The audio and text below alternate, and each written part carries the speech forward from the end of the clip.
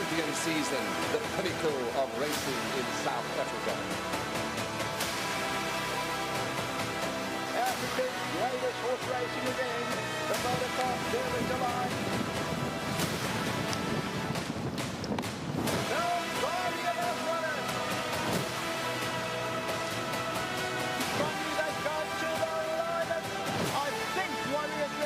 From Ultra Magnus.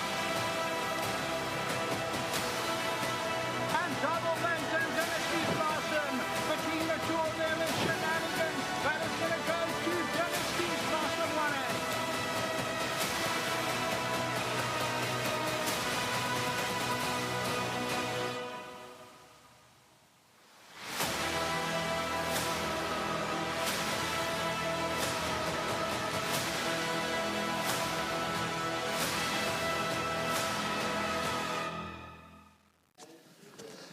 Welcome to Hollywood Bets Gravel for the 125th running of the Vodacom Durban July the 20th, with Vodacom as the headline sponsor. And what a glorious day here in Durban. Sunny skies, the going is good. More about that in the track report in just a moment. 10 races on the card, the first off at 11:15. That's the Bloodstock SA Sales Cup for fillies over 1,300 metres. Big pools, the order of the day. We've got a 5 million rand pick six carryover. We're expecting that pool to reach 15 million rands and more. And of course, amongst the other carryovers, we've got a 2 million rand quartet maxi pool carryover on the main race itself. That's race 7, the Vodacom Durban July, and we're expecting that quartet pool to reach 10 million rands. Before paying any further attention to the first race of the card, let's join Warren Lenferner and Sheldon Peters for the track report. Thank you very much, Graham. Yes, indeed. We are here on the track, Sheldon Peters and I, and we have walked down the home straight where the runners for the Vodacom Durban July of 2021 will be thundering down a little later on. And Sheldon, a great day in the province, faultless weather, really just a beautiful day, and the track looks magnificent. Absolutely spectacular, Warren. To all the viewers who will be joining us, welcome and enjoy the footage that we take you through this afternoon. Racing behind closed doors, tracks looking absolutely immaculate, and bring on the games. Absolutely, and there hasn't been much rain in the province or right up against the east coast of late, but the track managers have felt that they need to put some irrigation down in the last 7 days, which they have done. The going is good. Tell us about the spur, the home, as they turn into the home straight, they'll be racing off a bit of a spur.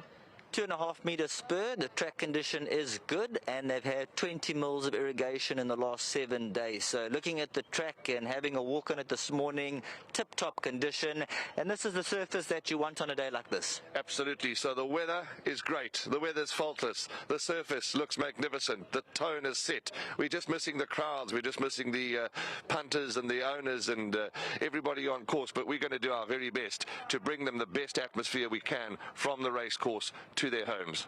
100% right. As I always say, we're going to paint the picture. We're going to bring it live into their homes, into their lounges, wherever they're watching it from. There's going to be a slight headwind, 10 to 15 kilometers, which won't affect the horses in any way, and may the best horse win.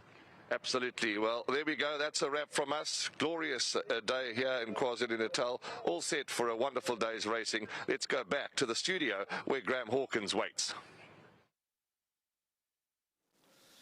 Thanks, Warren. Thanks, Sheldon. Yes, the scene is set for a fantastic day's racing. Glorious blue skies. The track, as you heard, they're absolute perfect shape. We've had no rain for a while. And as Warren mentioned, the track managers did see fit, and a good thing too, to put a bit of irrigation down during the course of the week. The first race, as mentioned, is the Bloodstock South Africa Sales Cup for fillies. It's a restricted sales incentive race over 1,300 metres. We've got one scratching here, number 9, Cashew, which leaves 13 runners to face the starter. The anti-post favourite, number 12, Big Burn, very firm in the market. She's a full sister to Catch 22, is number 12, Big Burn. She won extremely well on debut, stretching her field out to beat the talented Eastern Bell on debut by 3 lengths. Of course, that was a Turfetine racecourse. That was in the Highveld. She comes down to Hollywood Bets Greyville for the first time, and she has cracked a bit of a wide draw, which is not the same for number 1 Supreme Quest. There's a lot of confidence around for Corne Spies, daughter of Karari. She's had a lot more racing experience. She's drawn in gate 1, sees the second choice in the market at 5-1. But before we discuss race 1 any further, we've got reruns of Winter Renegade and Big Burn to show you. Winter Renegade also a debut winner, and then interviews with Alison Wright, Justin Snaith, Warren Kennedy and Sheldon Peters. We have One Night in Paris running in the sales race on July Day. She's a nice filly. As you saw, she won her first start out. She has been pushed a little to get her to qualify for this race, but her work has been good and expecting another good run. Three Hearts she's actually coming to hand quite nicely closer to the race. Not the strongest field at all. Maybe a place chance. If all goes well, if she's not too green, it's very hard to tip her first time at Greyville. So she's got a lot to do being her first start. But the lights are coming on the closer we get to the race. So maybe if you're going wide in some of your bets, put in. Yes, Big Burn, Sheldon. I don't know too much about her. I watched her replay. She's only had the one run. It was a very good win. It was impressive. Very speedy filly. Her time was very good in that race.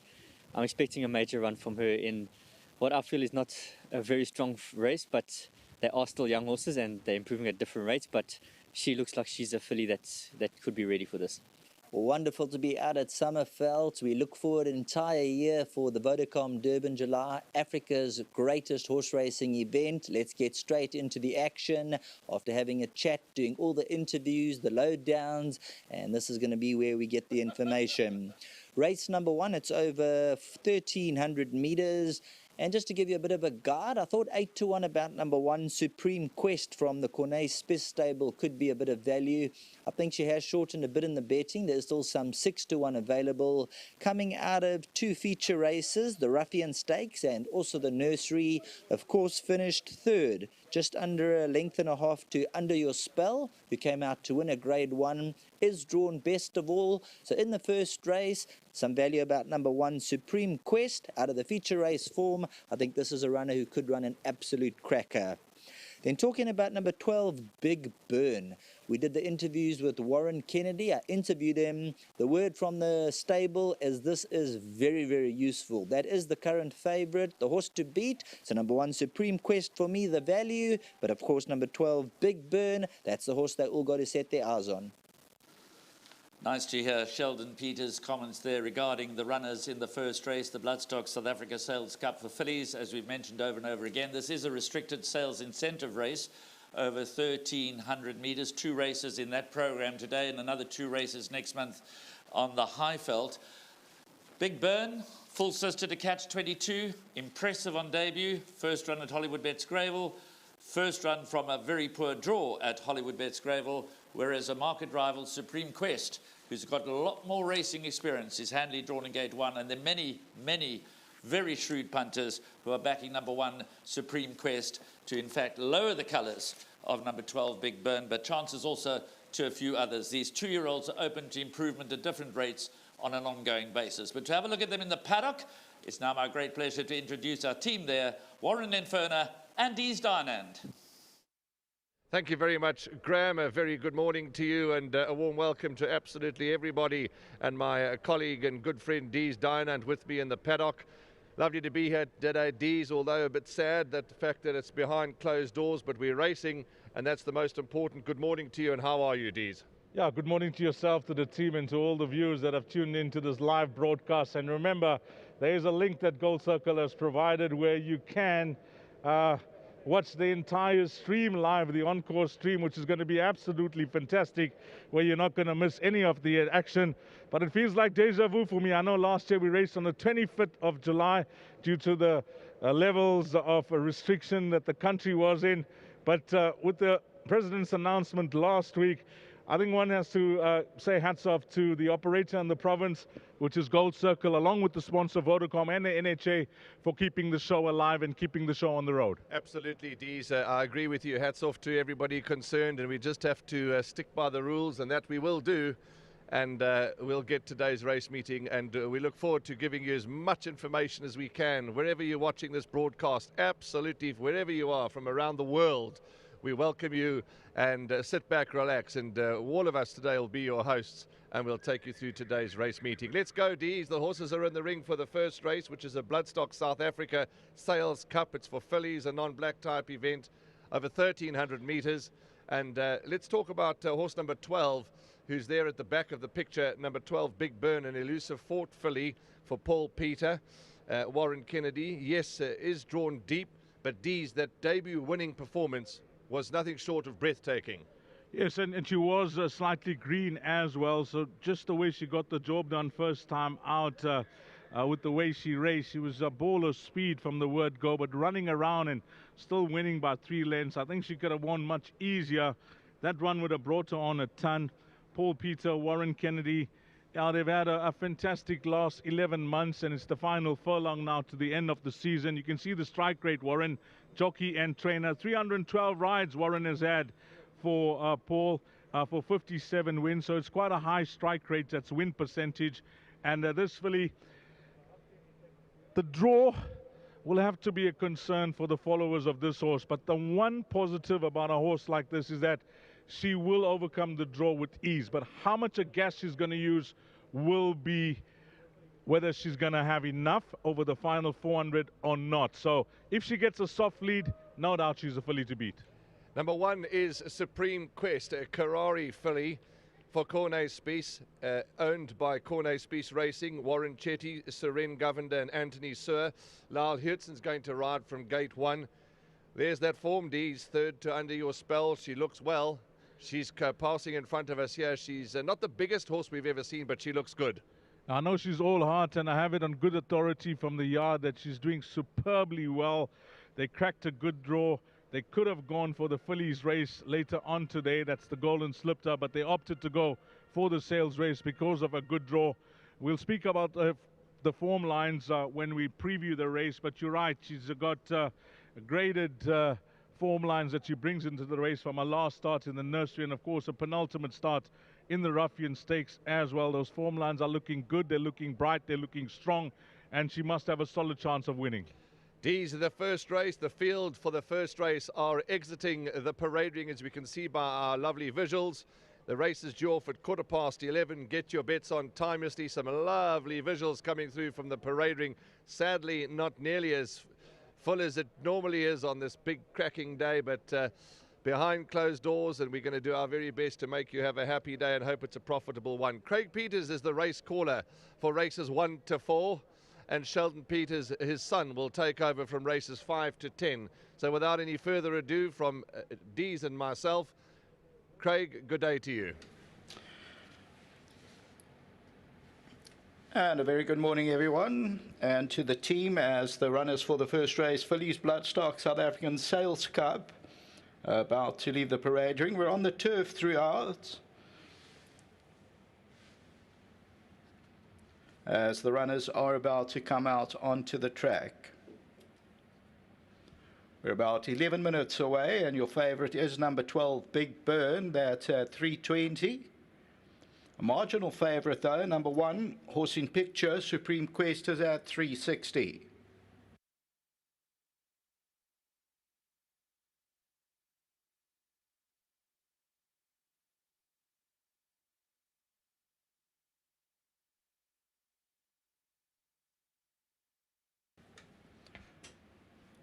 So number 1, Supreme Quest, Lyle Hurtson.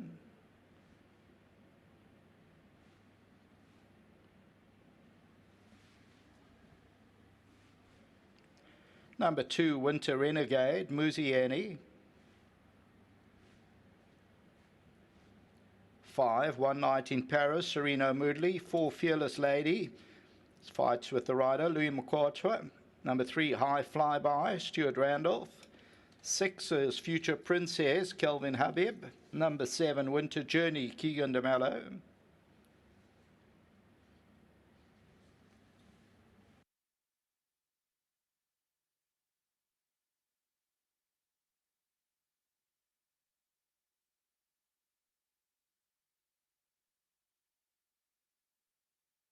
This is number 8, Three Hearts, and Richard Faree. Here's 11, Juliet Tango, Simanga Kumalo. 12 is Big Burn, Warren Kennedy. That's your favorite at 310. And there's another look at Three Hearts with the lead horse. Stingray has passed by number 13, Jabu Jacobs. There's number 10, Keto and Eric Nguane. Number 14, Cover Me in Sunshine, Ryan Mungo. 9 minutes to race time. Bipart will start in the second, PA in the third, the pick 6 in the fourth, and the first jackpot will start in race number 5.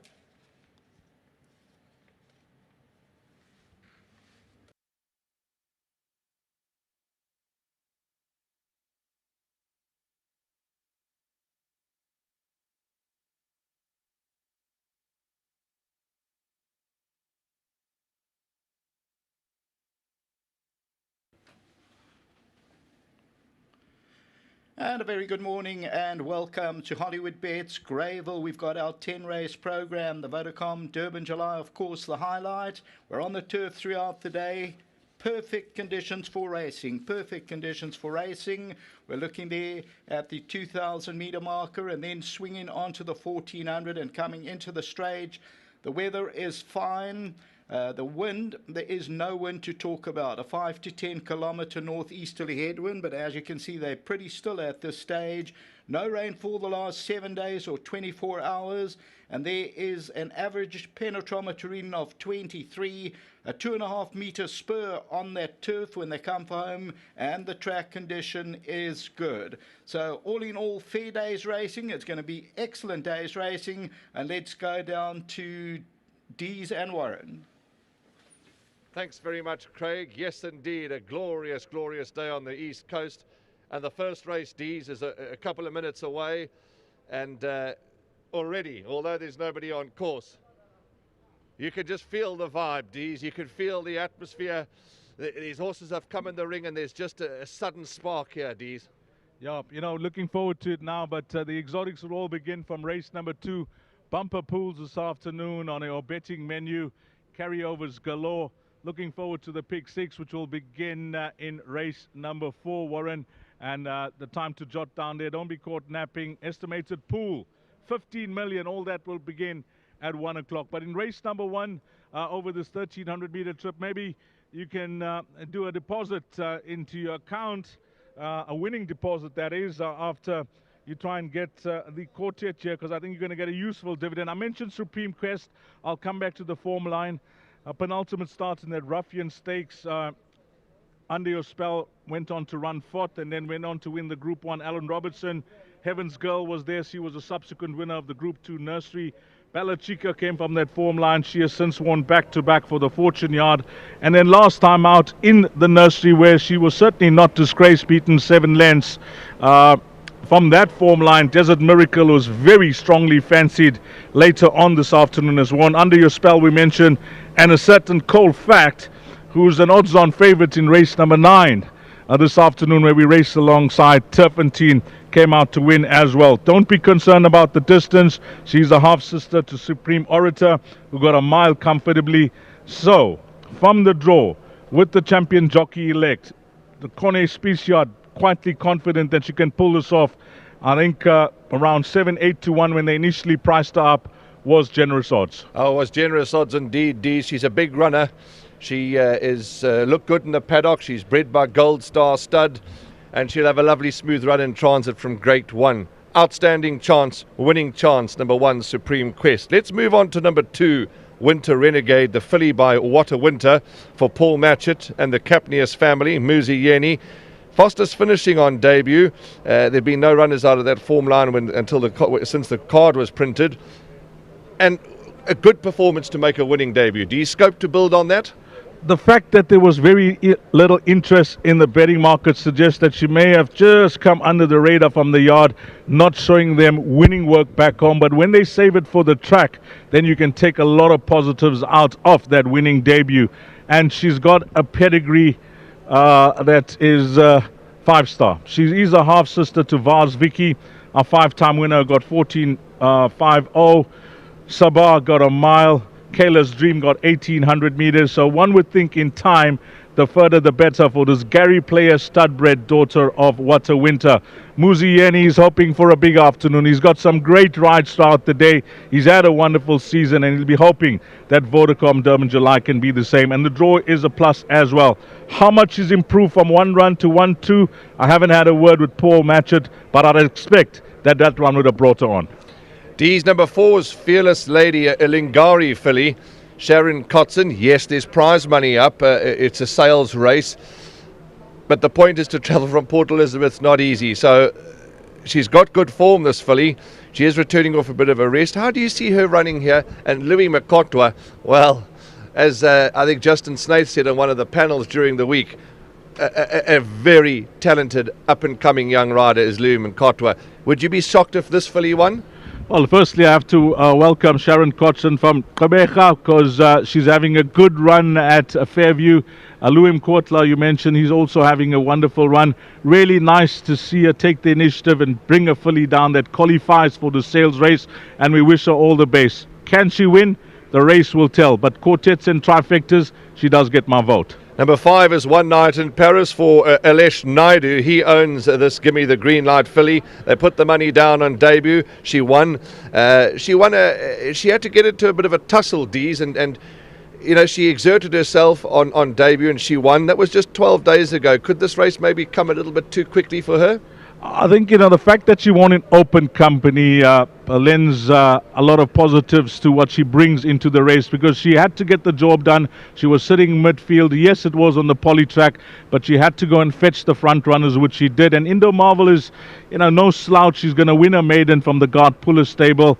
There's been money for this filly, Warren, the daughter of Gimme the Green Light. I think she was trading 12, 10 to 1. The last price I saw, which was yesterday, was around 4 to 1. So I respect the money that's come for her. Before you ask me about the next horse, I just want to tell the viewers that Tony Peter, that's the son and assistant trainer to his dad, Paul Peter, came up to us and said, our horses have traveled up well in the first race. If I was drawn in the first 5, I would be standing here in the winner's queue waiting to be interviewed. That's how confident he was if they had a draw.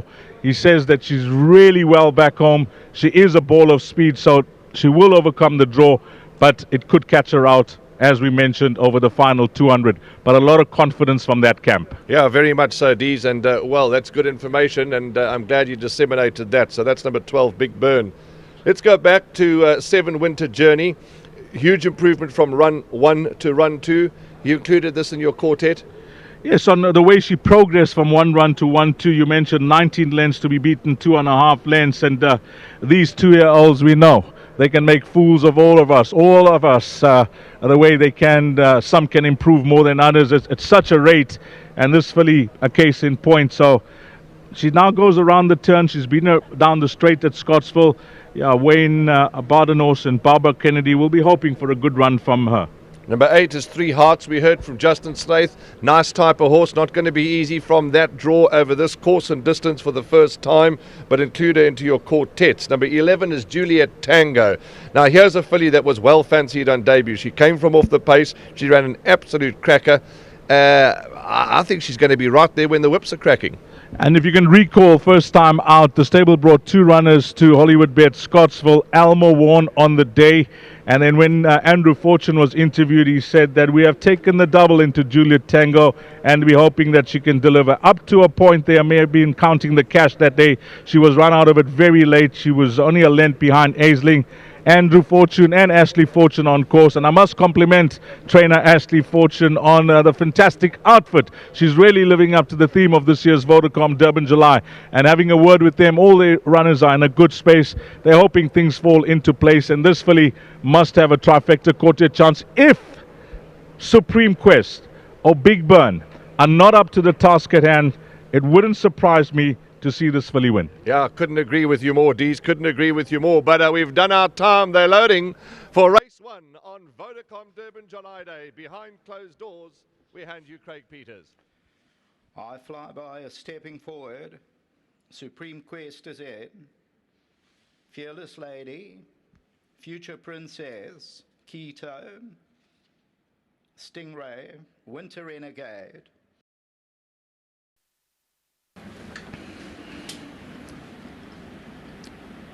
One Night in Paris to come forward. 3 hearts. Big Burn, Juliet Tango. The outside gate, Cover Me in Sunshine.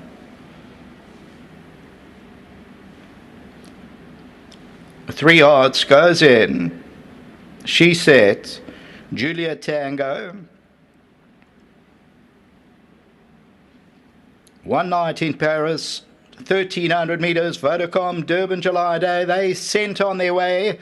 Juliet Tango a little bit slow to go, so was Three Hearts. Big Burn's trying to overcome the draw. Winter Renegade is right there. Future Princess with the red headgear. Supreme Quest, the red silks, is near the rail. Fearless Lady is strong. On the outside of that is Stingray. Winter Journey is also trying to make some progress. And then comes One Night in Paris, High Flyby. That's towards the rail with the yellow silks being niggled at. Quito's further back in the running. Then comes Three Hearts, Juliet Tango, and Cover Me in Sunshine's about 10-11 lengths off the leader. Winter Renegade is setting the fractions. They're not going quick. Big Burn has now found the inside. On the outside of that, Winter Journey. Then comes Future Princess, Supreme Quest. Then Fearless Lady. Juliet Tango is going to come out for a run. High Flybys towards the inside. Top of the lane they come. 500 metres to go. Winter Renegade, Big Burn, Supreme Quest now comes out for a run. Behind that, Winter Journey, Juliet Tango. Supreme Quest now comes into the lead at the 200 metre marker. And it's Supreme Quest going on. Big Burn's on the inside. But they're not going to get to Supreme Quest, and Supreme Quest won it by about 3 lengths. Second placing gets close. Second placing might go to One Night in Paris, Big Burn and Juliet Tango.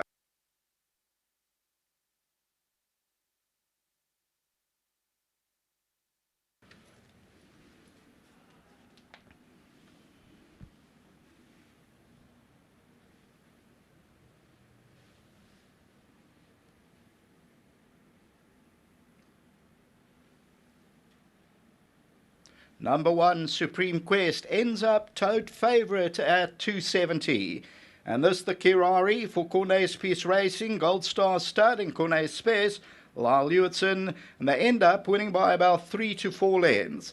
Second, the horse nearest us I thought might just run second. We have to wait for that. It's mighty close. Number 5, One Night in Paris, and 12, Big Burn, and fourth 2, Juliet Tango, number 11, then High Flyby. But as we look at this, Supreme Quest was perfectly placed in the red silks, and then moved up, and Big Burn then comes under pressure, but immediately Supreme Quest quickens up 2 or 3 lengths, and then goes on to score the opener. So the winner is number 1 at 270, and it also ends up the tote favourite. Second race starts off the bipod. Back to the studio.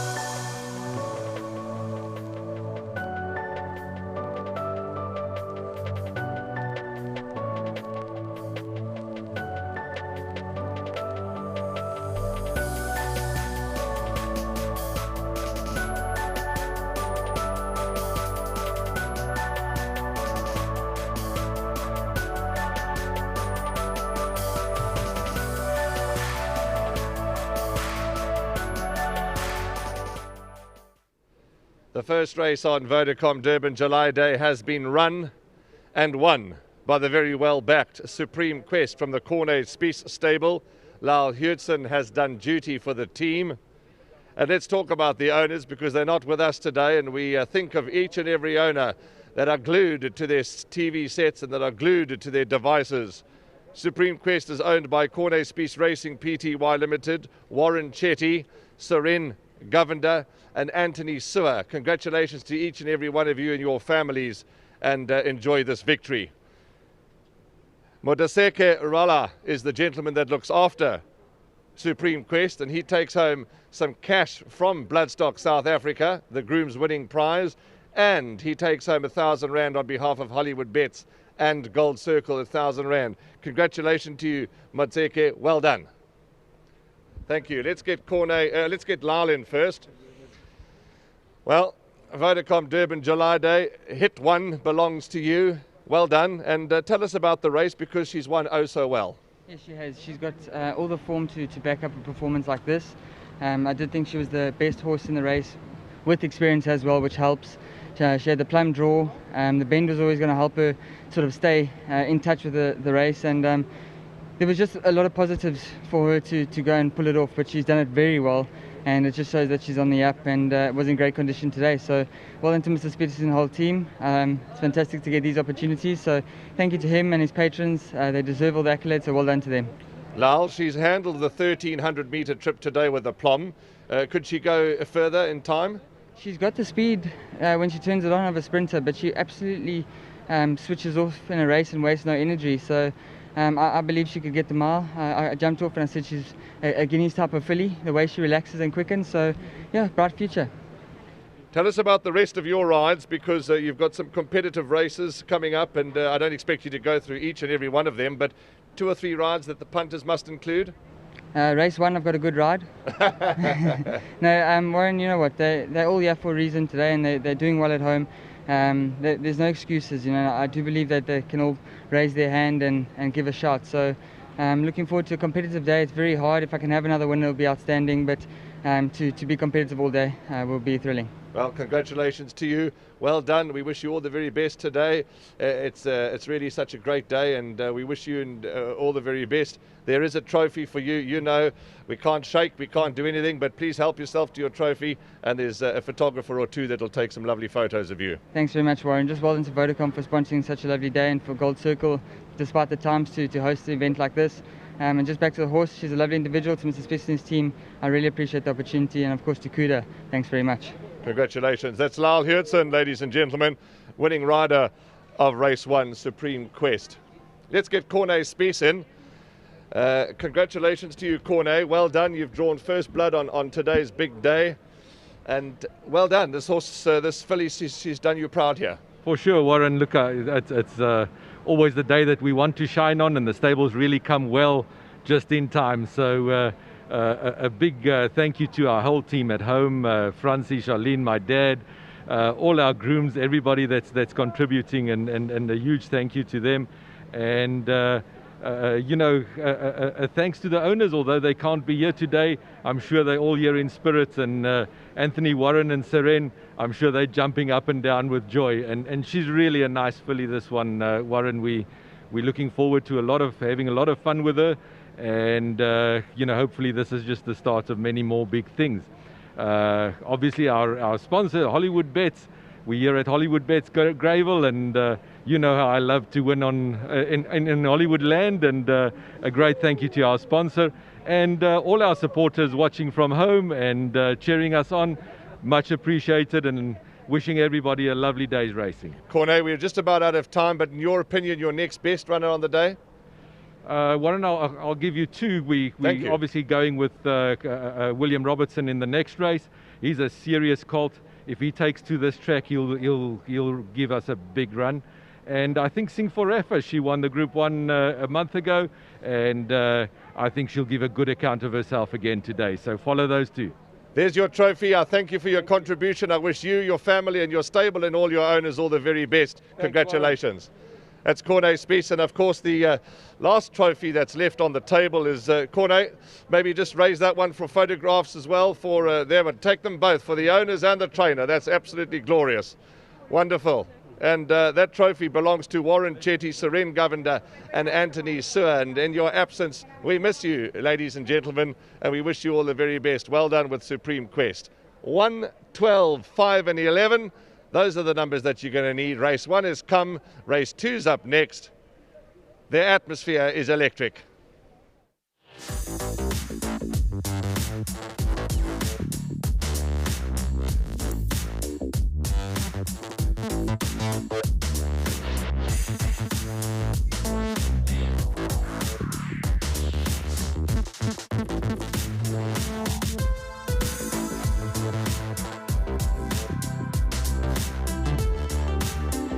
One night in Paris to come forward. 3 hearts.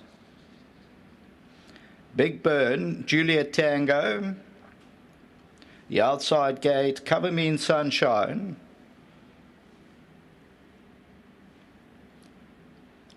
Three hearts goes in. She Set, Juliet Tango.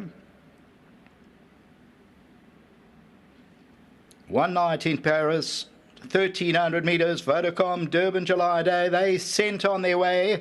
Juliet Tango a little bit slow to go, so was 3 hearts. Big Burn's trying to overcome the draw. Winter Renegade is right there. Future Princess with the red headgear. Supreme Quest, the red silks, is near the rail. Fearless Lady is strong. On the outside of that is Stingray. Winter Journey is also trying to make some progress. And then comes One Night in Paris, High Flyby. That's towards the rail with the yellow silks being niggled at. Quito's further back in the running. Then comes 3 hearts. Juliet Tango and Cover Me in Sunshine's about 10-11 lengths off the leader.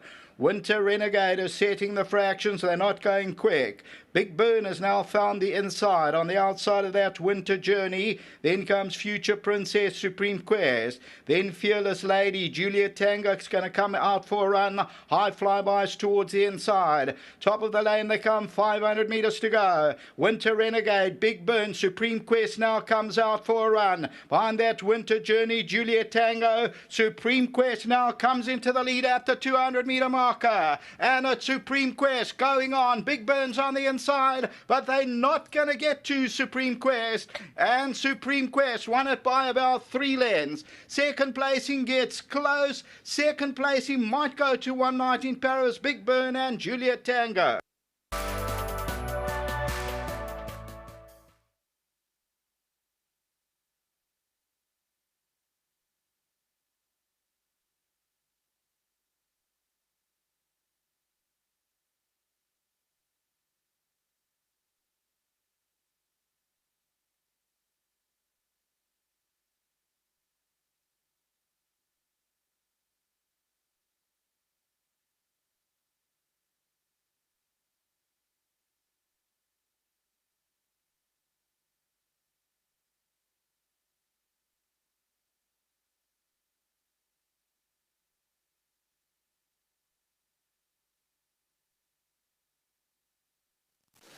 Excellent win for the Corne Spies stable in the first race.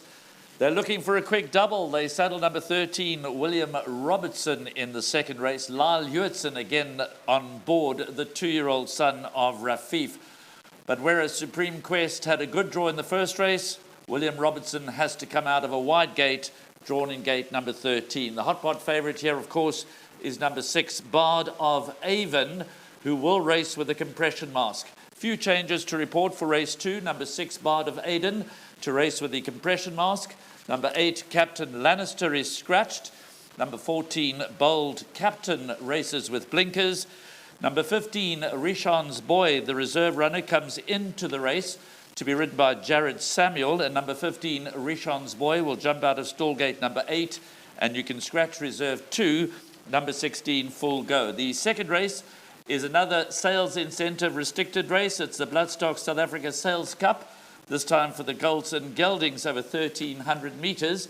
Just to remind you that race 2 is the first leg of today's bipot. We're expecting that bipot pool to top 600,000. Well, it could go beyond that because the bipot pool is already standing at 400,000. 470,000 rand. The bipod pool, 470,000. For many in the first leg, number 6, Bard of Aden, shapes up as a banker. But given Corne Spice's early strike, perhaps you do want to consider including number 13, William Robertson, along with number 6, Bard of Avon. To tell us more from the parade ring, let's join Warren and Dees. Yeah, thanks, Graham. It is now start of the exotics on Vodacom Durban July Day, and the first exotic, race number 2, will be the bipod, and that estimated pool to reach 600,000 rand. This is also a Bloodstock South Africa Sales Cup. It's over 1,300 meters, and the colts and geldings will take their place in this race. And as Graham mentioned, everything is pointing to one horse. If you're a betting man and you follow the top of the boards, because Bard of Avon for Ashley Fortune and Muzi Yeni, who comes up a Group 1 run, finishing second behind Ambriorix, certainly has all the credentials to win this race, Warren. Oh, absolutely, Dees, absolutely. And we set again. The first race, the tone has been set. The second race, we're in for a thriller again. And yes, the horses are going to come into the parade ring now, and we're going to have a good look at these horses. Bard of Avon, odds-on favourite, races with a compression mask, and he certainly ran well, didn't he? And as you say, in that gold medallion, great effort. He looks to be the one. The money come for this horse, Dees, from 15 to 10, 16 to 10 opening call. 11 to 10, 8 to 10 when I last checked. All the money in the world for Bard of Avon. Well, we saw it in the previous race. You got a horse like Supreme Quest coming with feature race form against horses that have been bought off a select sales and win well. And I think the same can be said about this horse. He ran in a Group 1 last time out. Now he's racing against horses that are limited when it comes to nominations and qualifying them for the race. So he must be the horse to beat, and no surprise to see him strongly fancied. And some quarters, they're saying he was possibly the best bet on the card as well. Absolutely. And Dees, what we must do is we must also spare a thought to the Kohler family for the passing of Mr. Kohler last night, I believe, or yesterday. Just sad news coming through. We don't want to put a dampener on the day, but it would be remiss if we didn't recognise the late Mr. Kohler. Yes, you know, a gentleman from humble beginnings. Dream was always wanting to own racehorses. He had many racehorses, and listening to the Fortune stable give their comments about Mr. Kohler. He's had a lot of babies, young babies coming through, and maybe his legacy could live through his horses, and this horse, Bard of Avon, can do the late Mr. Kohler proud today. But looking past number 6, Bard of Avon, anything else that catches your eye?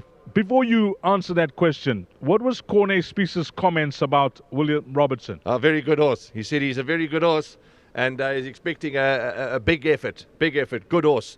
Obviously the draws are concerned, but reading between the lines, bright winning chance the stable give this horse. He says he's a good horse. He's expecting a big run. So that was the comment about William Robertson. Another horse I want to touch on, you asked the question before we talk about number 6, is number 3, Gaudi's Masterpiece. I'm expecting a big effort from Gaudi's Masterpiece, but on screen, D's, is Bard of Avon, and for me that's how you want to see a horse in the paddock. One stable assistant leading him around, calm, cool, calm and collected. For me, he looks outstanding. Yes, you know, you'd expect this from a horse that you're prepping for a race that you could have gone for was later on today, which is the Group 2, the Golden Horseshoe. But when you looked at where he was drawn there, it was a calculated decision by the yard to go for this horse race instead of the Golden Horseshoe. And we saw it in the first race as well. Supreme Quest, she could have gone for the Golden Slipper. She went for the sales race. We're not saying it's an easier task, but you're just limiting the opposition for horses off a select sale. And I think that's the thinking behind Bard of Avon running here, because he could have been one of the leading lights in that Golden Horseshoe if he took his place there after a second in the Group 1. Absolutely. Couldn't agree with you more, Dees. 6, Bard of Avon. Odds on and is our firm first choice. Now, let's see who else is next to talk about. Number 2, Dees, is One More Trick. Glenn Cotson's horse for the Hampsons, Thompsons and the Schwegman family. One of the longer shots in the race, but he has been gelded. He looks outstanding. You know, first time at this course. The good draw will help, Dees. Yes, and plus when you look at his pedigree, a son of twice over the dam, Mysterio, well, she won 4 races. She was a sprinter from 1,000 to 1,200 meters. Yeah, Glenn would have had a good look and a good think on, where to run this horse, where to debut this horse. And I think that he would have preferred to maybe have a run in before this race came along. But when I look at both the Cotson runners in this race, I think that Illicit Kiss has to be the stable elect, horse number 11. Okay, here's number 13. Lucky for some, unlucky for others. Now, looking at Cornet Species' horse in the first race, Dees, compared to this horse, yes, they're two different horses. I'm talking about looks. The one in the first was a fairly small-looking little filly, but certainly she can run. Of that, we have no doubt. Here is the colt, Rafif Colt. He's a big, solid fella. He beat Dice. Dice is the form lines are good. He's nice and calm for a colt. He looks outstanding too. Yeah, Dice for Lucky Udalarcus absolutely thrashed the field next time out. Yes, he was around 4 to 10 or 3 to 10 in the betting that day, but just the manner in which he disposed of the opposition, I think stands this horse's form line in good stead. That's when he won last time out. And then his debut run, he was a length behind Pyromaniac. Now, Pyromaniac is a horse that the Sean Terry stable rate, and he didn't run any type of race in the gold medallion Pyromaniac. He was one of the more fancied horses in that field as well. So I think you're going to have to draw a line through his run in the gold medallion Pyromaniac. And this horse got very close to him. He was only beaten a length, and it showed next time out that that was no fluke. So the draw, that will be the concern. Well, Lyle Utzon, you could say that his job was made easy by pole position in the first race, and we'll see his skill, his thought process, and his planning from a wide draw now to try and get this horse over the line. Okay, bell is gone, Dees. The jockeys are starting to walk towards their mounts. Let's talk about the bipot. It's the first leg of the bipot. Is number 6, Bard of Avon, in your opinion, good enough to banker for the first leg of the bipot? Well, there's two ways of looking at it. How confident you are on that Group 1 form line, because we haven't had any runners come out yet. What do you think of the strength of that field? Do you think it'll be good enough for him to campaign and make his presence felt against this field? If that ticks your boxes, banker him. If you're nervous and you think that he's beatable, you just have a gut feeling that maybe this horse could get beat today, then you're going to have to include a few. But I think for most players, this will certainly be a banker, and that's Muzieni just walking past. The horse looks superb. He's got 4 white socks, muscled in all the right places. He's nice and quiet. Muzi's taking him one more time around the parade ring whilst we watch the others leave. But he certainly looks to be in a good place, the son of Va. And when you compare Group 1 form against our sales race now, you start thinking, well, they must have planned this and planned this to a T. Before we hand upstairs to Craig, who's going to call home the second race, one more horse for the bipot if the punters don't want to bank a Bard of Avon. Could it be number 13? Has to be number 13, barring the draw. So 6 and 13 if you want to play it safe here. Anything else, will I be surprised? Yes, I will. I can tell you that number 10, Faustina, when I spoke to Com Naidu yesterday about his runners this afternoon, he said, don't leave my horse out. I know he just won a maiden last time out, and that was over 1,000 meters, but he thinks that his horse is going to love the 1,300 and has come on in a big way. So he likes his horse for places, number 10, Faustina. Okay, the horses are going to be on the track any time now. Let's hand upstairs to Craig Peters, and let's have a good look at these horses, stretch to post.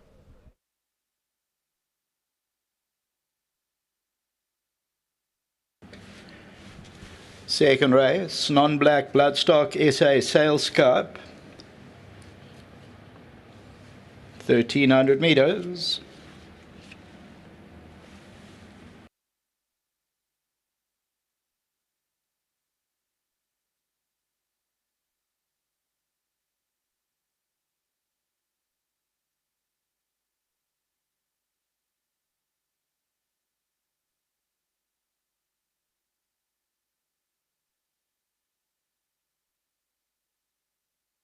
The likely pool for the bipot is 600,000 Rand. We're well on our way to that. It's 9 minutes away. As number 1, Admiral Burnham and Craig Zaki pass by. They're going down on the poly, racing on the turf. Number 2, One More Trick, Colin Story, just getting the shake up. Number 3, Goldie's Masterpiece, Richard Faree. 4, Team Gold, Gavin Lorino, the green cap. 5, State of USA, Serena Moodley. 7, Barney's Pride with the white cap, Luke Ferraris. 9, Elmo, Kelvin Habib. 11, Illicit Kiss with the black cap, Keegan DeMello. 12, Sekulu, Diego de Gavea. 13, William Robertson, Lyle Ewerton. 14, Bold Captain, Simanga Kamalo. Approximately 8 minutes to race time. Wait for the favourite, number 6, Bard of Avon, which is at 140. Meanwhile, that bipod pool is on 531,000 Rand. Here we look at number 6, Bard of Avon, and Muzieri.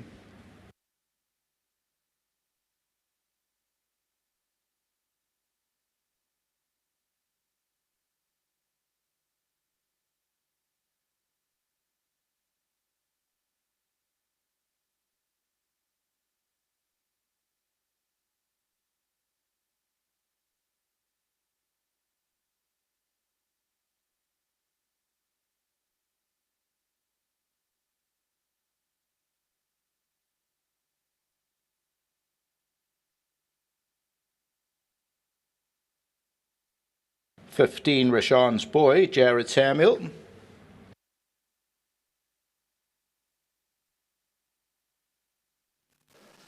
Runners on their way down to the start for the second race on the card. The first leg of the bipod, the Bloodstock SA Sales Cup for Colton Geldings over 1,300 metres.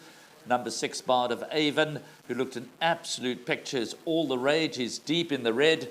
The only other runner quoted in single figures is number 13, William Robertson, currently showing 480 for a win at this stage. Number 6, Bard of Aden, R1.40.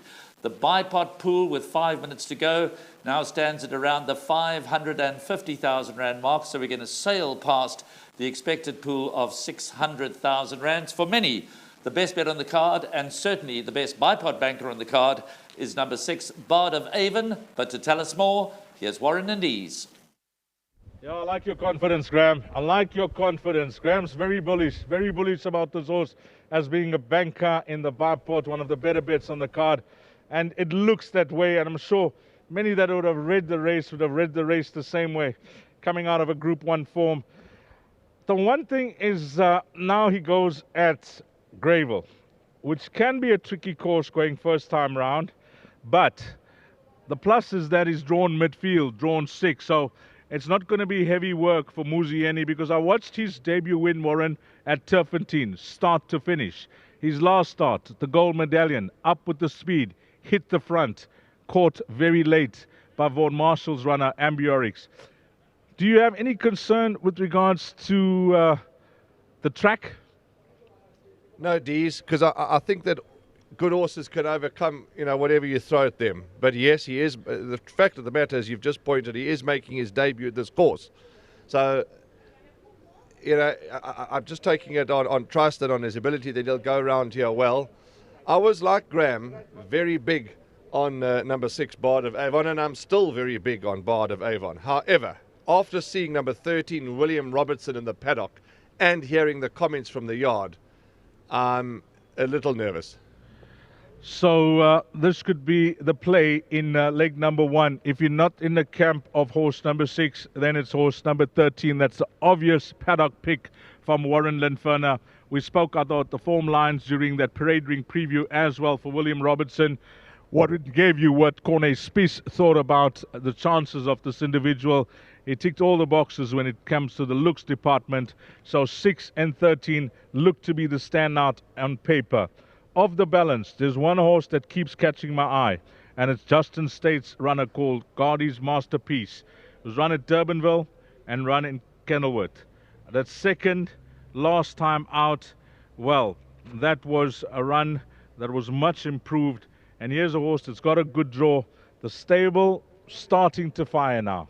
Justin, up and down during our champion season, but when interviewed during the course of the week, whichever show he was on, he's expecting everything to peak on Vodacom Durban July Day. He certainly is. Excuse me, he certainly is, Dees. And he said this horse is rating. You know, in his interview, he said this horse has just come up from Cape Town, and they wouldn't have put him on the float and brought him all the way here if he wasn't a talented individual. We can see he looks to be talented. He's run 5th on debut, 2nd, nearly 1 beating Ovation. I don't know what price he is now, but at 14-1, when I took the betting down a little earlier, he could be the value. He could be the value here. Horse number 3, Gaudi's Masterpiece. He comes from a powerful stable.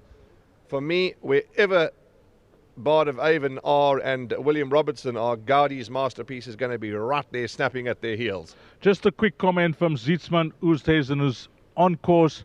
Slightly disappointed that his horse Atiab did not get into this year's Vodacom Durban July, but he says my horse is well later on today. And then I asked him about this individual called Bold Captain, and he was short and sweet. He said, Dees, we're not going to be running last. We're not going to be running second to last. We're not going to be running midfield. We're hoping to run in the first half of the field. So they're expecting a forward run from Bold Captain. And why not, Dees? Because he's a bold Silvano. He gets blinkers on now. He gets none other than Samanga Kumalo. And his 3 efforts at Port Elizabeth in Kwabeka haven't been the worst. His debut start wasn't so great. But there was improvement in the second time. And an okay run in the third run. So he's not prayerless. I agree with Zietsman. He's not prayerless.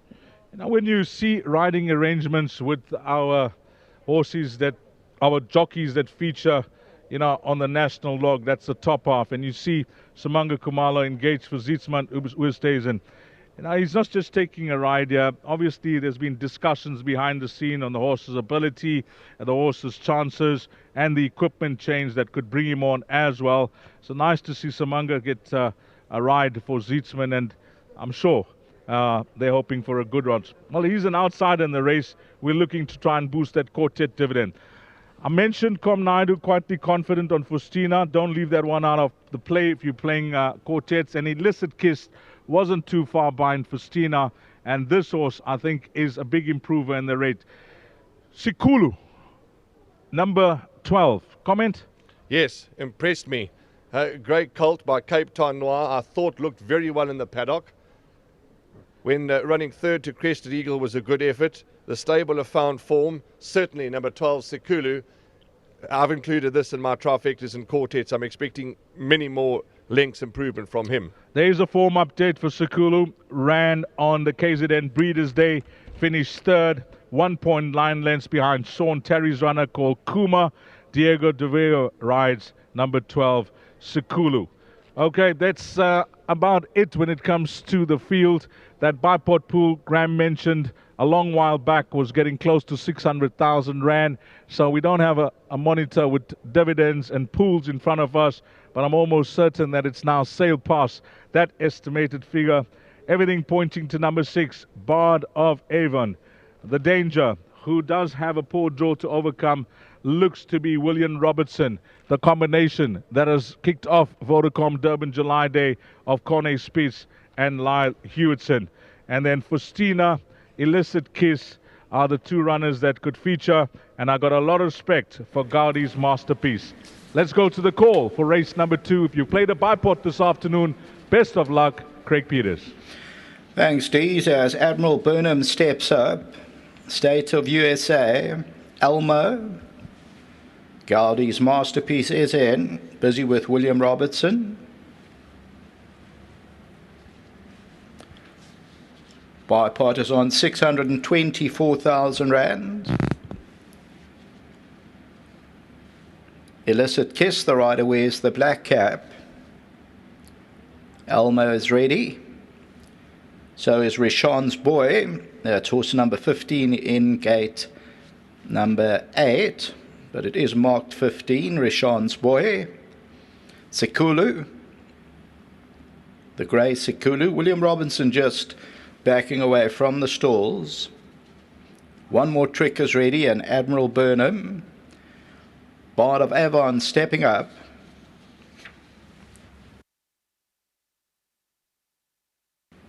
The hood is on Bard of Avon. They're busy now with William Robertson. That's fitted with the hood. Faustino is still to come in. William Robertson goes into an outside gate. Now Bold Captain. Faustino. Bipod pool 653,000 rand. Set 1,300 meters. Starter hit the lever. They sent on their way from the 1,300 meter marker. One of the first out is Team Gold. The green cap is near the rail. Elmo's right there. Bard of Avon is just a length and a half off them. Faustino's on the outside. William Robertson's in the red silks trying to overcome that draw. And they're followed then by Illicit Kiss with the black cap. On the inside, Gaudi's Masterpiece races about 6 or 7 lengths off the leader. Then Barney's Pride. Then comes Richard's Boy. The grey is Sekulu. That's about 8 or 9 lengths off the leader. Then there's about 5 lengths. State of USA followed by Bold Captain. Then one more trick and Admiral Burnham's about 12, 13 lengths off the lead.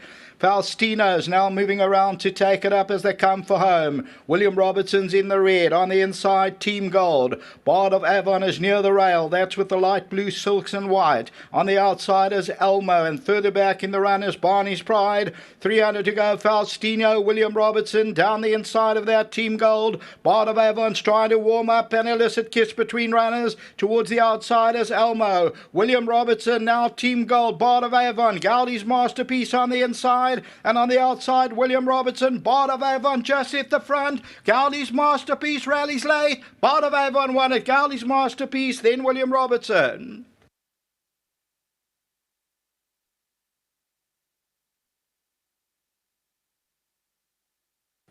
Number 6, Bard of Avon won it. And it's Muzieni, Ashley Fortune. And unfortunately, it's estate, the owner, Mr. Kohler.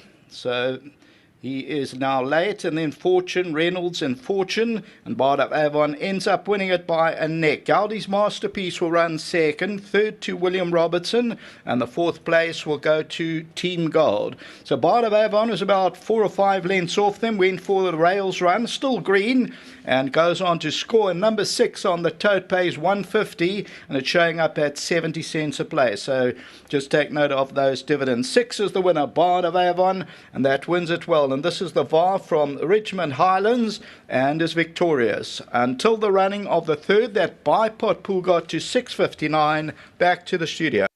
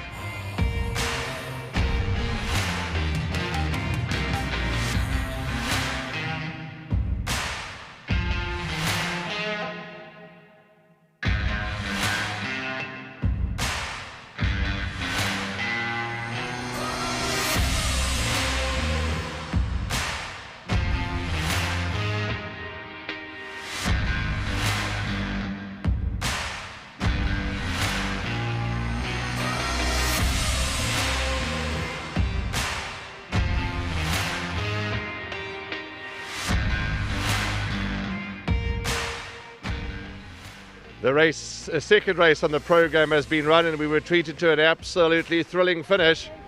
And Muzieni had to dig down deep. Muzieni had to dig down deep and get the best out of Bard of Avon. and certainly he's won a good race. He's shown that the Group 1 form is good, and he's shown that he's good. He's shown that he's good. There's some jubilant connections here. Ashley Fortune and team, and yeah, a very emotional moment as sadly we lost Mr. Kohler last night, who passed away, and he'll be watching down, there's no doubt about that, on Bard of Avon. Let's tell you about this gelding. He's by VAR, out of a dynasty mare. He's bred by Ridgemont Highlands. He's owned by the late Mr. Kohler, Ashley and Andrew Fortune, Anthony Reynolds and Mrs. Fortune. Yeah, and well done to Ridgemont, well done to everybody. This gelding has really dug down deep and won a good race. Well ridden by Musi Yeni, and Bard of Avon's won. Second was number 3, Gardy's Masterpiece. Third was number 13, William Robertson. Fourth was number 4, Team Gold. A very good run from the Roy Magna horse Team Gold, and a very good effort. So 6, 3, 13 and 4, those are the numbers that you're going to need. And returning to the winners' enclosure for the 2021 Bloodstock South Africa Sales Cup for colts and geldings, a non-black type event, is horse number 6, Bard of Avon, the Fortunes, Ridgemont Highlands, the late Mr. Kohler, and the Reynoldses. Bang in the winners' enclosure with Musi Yeni in the irons.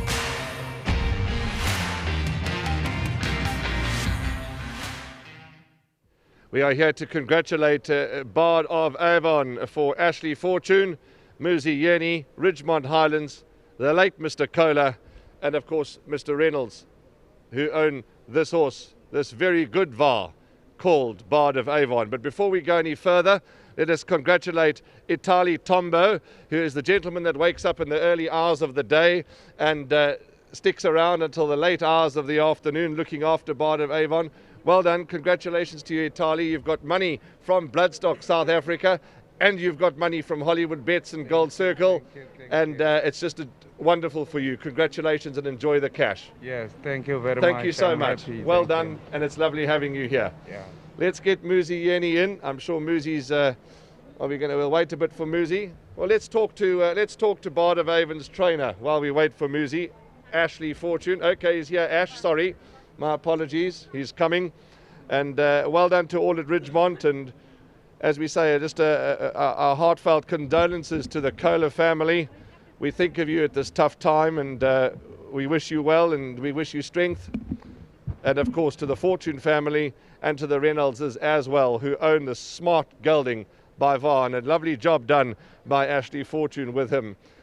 And yes, Musi just getting his Vodacom kit on, and we're in no rush. We're in no rush because safety, health and safety is of paramount importance. Well done, Musi. Tell us about the race, because he had to dig down and get the business done here, Musi. Yes, always felt in control. This horse is quite a beautiful and talented horse. His gate speed just got me the spot I wanted, a dream spot. And I said to Andrew, can I just have a few in front of him, because I don't think he's mature enough to be in front and go on. And I got the gate speed out the pins, and I was able to control the race. Had a dream position. I ended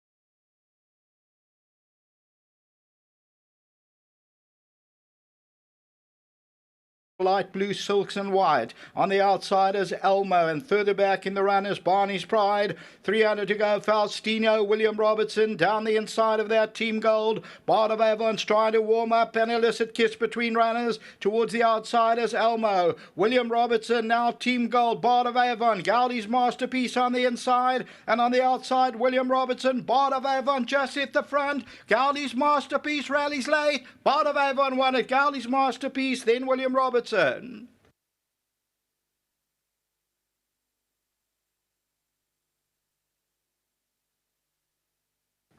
Number 6, Bard of Avon won it, and it's Muzieni, Ashley Fortune, and unfortunately it's estate, the owner, Mr. Kohler, so he is now late. And then Fortune, Reynolds and Fortune, and Bard of Avon ends up winning it by a neck. Gowdy's Masterpiece will run second, third to William Robertson, and the fourth place will go to Team Gold. So Bard of Avon was about 4 or 5 lengths off them, went for the rails run, still green, and goes on to score. And number 6 on the tote pays 150, and it's showing up at 70 cents a place. So just take note of those dividends. 6 is the winner, Bard of Avon, and that wins it well. And this is the VAR from Richmond Highlands, and is victorious. Until the running of the third, that bipod pool got to 6.59. Back to the studio.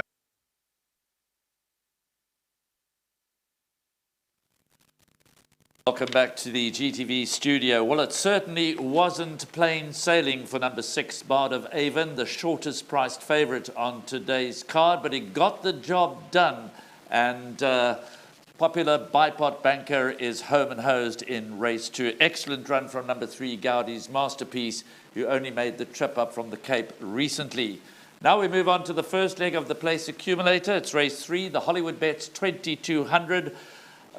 Due off at 12.25. We're expecting the place accumulator pool to reach 1.8 million rands. And just glancing across at the screen, we're currently on 1,232,000 rand. So with as much as 15 minutes before the off of race 3, we should have no problem in reaching the estimated pool of 1.8 million rands.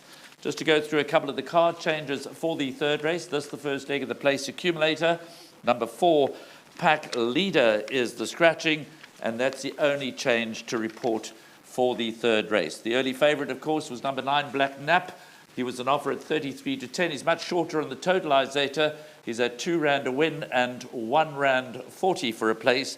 Black Nap to be ridden by Sean Veal for the Vaughan Marshall stable, winner of the Lonsdale Stirrup Cup handicap, here at the course on the 29th of May. But Justin Snaith, who came oh so close to winning the second race, has a team of runners here in the form of number 5, Satch Dev, who I think is quite attractive at his current each-way odds of... I'm just looking across my screen and I'm noting that the totalisator is showing that number 5, Satch Dev, is a scratching. That is not a scratching that I was given earlier today. So perhaps the team in the parade ring can update us on the status of number 5, Satch Dev. No, they've just restored him. So that was an error on the tote screen. Number 5, Satch Dev, showing 10.80 and 4.30. Justin Snaith also saddles number 7, the Gatekeeper, and number 10, Silver Host. So just to confirm, the only scratching in the third race is number 4, Pack Leader. There was a bit of an aberration on my tote screen, but let's join Warren and Dees in the parade ring. Thanks very much, Graham. Wonderful. We're setting the scene. Dees so far, 2 races. Results, okay. Bard of Avon, gutsy performance, I thought. Yeah, very good ride by Muzi. You know, he just held his nerve, knew that he'll have the horse where it mattered, and he got the horse to get going at the right time. A very good win from a horse that I'm sure has got a lot of wins ahead and a smart 3-year-old career as well. Whether or not they go now for that 1600-meter race on Gold Cup Day, which is called the Premier's Champions Challenge, we'll have to wait and see. But the way he finished off there over, a 1300, we could see this horse at the end of the month, Bard of Avon. Okay, race 3 is the Hollywood Bets 2200, a Group 3 event over 2200 meters. The first horse that we're looking at in the ring is the beautifully turned out number 2, Origami, who's having his toughest test to date. Yeah, a horse that's under sufferance with a rating of 85. It's a net 97. But Lazan Forbes wants to take her chances and gauge where she is with this 3-year-old, and we wish them all the best. Number 9, D's. This is the next runner we're talking about. Black Nap for Vaughan Marshall and the Fosters, Sean Veal. And Vaughan Marshall was on our podcast during the week, and he's upbeat about all his runners, especially Black Nap. He thinks is going to run very well. So do I. Very good win of the Lonsdale Stirrup Cup from that form line. Silver Host came out to win the Track and Ball Derby. That's looking good. He's very handily weighted here with 54.5 on his back, and I think this 4-year-old son of Dynasty could be ahead of the handicapper. The way he won last time out, I know that he didn't win for some time to get that third career win. He had to go to the 26th of September for when he beat Bayberry. But he's a horse that's loaded with the ability, and he's got no stamina doubts at all. He's the type of horse that I can see take his place in the Gold Cup at the end of the month.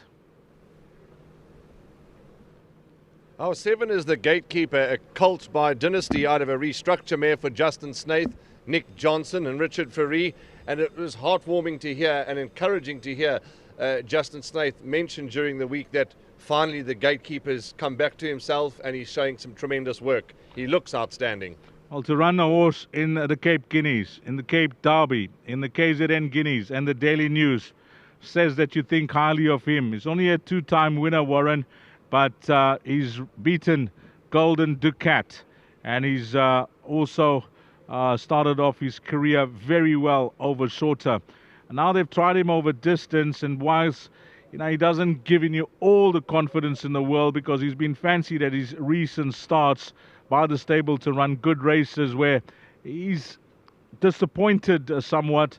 But last time out in that Daily News, he was one of the runners that was starting to catch the eye over the final 400. And I will tell you that in some quarters, they're speaking this horse up in a big way. The son of Dynasty, and we'll see how he goes here. He definitely gets the nod in the place accumulator as one of my selections. I've actually played it not as wide as more than 4 runners, but I've included 4 runners in my place accumulator. Dees, we must get a comment from you on number 10, Silver Host, who comes past us now. Well, if that doesn't get you excited, then I don't know what will. The reserve runner in the Vodacom Durban July, unfortunate that he wouldn't take his place this year. He won a good race, the Track and Ball Derby, and Dream Destiny will find himself in leg 1 of the Pick 6, which is race number 4. And that's the DSTV Gold Vase, the Group 3 over 3,000 meters. But this horse did what he had to do at his last start and win well. 2,200 meters, no issue. But again, I keep looking at horses here that will be competitive over this distance, but I think will be even more competitive once we go the Gold Cup distance. Okay, there we go. Some wonderful footage of the horses coming down the chute. The way of champions. Hollywood Bets, Greyville, that's where we are. That is the way of champions. They're going to be stepping out onto the track any time now. It's the 3rd race on Vodacom Durban July Day, the first leg of the place accumulator. I urge you, get your PAs on early to avoid disappointment. There is still 1 or 2 horses in the parade ring, and they'll be coming out in a short while. Race 3, the Hollywood Bets 2200, a Group 3 event. Here they are.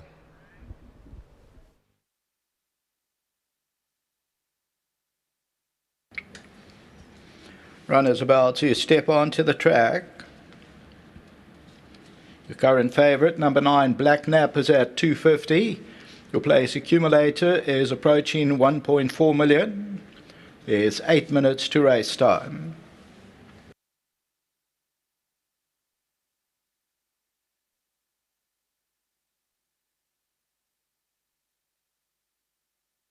Number 1, Divine Odyssey, Callan Murray.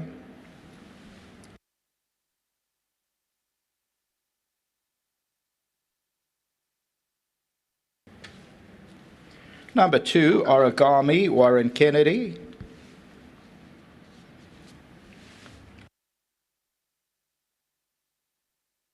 Number 6, Shareholder, Diego de Gavea, half over. 1, Divine Odyssey passing by.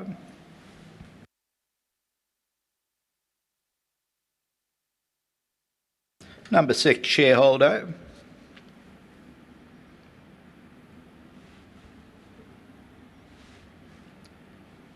Two, Origami. 10, Silver Hostess passed by. 7, The Gatekeeper, Whitecap, Richard Faree. 8, Azores and Keegan de Mello.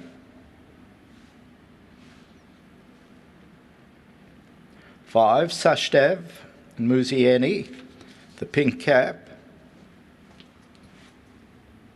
And number 9, Black Nap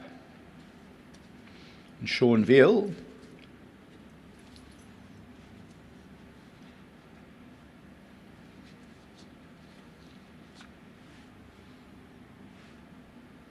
Twelve is Tree Tumbo, Kelvin Habib. And 11, Flying Carpet, Lyle Hewitson.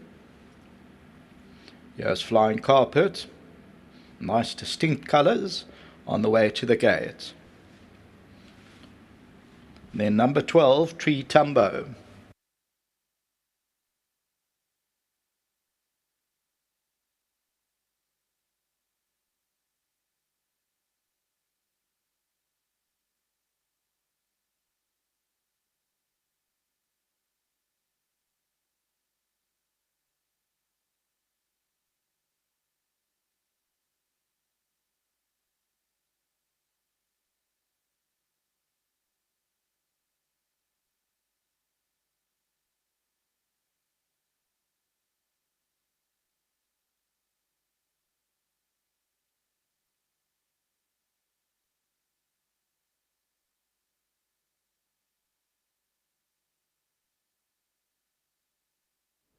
Thank you to Hollywood Bets for their sponsorship of the 2,200 metre event, a Grade 3 race, D's. Things are starting to hot up even more, and these horses, and quite rightly so, looked outstanding. But for me, the pick of the ring was number 10, Silver Host. I thought he really looked good. He's by Silvano out of a French deputy mare. And yeah, he was a reserve runner for the Vodacom Durban July. He's more than likely going to take his place in the Gold Cup at the end of the month. He looked good, D's, but it's nowhere near as easy as that, because I know that Graham Hawkins quite likes number 5, Sash Dev. I like number 9, Black Nap. My value in the race is number 8, Azores. I had a word with Dean Cunningham, and he said that last run, ignore that last run. They scoped him after the race, and they found mucus. He's been treated. He's been given a bit of a rest, and they're expecting this horse to run a nice race today. Don't leave it out of the quartets, is what Dean said to me. Yes, you know, for obvious reasons, the greys always catch your eye in the parade ring. I thought he moved smartly down as well. And I agree with Dean. You know, he also mentioned to me earlier on today, don't leave my horse out of the place accumulator, number 8, Azores. I'm just getting to the bottom of him now that he's in KZN. And he was very happy with his last start as well. So that's a nice roughie to include in all bets there. Black Nap, Vaughan Marshall's runner, beating Matterhorn, finds himself in the Vodacom Durban July. Silver Host, you touched on, came through to win the track and ball derby. 54.5 on his back.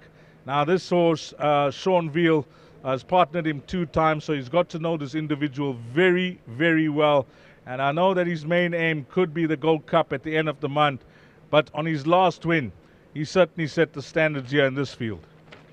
He certainly did, Dees. He certainly did, and Grant van Niekerk's going to ride for Justin Snaith. Sheldon quite likes number 1, Divine Odyssey, and we've done some work with Sheldon during the week. He's going to be calling home the Vodacom Durban July this year. He likes Divine Odyssey. Do you give it a chance? Yeah, it's close to the day, it being 1 year that he hasn't won, 363 days to be exact. He'll have the run of the race from draw 1.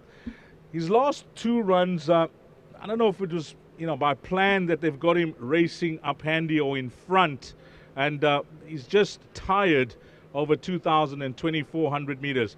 I say tired. His last start over 2,400 in that Pinnacle Stakes that was won by Out of Your League, that was a good run at Turpentine, which is a tough 2,400. and he did most of the work up front and just tired late. He's therefore free today. It's a tighter course. It's a shorter run-in. And although he's carrying 59 kgs, and he hasn't worn in some time, so his confidence is low finding the winner's box, he could be onto something, Sheldon, with number 1. Number 3, Shango, who ran an absolute cracker last time, finishing second to Johnny Hero. He's making us wait for his next win. 539 days since his last win, but won. But Louis Mkotwa is here from Quebec, and this horse, Shango, is a must for everything, in my opinion. When he was a 3-year-old, the stable had high hopes for him after his win in the Dingans, and then he followed up winning a graduation as well. It's not that his form has gone off colour. You just have a look at the company that Sean has placed him in. The South African Classic, the Derby, the Daily News, the Vodacom Durban July last year as well, where he wasn't disgraced under 5 lengths behind the winner. And then he's been in plated races, a Progress Plate in his 2 runs back in April and May. And then the Jubilee did show his hand, and on that run I thought that he may have a chance of getting into this year's Vodacom Durban July field, which was not to be. Johnny Hero supplemented, got in, and this horse will be there to prove something that, he may have been a worthy inclusion in this year's Vodacom Durban July. Gets the services of Louis Mkotla, and I think all 3 of Terry's runners, Shango, Flying Carpet, and Tree Tumbo, all have deserving claims of taking top honours. Okay, just 1 or 2 to talk about, because I'm sure they're going to be loading any time now. Sashdev, Graham Hawkins' selection in the race. He's got this for an each-way choice.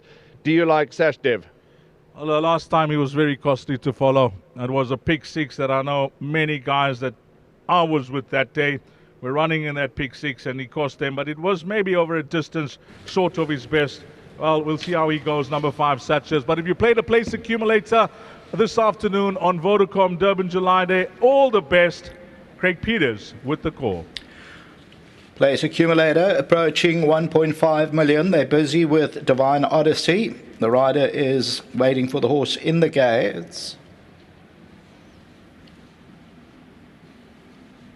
Favourite is number 9, Black Nap.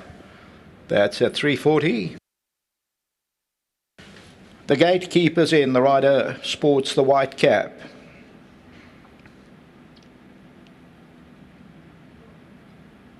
Divine Odyssey fitted with that hood. Flying Carpet is in.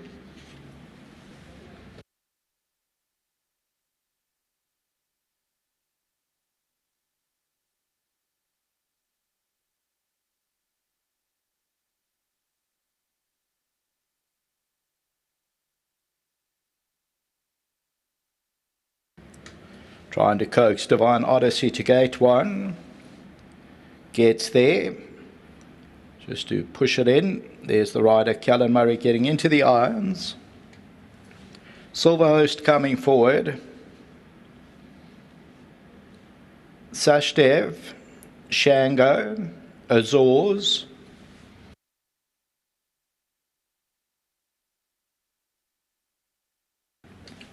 Tree Tumbo. Black Nap to come forward, and Origami, as well as Shareholder.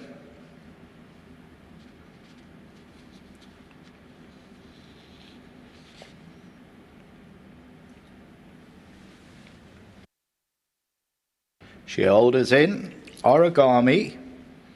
Black Nap, your favourite, gate 9.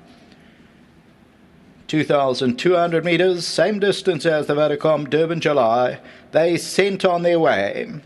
Divine Odyssey's right there. Shango with a good position. Sashdev, the pink cap, is well positioned.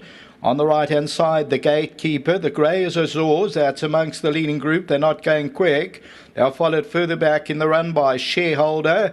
Along the inside of that, Origami. Black Nap's racing about 7 or 8 lengths off the leader. Then Silver Host, Tree Tumbo, and Flying Carpet's about 10 lengths off the leader.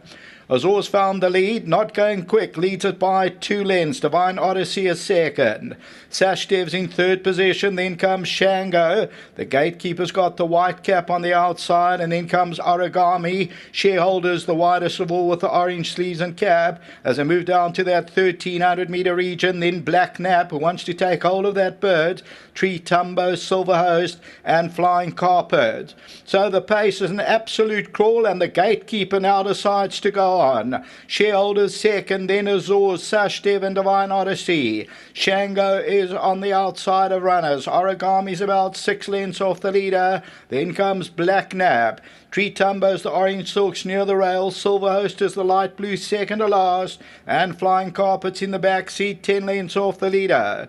They travel to the 900 and Shareholder now takes it up. The gatekeeper is second and Sashdev's third. Azores is on the inside. They're followed by Divine Odyssey. Then comes Black Nap. Now they're starting to stretch out a little bit. Then comes Origami, Silver Host, and Tree Tumbo. And Flying Carpets about 12 or 13 lengths off the leader. And a Shareholder that's opened up by about 3 lengths as they come for home. The gatekeeper, Sashdev, and Azores. On the outside of that is Shango. Divine Odyssey is further back in the running. Black Nap's got about 5 or 6 lengths to make up. Shareholder still leads it at the 300 metre marker. The gatekeeper, Sashdev, and Shango's running on from behind. Black Nap's on the inside, then Azores. It's coming from everywhere now. The gatekeeper, Black Nap on the inside. Shango, Sashdev, and Silver Host is running on from behind. Black Nap, Silver Host takes off, and Shango won it. Maybe Black Nap second, and then Silver Host.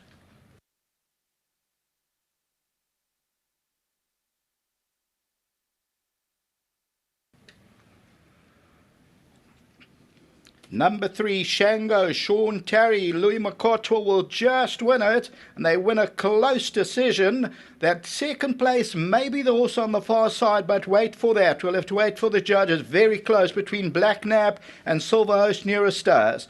Further back in the run, Sashdev, the gatekeeper, Flying Carpet, and then came Shareholder, the tote favourite, number 9, Black Nap. So they came from everywhere. The pace early on, an absolute crawl, and Shango. It pays up 8.80 and 2.30, and this one wins it. The captain of all, and continues to dig in from Heritage Stud, Sean Terry, and it is Chris Van Niekerk and Gardner. So they win the running of the third race. Number 3, Shango, 8.80. 9 was the tote favourite. Place accumulator got to 1,576,000. Back to the studio.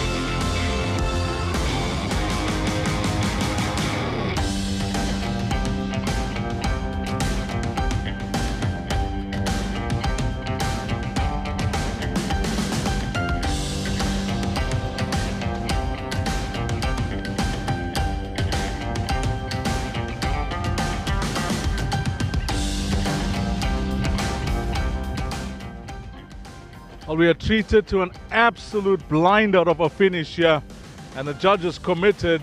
Craig thought it was close between 9 and 10, and 3 Shango has won under a driving ride by Louis Mkotla, 4 trainer Sean Terry, and the owners Chris Van Niekerk and Mr. Gardner.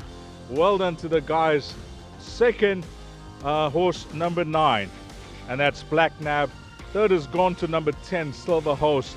And rounding off that quartet was number 5, Sakdev. But Louis Mkotla has got a few chances on Vodacom Durban July Day. He's riding tremendously well wherever he's traveling, whether it's in his home base, which is Cape Town, travels to Quebec very often and has a lot of success there. And he's got a chance from Sean Terry with a horse that showed his hand last time out, coming back to some of his better form when second to Johnny Hero in that Jubilee handicap. And he's got the consolation. That's the consolation to the Vodacom Durban July, now sponsored by Hollywood Bets, the 2200, a Group 3 over the distance of the Vodacom Durban July. You can add that to his profile. It'll now read 15 runs for 4 wins, and he's won a really good race here. And that's a nice shot of Sean Terry walking in a horse that he's always thought highly of, the winner of the Dingans, as I mentioned, as a 3-0. Well done to all concerned, and we'll be back shortly for the winning interview.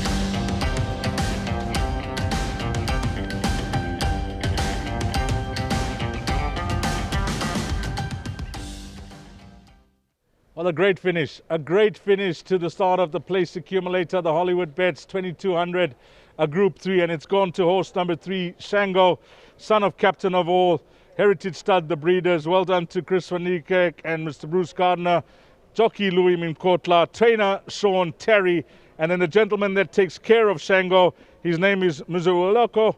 Well done to you, sir. 1,000 Rand, Hollywood Bets and Gold Circle. Congratulations.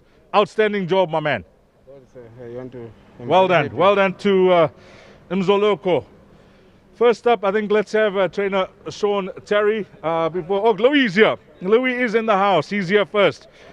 Welcome to KZN. Really nice to see you on Vodacom Durban July Day. Get some chances. Well done on that firstly, Louis. Thank you, Dees.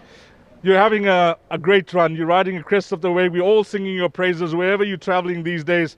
Things are going well for you. Yeah, they are going well. I can't complain. I'm really happy. I've been getting my chances and I've been using the most, taking the best out of them. Every opportunity I get, I take it with both hands. I appreciate it from all the trainers and owners. I'm very grateful. Well, Sean's given you a chance on a horse that certainly had some credentials coming into the race, and what a blinder you've ridden. First up, congratulations with the finish. What a ride. How did things work out for you in the race? They worked out quite pretty easy the way I predicted the workout, but I didn't think the pace was going to be that slow. Firstly, thanks to Mr. Terry for the ride, and put me back on the horse and knowing the horse. So when the pace was that slow, I knew he can quicken. If I'm in the right position to get momentum, he will get there if he gets there. And I pulled him out quite early to get momentum. And when I got momentum, when I asked him for last gear, he gave it to me to the line. And it was a very, very good win from this horse. He felt better than last time when I rode him. One positive that I can take out of this is that he enjoyed the fight this afternoon. No, correct. The horse on the outside came. I didn't actually see the horse on my outside. I was more worried about the horses on my inside. But then he saw the horse on the outside and he fought more. And it was just a very, very, very gutsy one, yeah. Well, all the best for the remainder of the season, which is a month, because you've had a wonderful run. How the balance of your rides look? I got Crown Towers in the July. He's enjoying Durban. He's always enjoyed Durban. He's doing well. He's won 3 out of 4 of his races in Durban. The July is not an easy race, a very strong race. It's my first time riding in the July. really grateful. But I'll tackle I'll take the race as it comes. I'm very excited for the race. But yeah, and then I've got African Oscar in the last race. His horses can lose their way, their form, but they never lose their ability. So I still got faith in that horse. I mean, he was entered in the July, was once favourite in the July. So if he brings his best today, you never know what's going to happen in the race. You briefly mentioned it. I wanted to mention that at the end of this interview. Well done on getting your first Vodacom Durban July run, and all the best, Louis. A nice memento from Hollywood Bets. Which one is it? Oh. Well done to winning jockey, Thanks. Louis Mkotla. Again, thanks to Mr. Terry, and well done to Mr. Van Niekerk.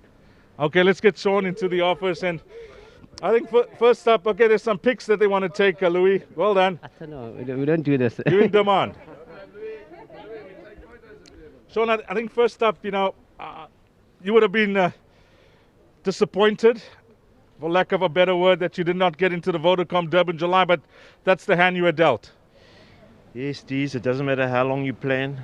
This horse, he came back from the July sore. He had to have surgery after last year's July, and he's come back beautifully. He hasn't put a foot wrong. And you think you've planned perfectly, and you don't even get a look in, not even first reserve. But however, it's a positive day. Great to be out here. Well done to Bruce and Chris. I'm very sorry that we couldn't get him in. I thought we had done enough, but unfortunately we hadn't. And yeah, just to the team at home, they work very hard at times like this. Well done to Newturf for getting them here in one piece. Obviously, yeah, great to Hollywood Bets, putting their money down as usual. When he was a 3-year-old, he showed his hand as a progressive horse, a horse to follow. And you mentioned that slight setback after the Vodacom Durban July. Really nice to see him now as a late 4-year-old come back to himself. Yes, at the end of the day, he achieved his rating over 2-4. He hasn't been seen anywhere near that distance since. This is the first opportunity he's got. What I really liked today was that they went so slow and he still managed to put it together. He would never enjoy a slow run race. The fact that he's put it together and got there just because he's good enough. Unfortunately, the other two had to take their medicine from the draw, and they were always in trouble once they were walking like they did. It's all systems go now. It is D-Day for the Vodacom Durban July. I know you've done many interviews on different platforms, Sean, but how's things on the day with regards to travelling off the horses to the track and how they're looking? Yeah, everything's gone really well, Dees. As I've said to anybody that asked, not many have asked, that it's tough for us this year. So it's tough for us this year. However, these horses are well prepared.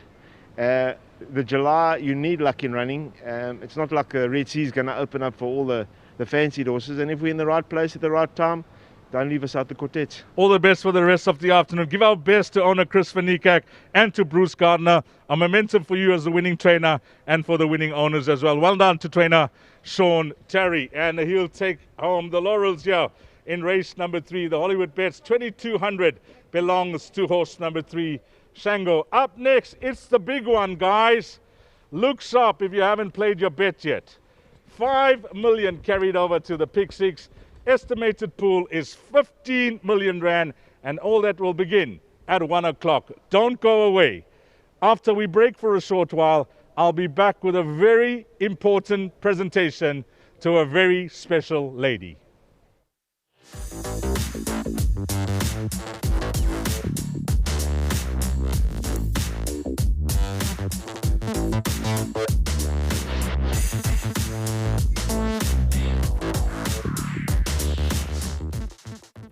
Origami, Black Nap, your favorite, gate 9, 2,200 meters, same distance as the Vodacom Durban July.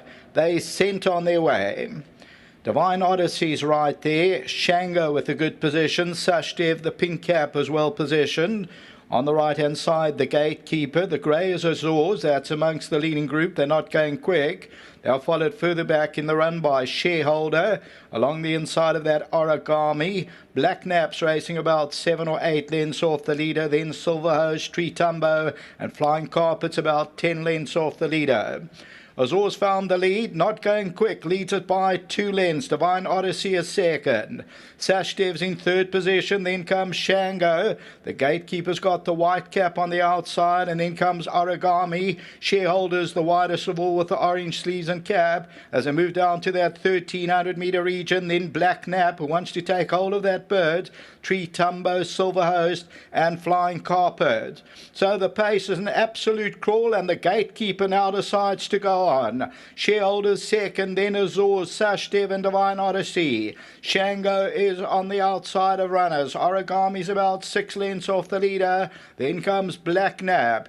Tree Tumbo's the orange silks near the rail. Silver Host is the light blue second to last. And Flying Carpets in the back seat, 10 lengths off the leader. They travel to the 900 and Shareholder now takes it up. The Gatekeeper is second and Sashdev's third. Azores is on the inside. They're followed by Divine Odyssey. Then comes Black Nab. Now they're starting to stretch out a little bit. Then comes Origami, Silver Host and Tree Tumbo. And Flying Carpets about 12 or 13 lengths off the leader. And a Shareholder that's opened up by about 3 lengths as they come for home. The Gatekeeper, Sashdev and Azores. On the outside of that is Shango. Divine Odyssey is further back in the running. Black Nap's got about 5 or 6 lengths to make up. Shareholder still leads it at the 300-metre marker. The Gatekeeper, Sashdev and Shango's running on from behind. Black Nap's on the inside, then Azores. It's coming from everywhere now. The Gatekeeper, Black Nap on the inside. Shango, Sashdev and Silver Host is running on from behind. Black Nap, Silver Host takes off and Shango won it. Maybe Black Nap second and then Silver Host.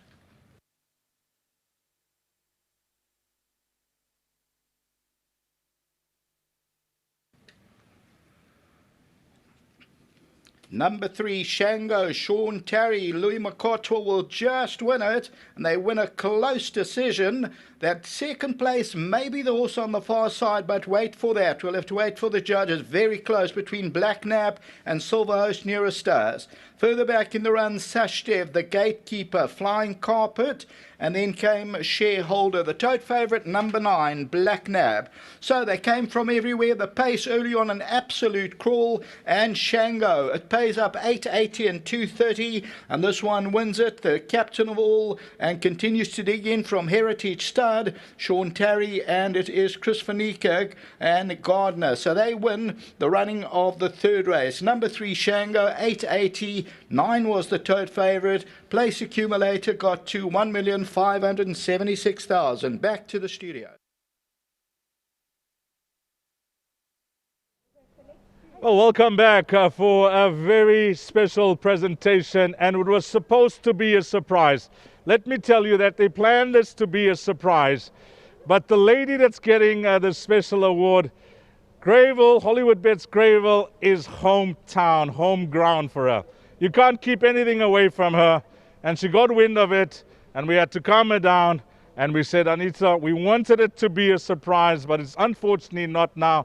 You've got wind of it, and she was overwhelmed, and it is for one simple thing, our outstanding service to everybody in Gold Circle country as the on-course photographer.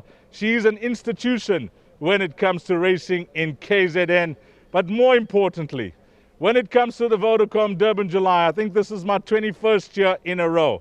I'm still in nursery school compared to what this lady has achieved. It's 50 on the bounce for Anita Akel.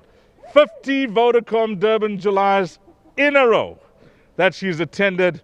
And just a small token of appreciation on behalf of the operator, Gold Circle, just to say thank you, Anita, for the wonderful service that you've given everybody in town, in KZN, at the previously known racecourse Clarewood, Hollywood Bets Scottsville and Hollywood Bets Greyville. We thank you so much. You've reached the milestone on 50 Vodacom Durban Julys, and just a special memento for you on behalf of the operator, Gold Circle. So well done on that, Anita. And your lovely daughter, Anika, is here as well. And she, I know, is trying to follow in your footsteps. And she's going to present you a bouquet of flowers as well. Thanks, Anita, hearty congratulations. We thank you very, very much. And I'm sure you have fond memories of this race as well. Yes, thank you very much to everybody. I can't thank even my other photographers. Thanks, guys. And I'm just so happy to be able to do it and to have had all the pleasure and all the fun that I've had all these years. Guys, thank you very much, everybody. Anita, thank you. In cricket, they raise the bat. In racing, we raise the flowers. Well done. Thank you. Congratulations to Anita Akel.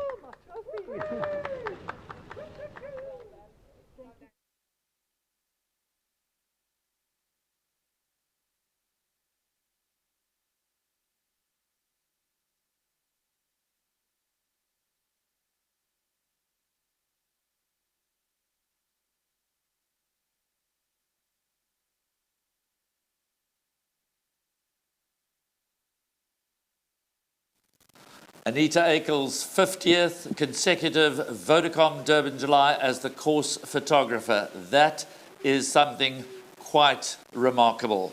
We move on to race 4, the first leg of today's carryover pick 6. It's the DSTV Gold Vase over the marathon trip of 3,000 meters, due off at 1 o'clock. The pick 6 pool currently just gone beyond the 10 million rand mark. We're aiming for 15 million. We've still got 12 minutes to go. Just a couple of changes to give you as far as race 4 is concerned. Number 12, Paths of Victory, of course, was last year's Gold Cup winner, will now race with blinkers. The blinkers have been fitted to number 12, Paths of Victory, and the 2 reserve runners fall away, number 17, Ibuto, and number 18, Jacob's Ladder, leaving us with a full field of 16 runners to face the starter. Wide open contest. Probably fair to say that Justin Snaith, whose horses have run extremely well so far today, holds all the aces with number 15, Double Mint, the mount of Samanga Kamala, who will ride Bulgarian for the stable in the Vodacom Durban July a little later on today. And stable jockey Richard Faree gets aboard number 16, Bayberry. And certainly when interviewed earlier in the week, Richard Faree was convinced that number 16, Bayberry, was the one to beat in this, the 4th race of the card, the opening leg of today's carryover pick 6. For more, let's join Warren and Dees. Thanks very much, Graham. Yeah, it's just fantastic and wonderful to see a presentation done to Anita Akel as well. 50 years at the Vodacom Durban July. You put it beautifully. You said you've had 21 years, so you're still in nursery school. I'm even less than 21, so I'm in no school compared to that. But well done to Anita and Dees. We're only on the 4th race, and I'm glad because we're having such an enjoyable day, and I hope the viewers at home and wherever they may be in hotel rooms or wherever they're watching are having just as an enjoyable day, and of course they'd rather be here. And let's hope that we're able to send through the atmosphere to them. And I'm glad it's only race 4. There's plenty more racing action to come because you don't want it to end, Dees. Yes, and we're building up to the big one, the Vodacom Durban July. And if you've got something to do from now, well, don't be late, because all that will take place at 1500 hours, 3 p.m. this afternoon will be the Vodacom Durban July. Well, it is the big one when it comes to exotics. 15 million rand estimated in the pool over this 3,000 meter trip, sponsored by DSTV. It's called the Gold Vase. Now, in the previous race, Warren, we did see the pace initially that the guys were not wanting to go up front and set, useful fractions, and few of the guys decided we're going to take up the running, but still, it was a race that ended up a sprint to the line. Yes, I had a word with Sean Veal. He tells me the pace cost him, no sort of a pace. And also talking to Graham Hawkins, let's hope they don't go that pace in the Vodacom Durban July. We need a pace. We need a pace. And I'm not saying that the best horse didn't win, but what I'm saying is, the best horse will always win off a true run pace, Dees. So we need to see pace. And let's hope we get the pace in the big one. And let's hope the pace 2 is fair here in the DSTV Gold Vase Grade 3. And I went across and had a word with Zietsman Oosthuizen, who's the trainer of number 10, Atiab, who I must say looks outstanding. And he's normally one that goes up to the front and makes a true run staying pace. So let's see, I'm sure we'll get pace here. Number 16, Dees Bayberry. He's on the screen at the moment. We've had a look at him in the paddock. And Richard Faree's made no secret. He's upbeat about Bayberry's chances. The way he looks, I'm not surprised. Yeah, he's won at 3,000.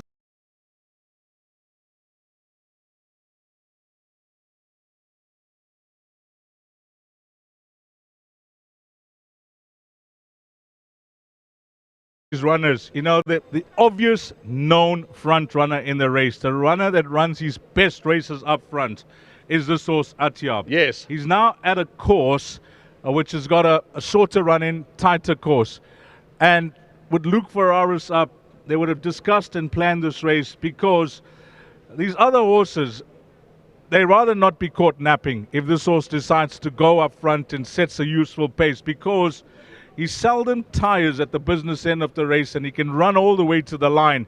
And I think Greyville, 3,000 meters, the way I saw him win in Cape Town when he won over 2,800, this Greyville 3,000 meter trip will be ideal for him. So this is the horse that I think will definitely be the runner to overall when they turn into the home straight. And you could have assessed it very well, Dees, because if he skips or gives that 2 or 3 length kick at the top of the straight, the short Hollywood Bets Gravel straight, you're right, he could be hard to peg back. They're starting to leave the parade ring for the 2021 renewal of the DSTV Gold Vase. It's a Group 3 event, 3,000 meters. They're right in front of the grandstand. Dream Destiny. Let's talk about Dream Destiny as the trumpet goes, because Dream Destiny, D's 7 kilograms, well in at the weights. We know the whole story, and he's just walked past us and he looks outstanding. It could be a dream come true for Thabiso Gumede. Yeah, you know, he's actually an official 98, but the weights were out for this race, and he was carded at a 73, and he ran that blinder in the track and ball derby, finishing second to Silver Hose, who ran a very good race in the previous race. So if you look at his net rating, a 93 plus what's a 25, makes him a 118. So you could say that he's nicely in here, and he's the type of horse that in discussions with Com Naidu, you know, obviously managing Dylan's horses, that's Dylan Chinsami. The plan was always try to get him to the Gold Cup at the end of the month. But this race has come, and why not take your chances that he's carrying 50 kgs on his back and under the radar when it comes to his rating as well. So we'll see how he goes in this field, but I've no doubt that he's the type of horse that's looking for the distance, and he'll enjoy a good pace as well. He'll be ridden quiet, he'll be ridden patiently, and he'll be coming at them over the final 400. Horses are on track, and it is the start of the Pick 6, guys. Estimated pool, 15 million rand. DSTV Gold Vase, grade 350,000 rand. Number 1, Holy Warrior and Craig Zaki. Of course, these the famous colours being July Day, Marineresco, Pocket Power. Here's number 2, Wealthy and Seanville. 4, St. Philip and Mahudlo.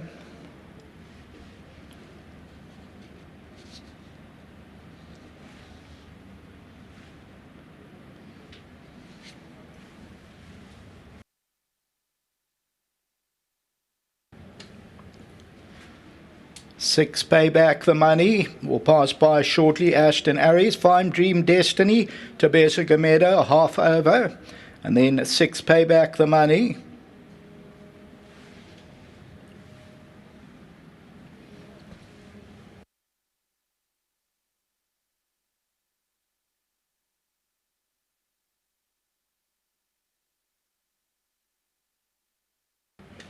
Yes, number 7, Smoking Hot, Grant van Niekerk.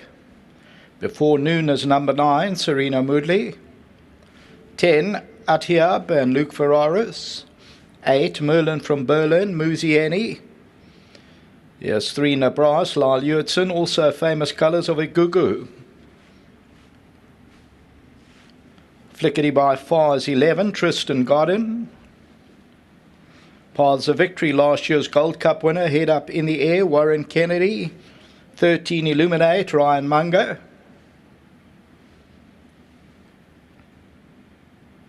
Yes, passing by 15, Double Mint. Of course, these are the famous Flaming Rock colours. Smanga Kamalo. Yes, marching on together, number 14, Keegan DeMello. And yes, 16, Bayberry, Richard Faree. Of course, those were the colours of Futura. Also, congratulations, Anita Akel, 50th consecutive years of the July, our course photographer. Just to give you the race time in the previous race, it was 138.45, 138.45, and the course record is 131.76, class record 132.66.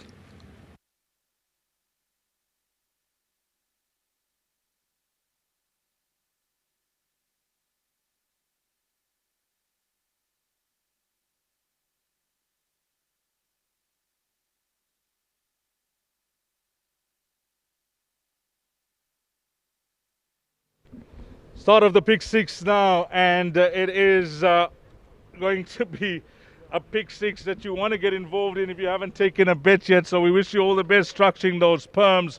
The first leg of the Pick 6, Warren, there are horses that are trying the distance for the first time. This is unknown territory for most of them. Horses that we know that stay. We got a front runner in the race, a known front runner. We got other runners in the field that enjoy racing up handy as well.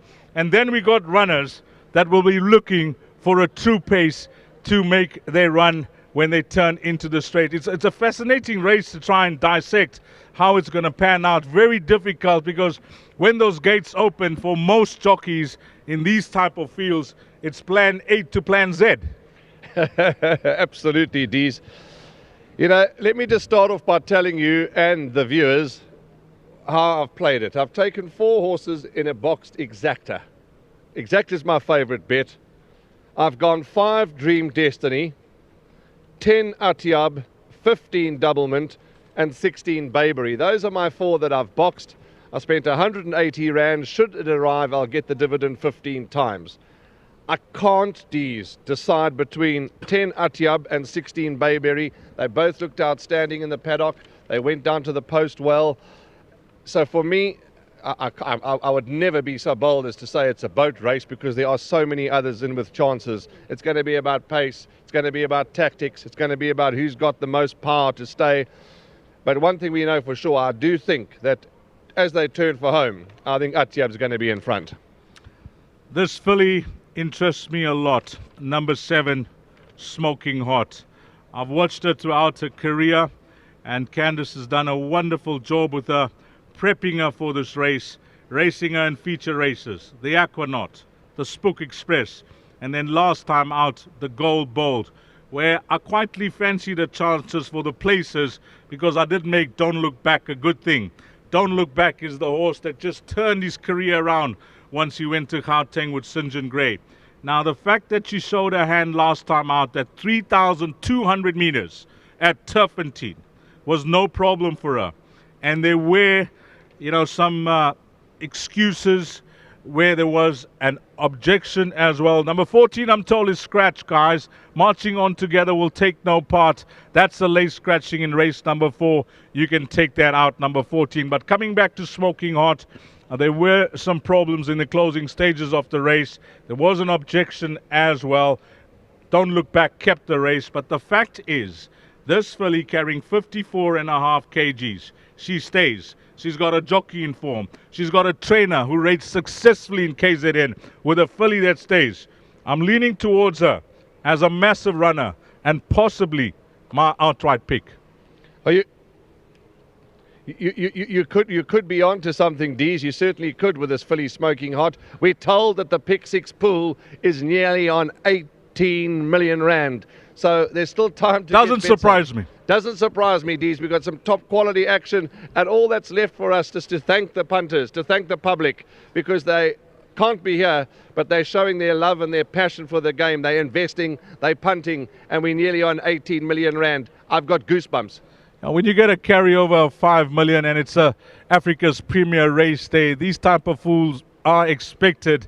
And 18 million, and it's not even race time. I think we could get 20 plus by the time that updates, but there's no monitor in front of us. But number 7, Smoking Hot, a lot of respect, and she's my marginal choice in the race. It doesn't stop there, as we mentioned, a lot of runners that we can mention. This horse, Nebras, Sean Terry's runner, the way he won last time out, over 2,000 meters. Lyle thought that this could be one of his better rides on the card. He's already had a winner. He has had a place as well. The only thing is, if he stays, he doesn't know whether the horse is going to get the extra 1,000 meters. He did give him a very good feel last time out over 2,000 meters, but it was 2,000 meters. So he's hoping he can try and just switch him off, because he won exceptionally well last time out. Oh, he did. He did, Dees. He won going away. He beat Heartstrings. Heartstrings runs a little bit later on in Gauteng this afternoon. Certainly got an outstanding chance, Nebras. You ignore Sean Terry's stable at your own peril. 5, Dream Destiny. I want to talk to you about Dream Destiny, because they're going to start loading shortly. It's no secret you're the racing manager for Dylan Chinsamy, and he races this horse in partnership with the Messrs. Light Tom. At the weights, you'd be balmy to ignore Dream Destiny. Is that a fair comment? Yeah, we say at the weights, but whatever form guide you're using, it may not reflect that. It's something that you need to know, that when he ran last time out, his official rating now is a 98. But we've touched on that. The one thing is that he's punched way above his weight as his last start. Can he confirm that run? And if he does, Tabesa gets on superbly well with him. I have no issue with the distance. I've had lengthy conversations with Com Naidu about him being a possible runner in the Gold Cup, and this was months ago, and that was always the plan. And it seems to be a plan that's coming together with number 5, Dream Destiny. He'll enjoy a good pace, and he'll be running at them. Double mint, number 15, Samanga Kamalo's ride, never too far off the action. He looks in a good space. He races for Jonathan Snaith. Sad that Jonathan's not here, and we wish him well, watching from various hotels in KwaZulu-Natal. Double mint's got a chance? Yeah, so, you know, he's a horse that's been versatile throughout his career. He actually surprised me the way he won so well over 1,600, 3 starts back, beating Copiero, and 3,200 meters, no issue for him. Okay, so Scratch, as we said, was number 14, Marching On Together. There is a little delay. I think it's just time to get your bets on and alter your bets.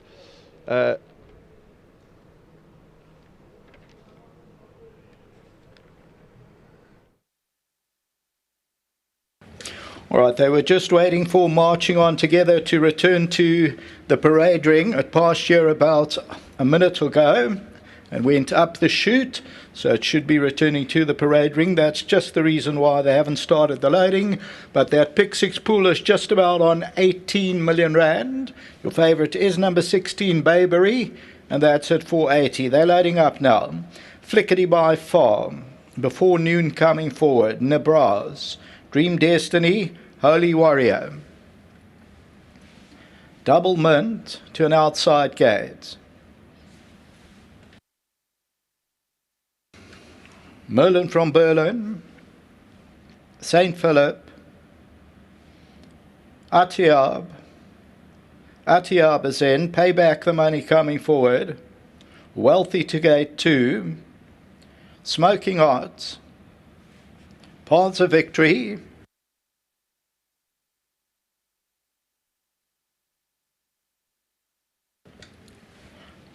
Paths of Victory, Illuminate, Bayberry to an outside gate.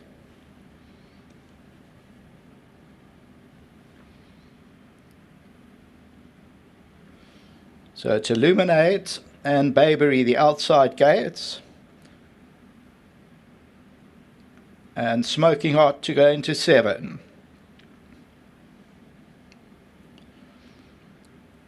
3,000 meters. Set. No. Smoking Hot's the one. Gate 7.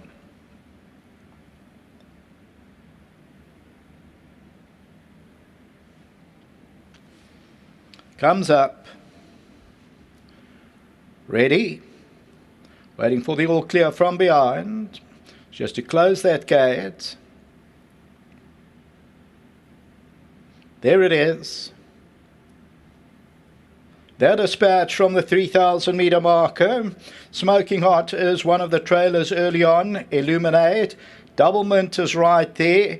Towards the inside of that one, Atiab. And on the inside, Nebras. Holy Warriors also well positioned. Paths of Victory's further back in the run. Then comes Merlin from Berlin. Wealthy, Illuminate. They race about 8 or 9 lengths off the leader. Then Dream Destiny, St. Philip. Flickety by Far and Before Noon, and Smoking Hot's the trailer, and that's racing about 12 or 13 lengths off the leader. They'll come back into view with about 2,400 meters to go. And Atiab is in front. Paths of Victory has raced up into that second position. There's not much between the two of them. Along the inside of that is Holy Warrior, St. Philip, Merlin from Berlin. The yellow sleeves and cap is on the outside of runners. Then comes Double Mint, and Double Mint at this stage is about 7 or 8 lengths off the leader. And Holy Warrior's on the inside. Then comes Nebras as they go down towards that 1,900 meter region. They're followed by Illuminate, who's got about 7 or 8 lengths to track down. Then Dream Destiny, Wealthy's further back in the running. Before Noon, then comes Pay Back the Money, Flickety by Far, and Smoking Hot's the trailer.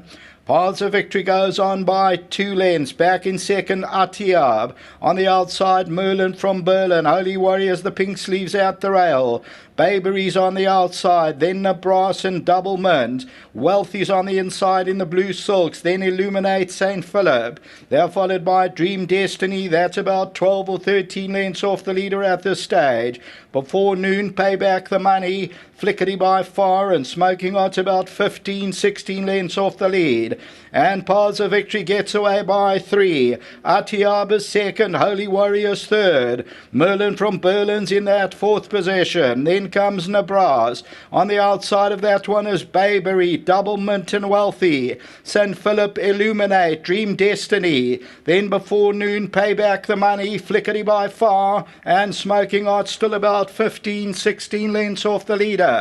They move to the 800 and Paths of Victory. Atiaba's a close-up second. Holy Warrior in third, then Nebraska. On the outside of that, Merlin from Berlin. Nebraska is now only 5 lengths off the leader. Babery, Wealthy, Double Mint. They are followed then by St. Philip. On the outside, Illuminate, Pay Back the Money. Then Dream Destiny, Before Noon, Smoking Hot, and Flickery Bob Haas, the trailer. As they come for home, 500 metres to go in the DSTV Gold Vase. And it's still Paths of Victory. Holy Warrior comes out for a run. Towards the inside of that one, Nebraska and Wealthy. On the outside is Babery. Dream Destiny tries to run on. Merlin from Berlin. And down the inside of that, Before Noon, it's Nebraska now comes into the lead at the 200. Holy Warrior, Wealthy. Down the inside, Before Noon, Dream Destiny. But it's Nebraska over the last 100 metres. And Nebraska will win it. Holy Warrior second. Third is close, Before Noon and Wealthy involved.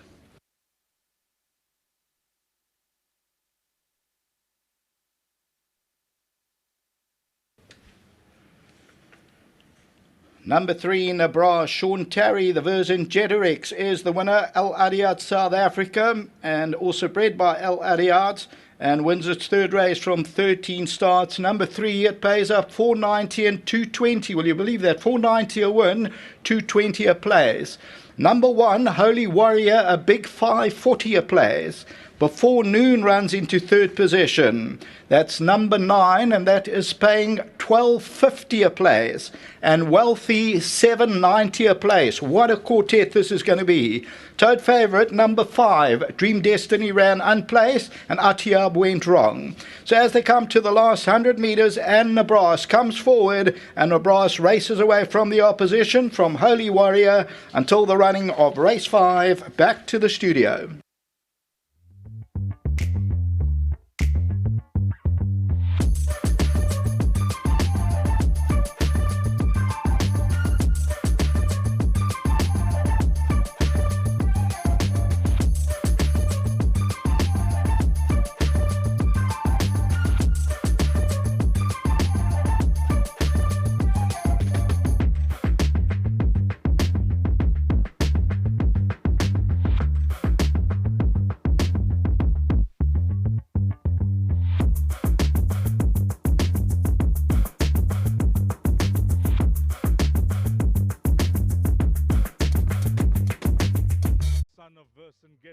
Nebraska, now a 3-time winner, and last time out he showed his hand the way he won over 2,000 meters, and there was a slight question mark about the distance, but they were going to give it a go, and he traveled smoothly. I actually watched the race with trainer Mike de Kock, and as Lyle was traveling in the race, I said, only if this horse stays, and Mike immediately told me, I trained the mother, and the mother stayed.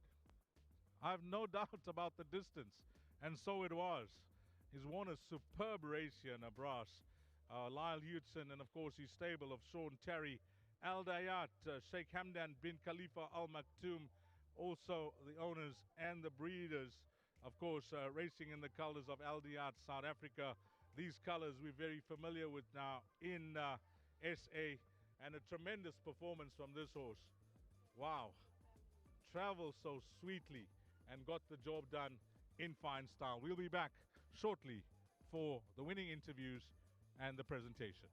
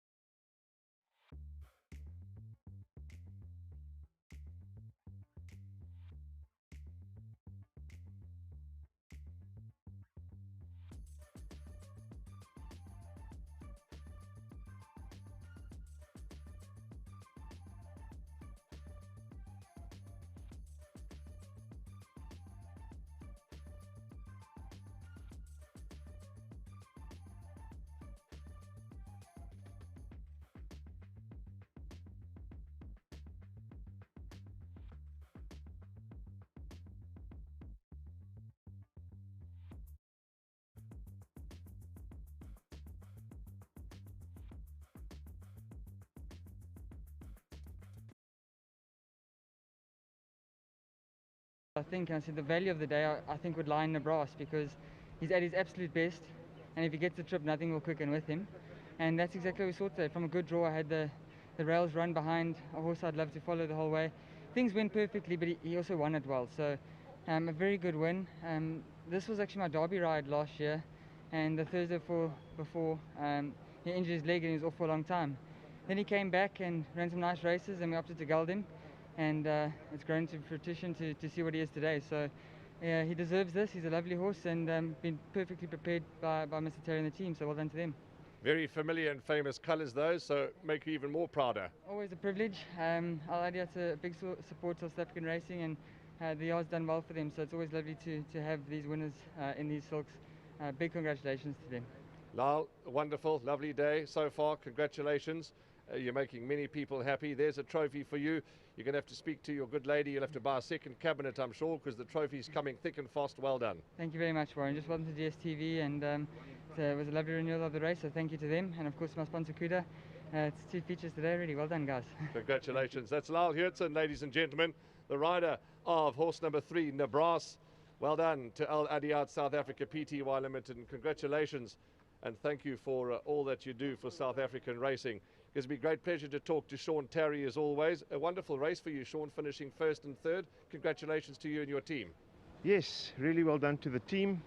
Obviously, John stayed behind in Durban to look after before noon after his last very promising improvement at Scottsville. Unfortunately, he had to come from a bit way back, but all the same, very well done to Lyle. He found a perfect position from a good draw. I really wasn't in doubt from where he found himself. I must just say a big thank you, obviously, to Sheikh Khalifa and Al Adiat South Africa. You know, it really is a big help to have a few horses from them still, and I'm glad we've been able to get this one into to win a feature. Sean, maybe not the right time to ask, but next step for him? Well, the gold ball. Lovely. Sean, on behalf of everybody, congratulations to you, well done. And there's some wonderful trophy. Congratulations. That's Sean Terry, the winning trainer of horse number 3, Nebras, who's won and who was owned and bred by Al Adiat Sheikh Mohammed bin Khalifa Al Maktoum. And a wonderful race for Sean, finishing first and third. That's number 3, Nebras. He's got it won and won it in fine style. Let me give you those numbers, 3, 1, 9 and 2. See you just now.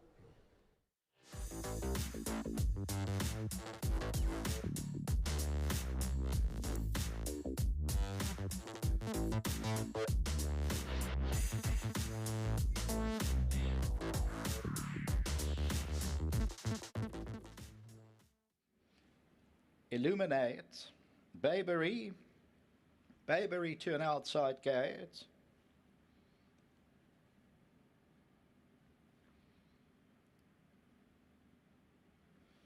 So it's Illuminate and Bayberry, the outside gates. And Smoking Hot to go into 7.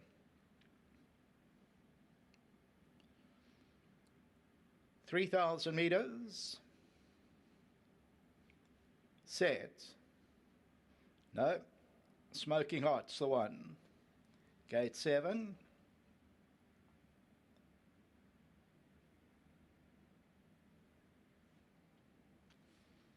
Comes up.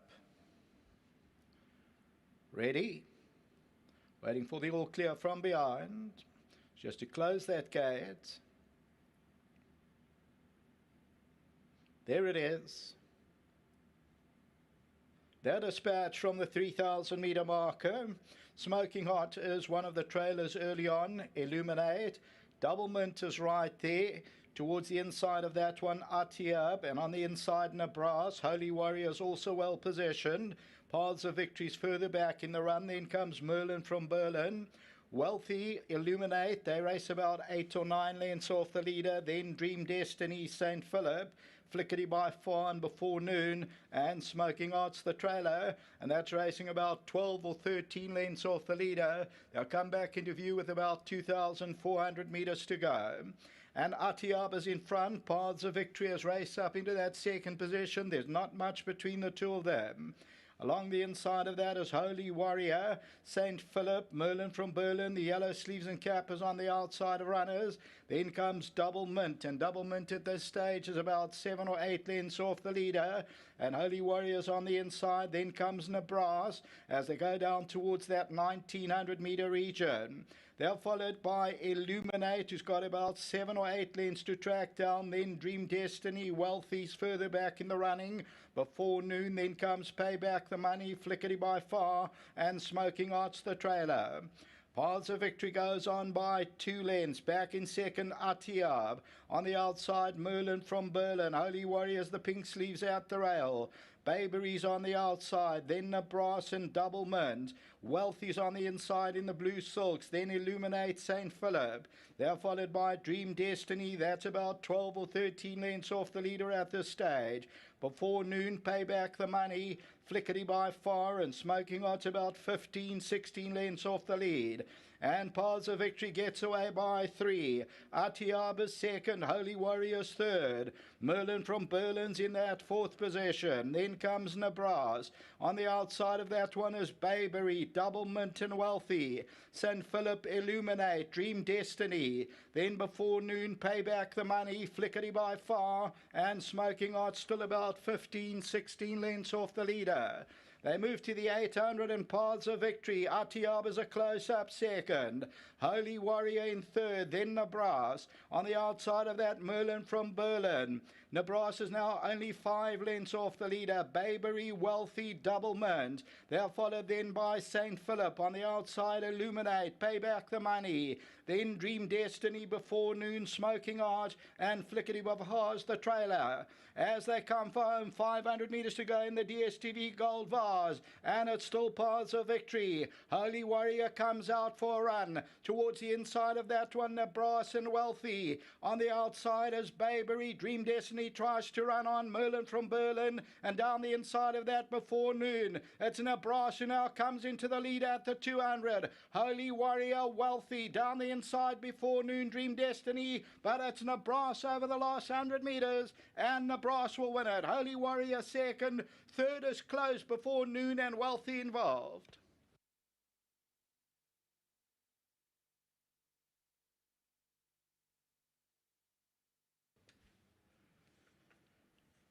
Number 3, Nebras, Sean Terry, the Virgin Jeterex, is the winner. El Ariad, South Africa, and also bred by El Ariad, and wins its third race from 13 starts. Number 3, it pays up 490 and 220. Will you believe that? 490 a win, 220 a place. Number 1, Holy Warrior, a big 540 a place. Before noon runs into third position. That's number 9, and that is paying 1250 a place. And Wealthy, 790 a place. What a quartet this is going to be. Toad favourite, number 5, Dream Destiny ran unplaced, and Atiab went wrong. So as they come to the last 100 metres, and Nebras comes forward, and Nebras races away from the opposition, from Holy Warrior, until the running of race 5, back to the studio.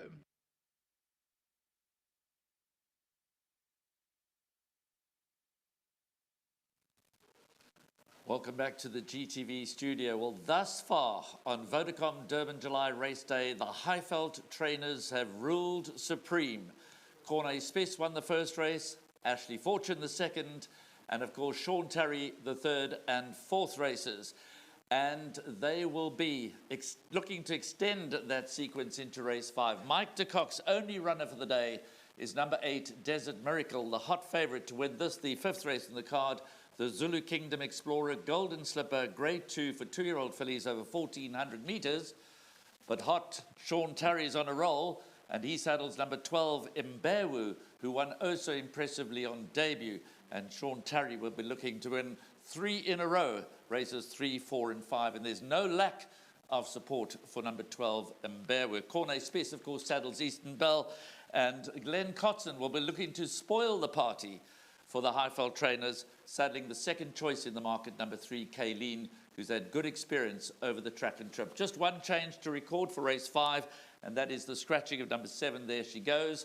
Race 5 is, of course, the first leg of the first jackpot. We have a 200,000 Rand carryover into jackpot 1, which starts with this, the 5th race on the card.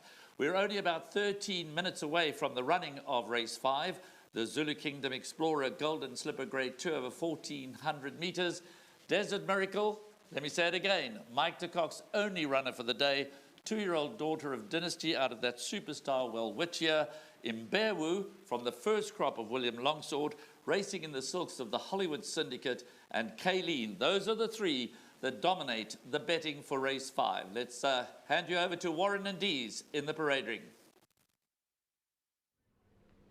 The Zulu Kingdom Explorer Golden Slipper Grade 2. Yes, Graham, a wonderful race awaits. It's over 1,400 meters. And Dees, some tough racing, some competitive racing. Sean Terry's day is going good. And although there's plenty of talk about number 8, Desert Miracle, one can't help but get the feeling that number 12, Imbewu, has got tons of ability too. Yeah, the way the stable's going, the combination as well of Hudson and Terry and Imbewu, a horse that won a very good race on debut, the daughter of William Longsword, and that form line has held up very well. Second in that race was Sprinkles. Fourth in that race was Wire, and they both come out to win. So if you want to follow a form line, you certainly wouldn't be far off the mark with number 12 Imbewu. And we know that the Hollywood Syndicate, who's a firm part of our racing in KZN, sponsoring the race course as well. They're having a great run with their horses, and it'll be really nice to see them have a winner on Vodacom Durban July Day as well. It is a tricky draw, but it's over 1,400 meters.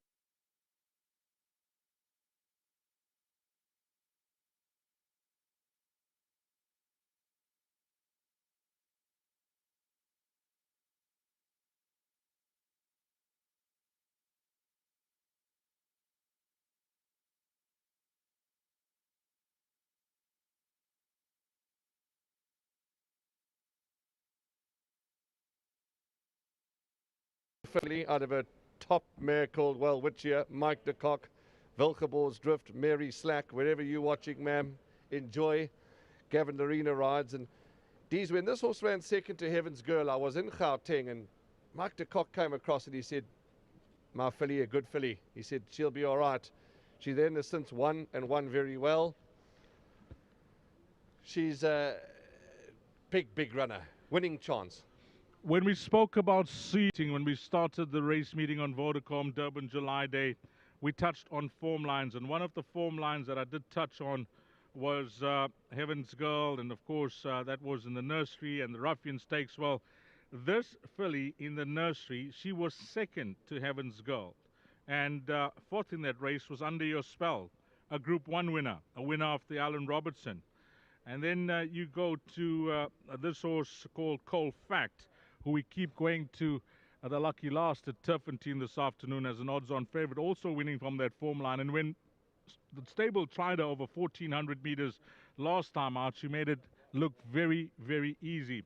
You mentioned the pedigree, and Welwitschia needs little introduction as a 7-time winner from 1,000 to 1,600 meters. Well, this filly's related to Carbon Atom and Tree Tumbo, who took his place in the Hollywood Bets 2,200 earlier on today. So I think the further the better as well for this filly. And we've all seen that Mike only come down with the runner on Vodacom Durban July Day, and he'll be hoping for the best. Just if you haven't heard any of the panel discussions or any of the interviews, well, from my side, I did have a chat to Mike during the course of the week, and he goes in as confident as a trainer can that she's in with an outstanding chance of pulling this off. Okay. Outstanding chance of pulling this off, no doubt. Let's go. Number 3 is the next one. We're talking about Kayleen, and this is for Glenn Kotson, Muzi Yeni, neatly drawn. Certainly got to have a bright chance, Dees. Kayleen, she's done very little wrong. No, when she's won twice with Lyle Hudson, he did speak to me about this filly, that she is just got natural ability and knows how to win races. She gets herself in the right place. She's not a fuss to ride in a race, and she can turn on the speed, as she showed last time out, where from draw 9 out of 9, she was just too far back turning to the straight, and it was a very clever ride by Lyle, who knew this filly on twice this trip for his yard of Sean Terry to get the job done. She's at home at this course, which is a massive plus, because for most of these runners, this is their first try at Hollywood Bets Greyville. So the fact that she enjoys the course and she's pulled a good draw, that's a positive, Warren. Okay, the trumpet is gone, the jockeys are up and some of the horses are leaving. It's time now for Grade 2 action. The Zulu Kingdom Explorer Golden Slipper. We're racing over 1,400 metres. Dees, we're having a look at the trophies here. Some wonderful, wonderful trophies that wait for the connections. Of course, the owners are not here. Those trophies will be taken to the winning connections and they'll be able to enjoy it. But what a lovely trophy table awaits. Yeah, that Golden Slipper, that stiletto, beautiful piece. I know you are an expert on shoe sizes. What size is that, Warren? Dees, that is a size 3.5 for ladies. Okay, Warren's got that right, 3.5. He's got that right with the Golden Slipper. It's a beautiful trophy and some lovely mementos for the winning trainers. And he's just been corrected by our marketing manager, Precious Mbata, that it is a size 4. Sheldon Peters took all them down to post, and we've had Craig Peters for the first 4 races, and now it's son Sheldon for the balance of the meeting on Vodacom Durban July Day. Very good afternoon to you, Sheldon. Thanks very much, Dees and Warren. From myself, Sheldon Peters, looking forward to taking you through the balance of the meeting as number 2, Kingsmead Crystal and Richard Ferree pass by. Jackpot, 1,104,000 Rand. Quartet's approaching 200,000. Number 3 is Kayleen and Muzieni in picture. Mariah, number 1, Seanville, stand side. 14 Rand 80. Eastern Bell, Ryan Munger, number 5. Finding Freedom, number 6, Warren Kennedy. Aisling is number 9, written by Luke Ferraris.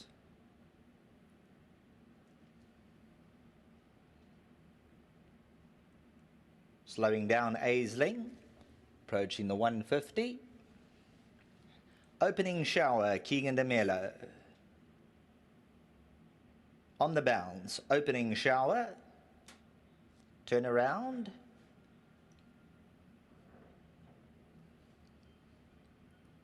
Number 10, Opening Shower. Passed by 11, Just for Laughs. Samanga Kamalo, ears pricked, Just for Laughs. Then number 10, Opening Shower. Get those jackpot bets on. 1,120,000. Quartet's on 190,000. The win pool 209,000. Number 8, Desert Miracle. The hot pot favourite, Gavin Larena, steps out. Passed by a few. Number 4, Hollywood Bound, Dennis Schwartz. Miss Putin is number 13, Ashton Aries. And then we get a look at number 8, Desert Miracle, Gavin Larena rides, heavily supported in the market. 14 is Civil Rights, Serena Mudley. White Cap on Imbewu, number 12, Lau Hudson. So note a white cap on number 12.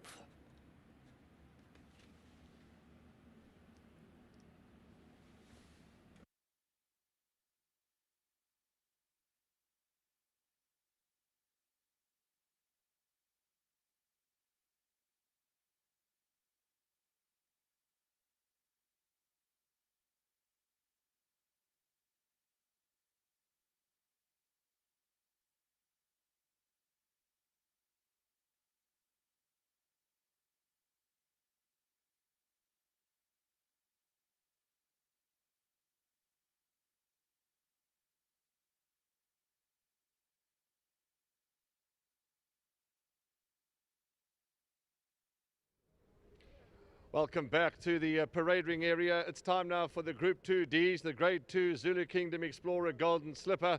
It's over 1,400 metres and we're going to be set for a thriller Of that we have no doubt.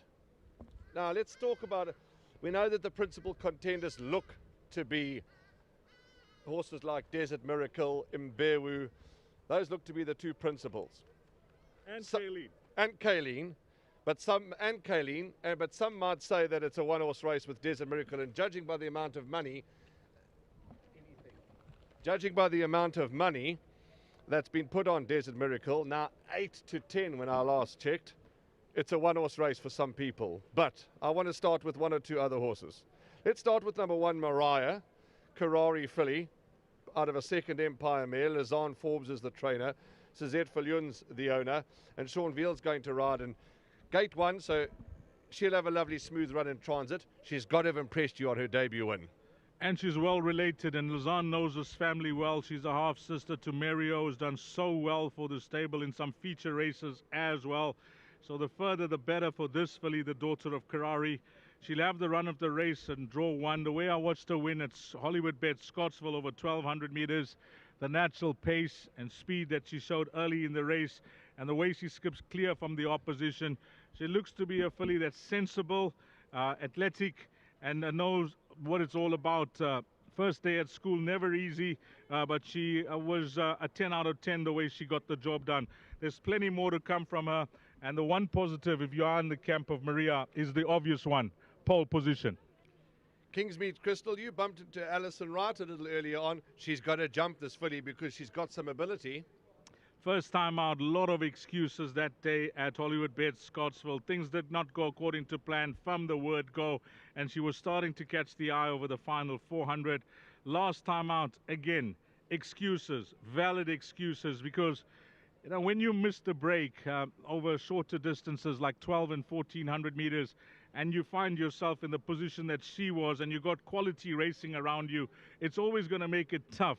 Even if you find your best foot over the final 300 where the race matters, to try and overhaul the front runners. And that's exactly what happened last time out. The one question I posed to Alison Warren was, you know, a problem seems to be at the gates when they're loading her. She's restless, and she also seems to be slow away, which is very costly. If you look at the margin that she's been beaten, especially her last start, and then factor in the 2 lengths, she's on top of them. And Alison assures me that they've been to school her at the gates, and they're very happy with her progress back home. Points taken. Number 3 is Kayleen, Jackson filly, out of a national emblem mare, Glenn Cotson for the Hampsons, the Philpses, and the Schwegman family. Muzi Yedi's already had a winner today. Reading between the lines, you quite like her, Dees? Yes, you have to. You know, she looks to be ideally distance suited at this stage of her career, which is a 2-year-old, the daughter of Jackson. She's won twice at Greyville, once on the turf, once on the poly track. Both races, I thought she's done it effortlessly. Her last start, there were hard luck stories, but I'm taking nothing away from the winner, who was very cleverly ridden by Lyle Hewitson. She has got the ability, and she's a 2-time winner.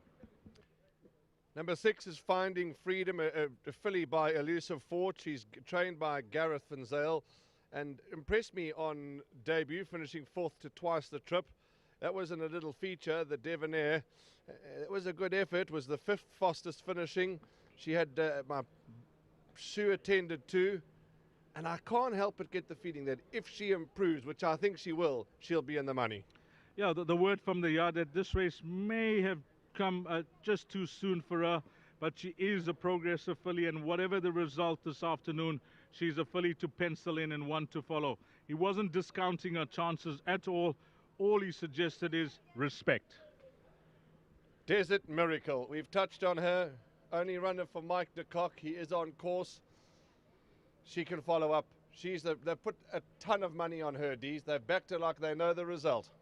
You know, when you horse number Sheldon with an announcement here, and an important one for race number 5. Note that number 4 Hollywood Bound has pulled a shoe, so number 4 Hollywood Bound needs the right 4 shoe attended to. Number 4 Hollywood Bound, the farrier will attend to. Yeah, thanks to Sheldon for that. So there will be a slight delay with the farrier hard at work on Hollywood Bound. But we're coming back to horse number 8, Desert Miracle. Now, when you match looks and pedigree and then the form, the way she won last time out, you have to give this filly close to a 10 out of 10. The way she's been prepared for this race, the way she was presented for this race, and the form lines that she represents. Of course, Wilgeborstrift and Miritzpontine bred this filly, daughter of Dynasty. We spoke about her pedigree and how well related she is as well, and how good the dam was, well, which and last time out she really showed her hand once Mike stepped her up over 1400 meters. And this is not going to be a game.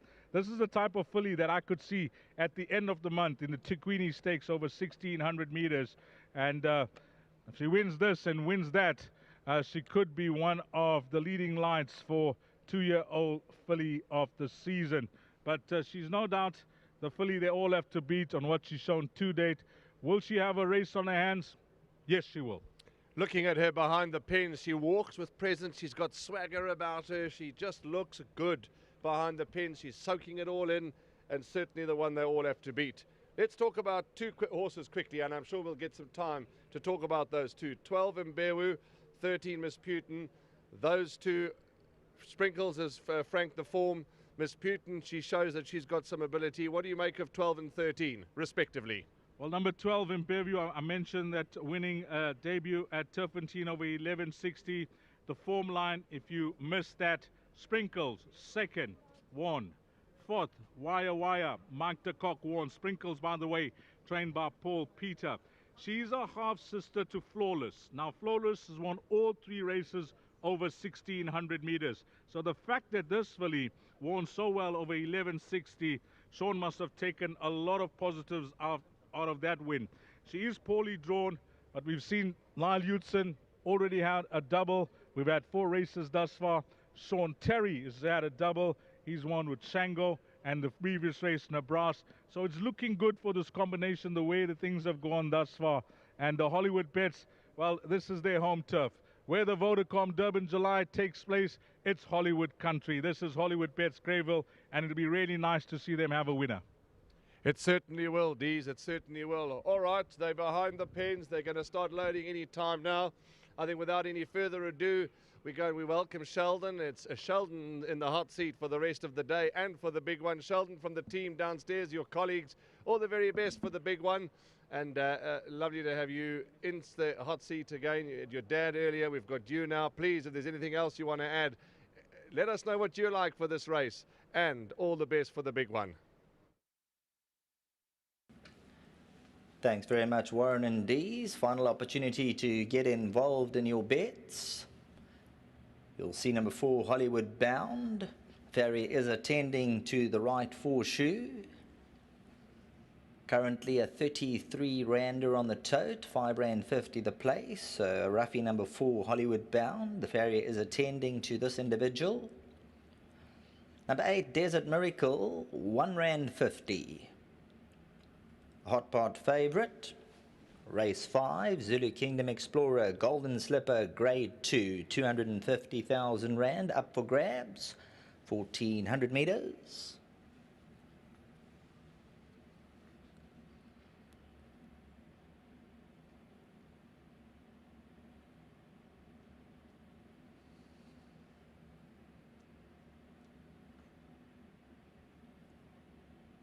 Rider of Kingsmead's Crystal will have to mount up, just keeping Kingsmead's Crystal quite behind the machine. Mbewu sports the white cap, very lethargic behind the gates. Riders on Hollywood Bound.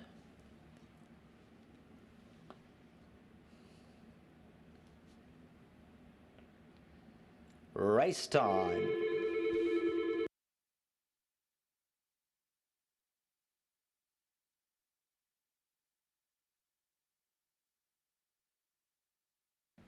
Vet's happy with Hollywood Bound. Vet's happy with number 4, Hollywood Bound. Kingsmead's Crystal, the one they're attending to. Eastern Bell, closest to her. The blue and white. Miss Putin, Just for Laughs, on the left-hand side. Aisling, the orange cap. Matching blinkers. Eastern Bell stepping up.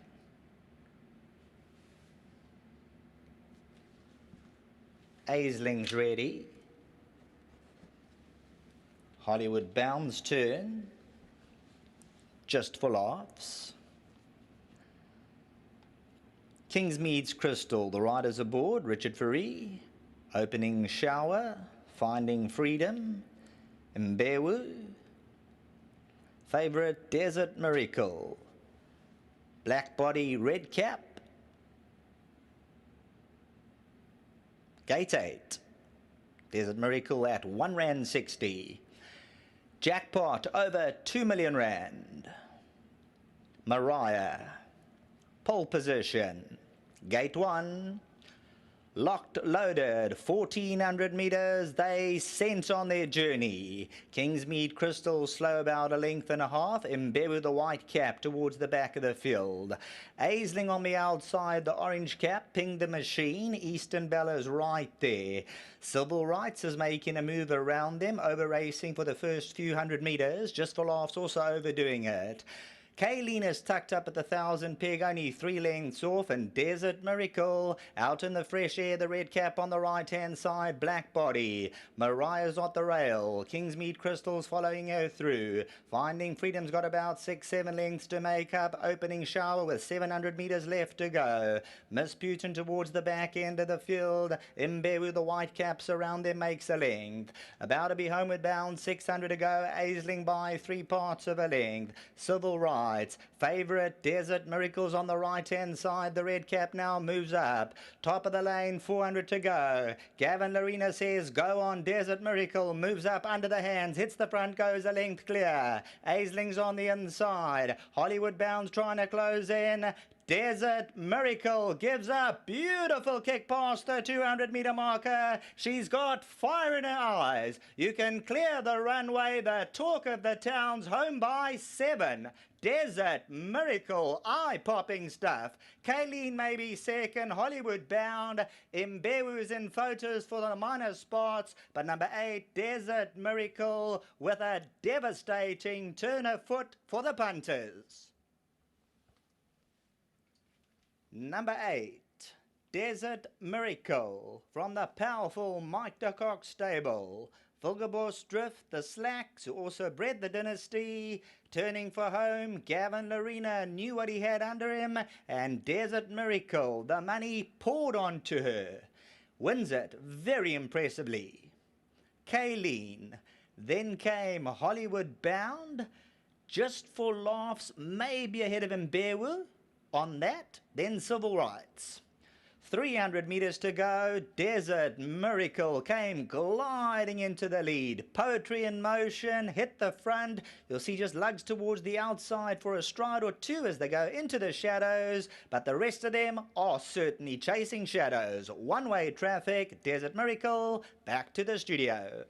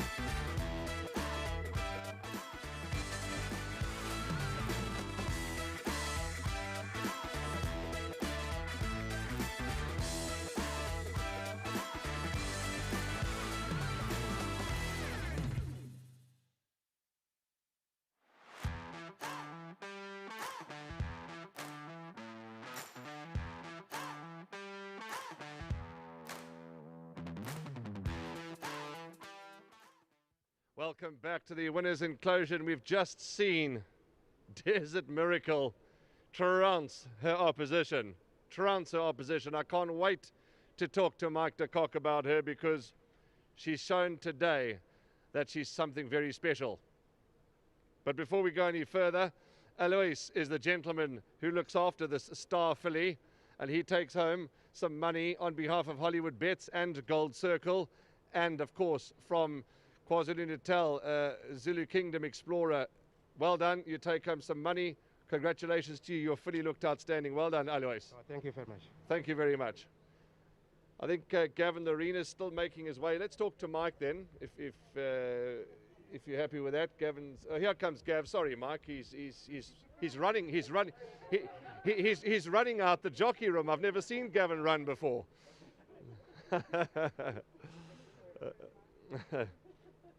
Well done, Gav. Congratulations. And wow, this is the second time you've ridden her. You ran second on debut with Desert Miracle, and she's shown the rest of this field truly what she's made of. Yeah, well, Mr. de Kock said he doesn't know how I got beat first time, but now I know why. She's a lovely filly, and you know, it was great to sit on her today, and she gave me a wonderful feel. Her mother was very good, and you know, she's a nice filly. She certainly is, and yeah, she just seems to do everything. You know, you pulled off at the top of the straight, and she just did it for you, and really just put daylight between yourself and the second horse. So encouraging and heartwarming for what's still to come. Yeah, 100%. I think she's still going to improve quite a lot. We were going to try sit about third, fourth today, but we didn't get lucky early, but it worked in our favor. They really eased up the pace, and you know, she was allowed to use the action, and she got around them pretty easy.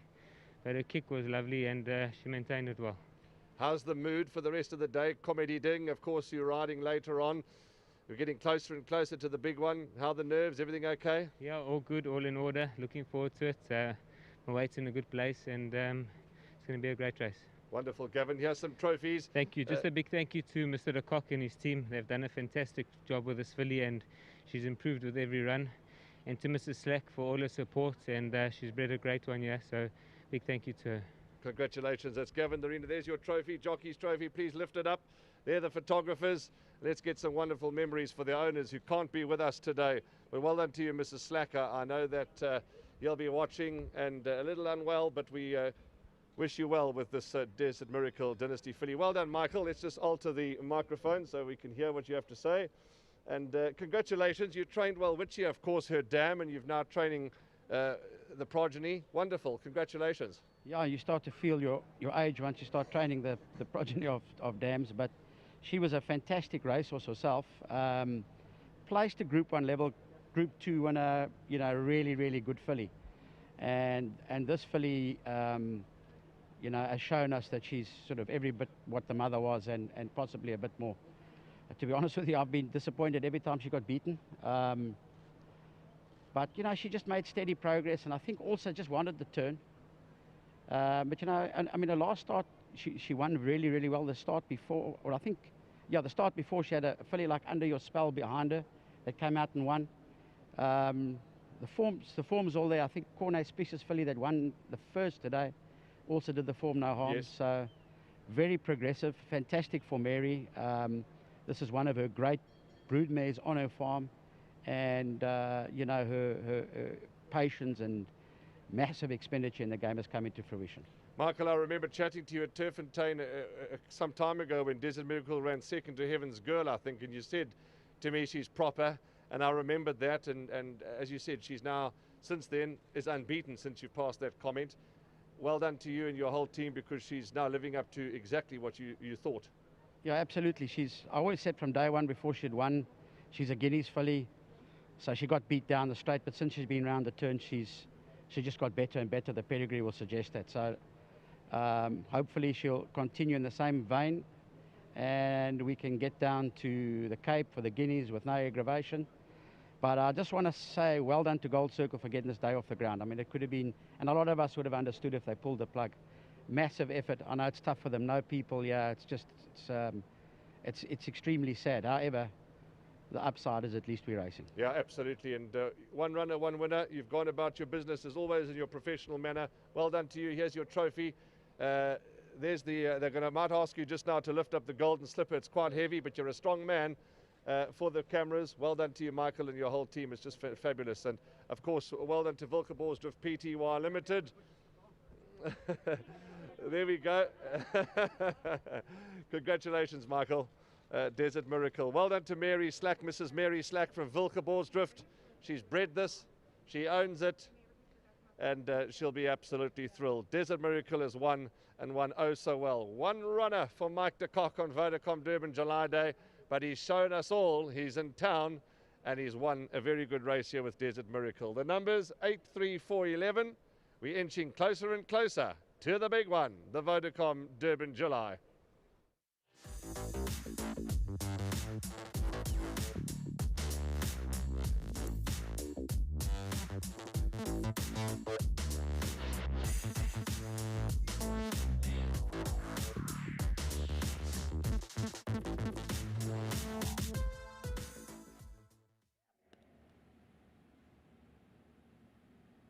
Gate 8. Desert Miracle at R1.60. Jackpot over 2 million rand.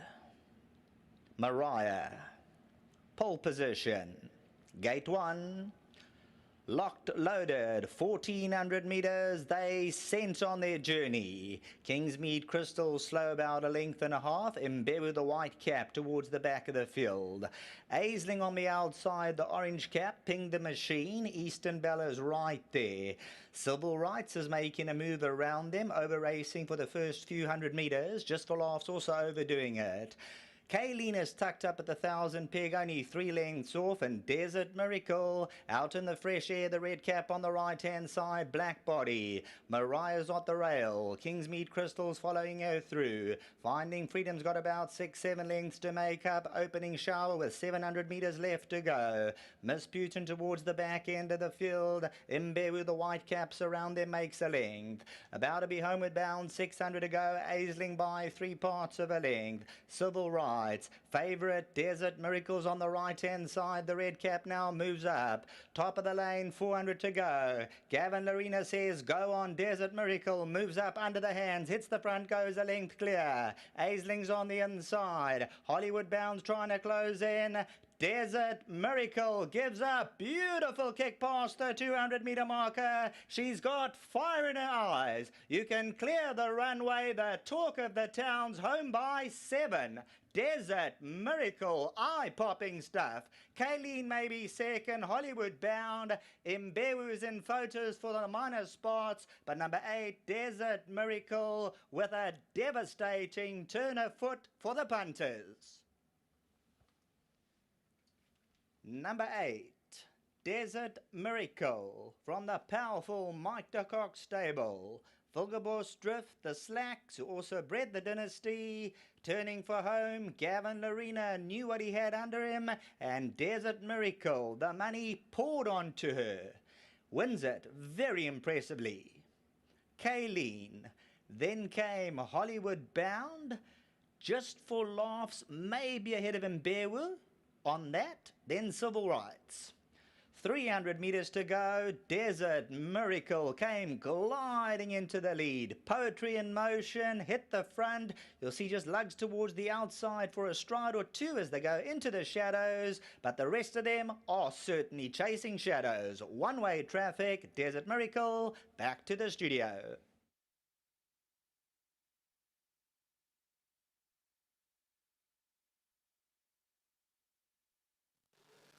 What a spectacular performance from number 8, Desert Miracle, in the Golden Slipper, Grade 2 over 1,400 meters. Of course, that race for 2-year-old fillies. The Highveld dominance today continues, and Stuart Pettigrew will be hoping that the trend continues into race 6, the Durban Golden Horseshoe, Grade 2 over 1,400 meters. He saddles the favourite, number 4, Castle Town, who's been heavily supported from 7 to 1 into his current price of around 5 to 2.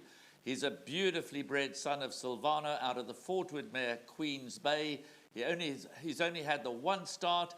This, of course, his first appearance at Hollywood Bets Gravel. A lack of experience, a lack of racing experience, but he's got a neat draw of 4, and there is plenty of confidence about number 4, Castle Town. But this race is perhaps a little deeper than the fillies race. A couple of very useful individuals that will take him on today. Number 2, Cavalier King, is at 8-1. The Snaith Runner, It's About Time, could run a better race today. AJ's Captain and Waterbury Lane are both fancied by their respective stables to run well. Good Traveller, very classy sort, and 14 Gallic Chief comes into the race with grade 1 form, but both of those are drawn towards the outside. Just a couple of changes. Number 7, AJ's Captain, will now wear blinkers. Number 11, Party Time, is scratched. Number 16, Noble Striker, is scratched. The first reserve runner comes in, number 15, Cotinos, to be ridden by Marco van Rensburg, and number 15, Cotinos, will jump out of the 11 stall. Very competitive renewal of the Durban Golden Horseshoe over 1,400 metres. The last race before we get into Vodacom Durban July action. Time to join Warren Dees in the parade ring. Yeah, thanks to you, Graham, and it is the feature for the boys. We've just been treated to a 5-star performance from the daughter of the dam, the daughter of Dynasty. She was just superb, Desert Miracle. Well done to everybody concerned there. And I know you did that interview with Mike, and Mike had a lot to say about the family and the stud farm, and of course, how good that filly is. You expected her to win. You just had that feeling, the weight of money, what she's shown, her pedigree, her form lines, etc. But the way she blew that field away, Warren, and made you stand up and take notice how good she is at this stage and what's left for the balance of the season leading up now to that 1600 on Gold Cup Day. Warren's just shaking his head. Yeah, I'm lost for words. Lost for words. Shaking my head and lost for words, because that was a star-studded performance, no doubt. And she's won oh so well. Really, she caught the eye and she's just trotted up. She's a good horse. Mark de Kock said to me off air, she's top, she's good. He thinks that she can be better than Which here. So that's a statement. Yeah, and now we got the Colson Geldings take their place, and then you can throw a filly in the mix as well. That's Sean Terry's runner that will hold herself against the boys here twice the trip. But when you had a look at this race and when you analyze the field, yes, there's money for one horse in a big way called Castle Town from the Stewart Pettigrew stable with Craig Zaki up. But when you initially had a look at the race and you take out the anti-post betting market and the real money that's come for her now, Castle Town, it looked like a race where you have to load up in the exotics. That's the way I first saw it. Very tough race. Yeah, and it's still very tough. Dees, you had to have loaded up, there's no doubt. But now we're looking at horses, and this horse number 4, Castle Town, has walked past us, and we both actually took a step back and a deep breath, because he's a smashing son of Silvano out of a Fortwood mare. Wow, he's got presence. And he's got the form line to boot as well. When he won first time out, that form line has held up so well. Ultra Quick has won. Coco Hill has won. Specially selected Master of Law and Myral. It's also come out to place from that form line as well. So that's Admiral Dooley, has come out to place. So specially selected Master of Law, Admiral Dooley, all coming out to run places. So this individual, he comes to town with a reputation. There's solid betting support for him, and the guys in most quarters that I've been in during the course of the week thought that he could possibly be a banker as well on what they've heard from the yard. But I don't see it that way, because there's lots of form to go around here. You got horses that are in good form down here in KZN. You got the visitors, and it all proves to be a fantastic race. Will we see a horse win by the way Desert Miracle won in the previous race? Well, I'll be surprised, because I think this is going to be an absolute humdinger, Warren. Yeah.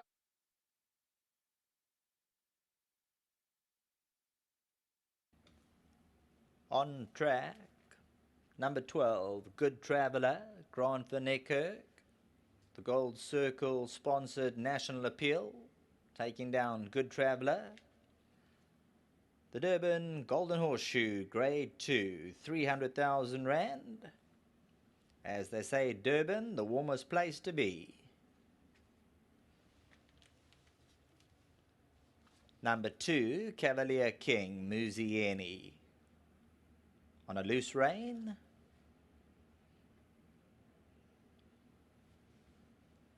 It's About Time, number 5. Richard Ferry rides. Castletown, number 4. Craig Zaki. Richard Ferry's on 5. It's About Time. 9, Bush Tracker. Diego de Gagava. AJ's captain is number 7, Blinkered, Warren Kennedy.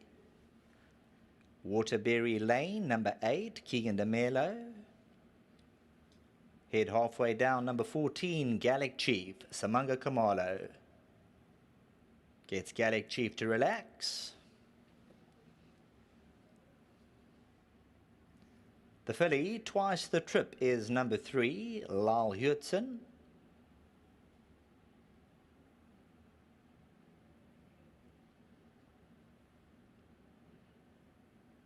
Look at number 3, twice the trip. Filly taking on the boys. Roll with the punches, number 1, Luke Ferraris. Bright orange and black silks.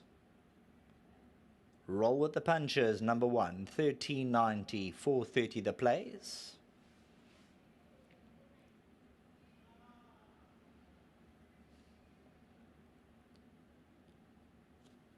Retallic, number 6, Dennis Schwartz. About to step out onto the track. We focus in on number 1, Roll with the Punches. Going down quietly, ears pricked. Retallic. Retallic is number 6. Cotinos, 15. Marco van Rensburg, the pilot.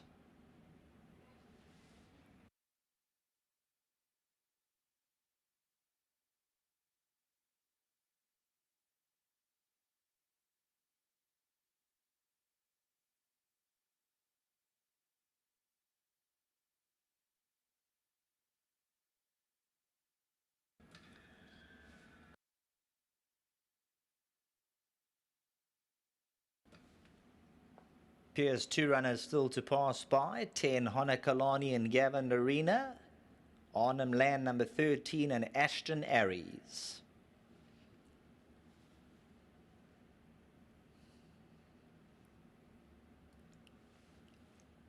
"13 goes ahead. Arnhem Land, Ashton Aries. Number 10 will be Honakalani and Gavin Larena.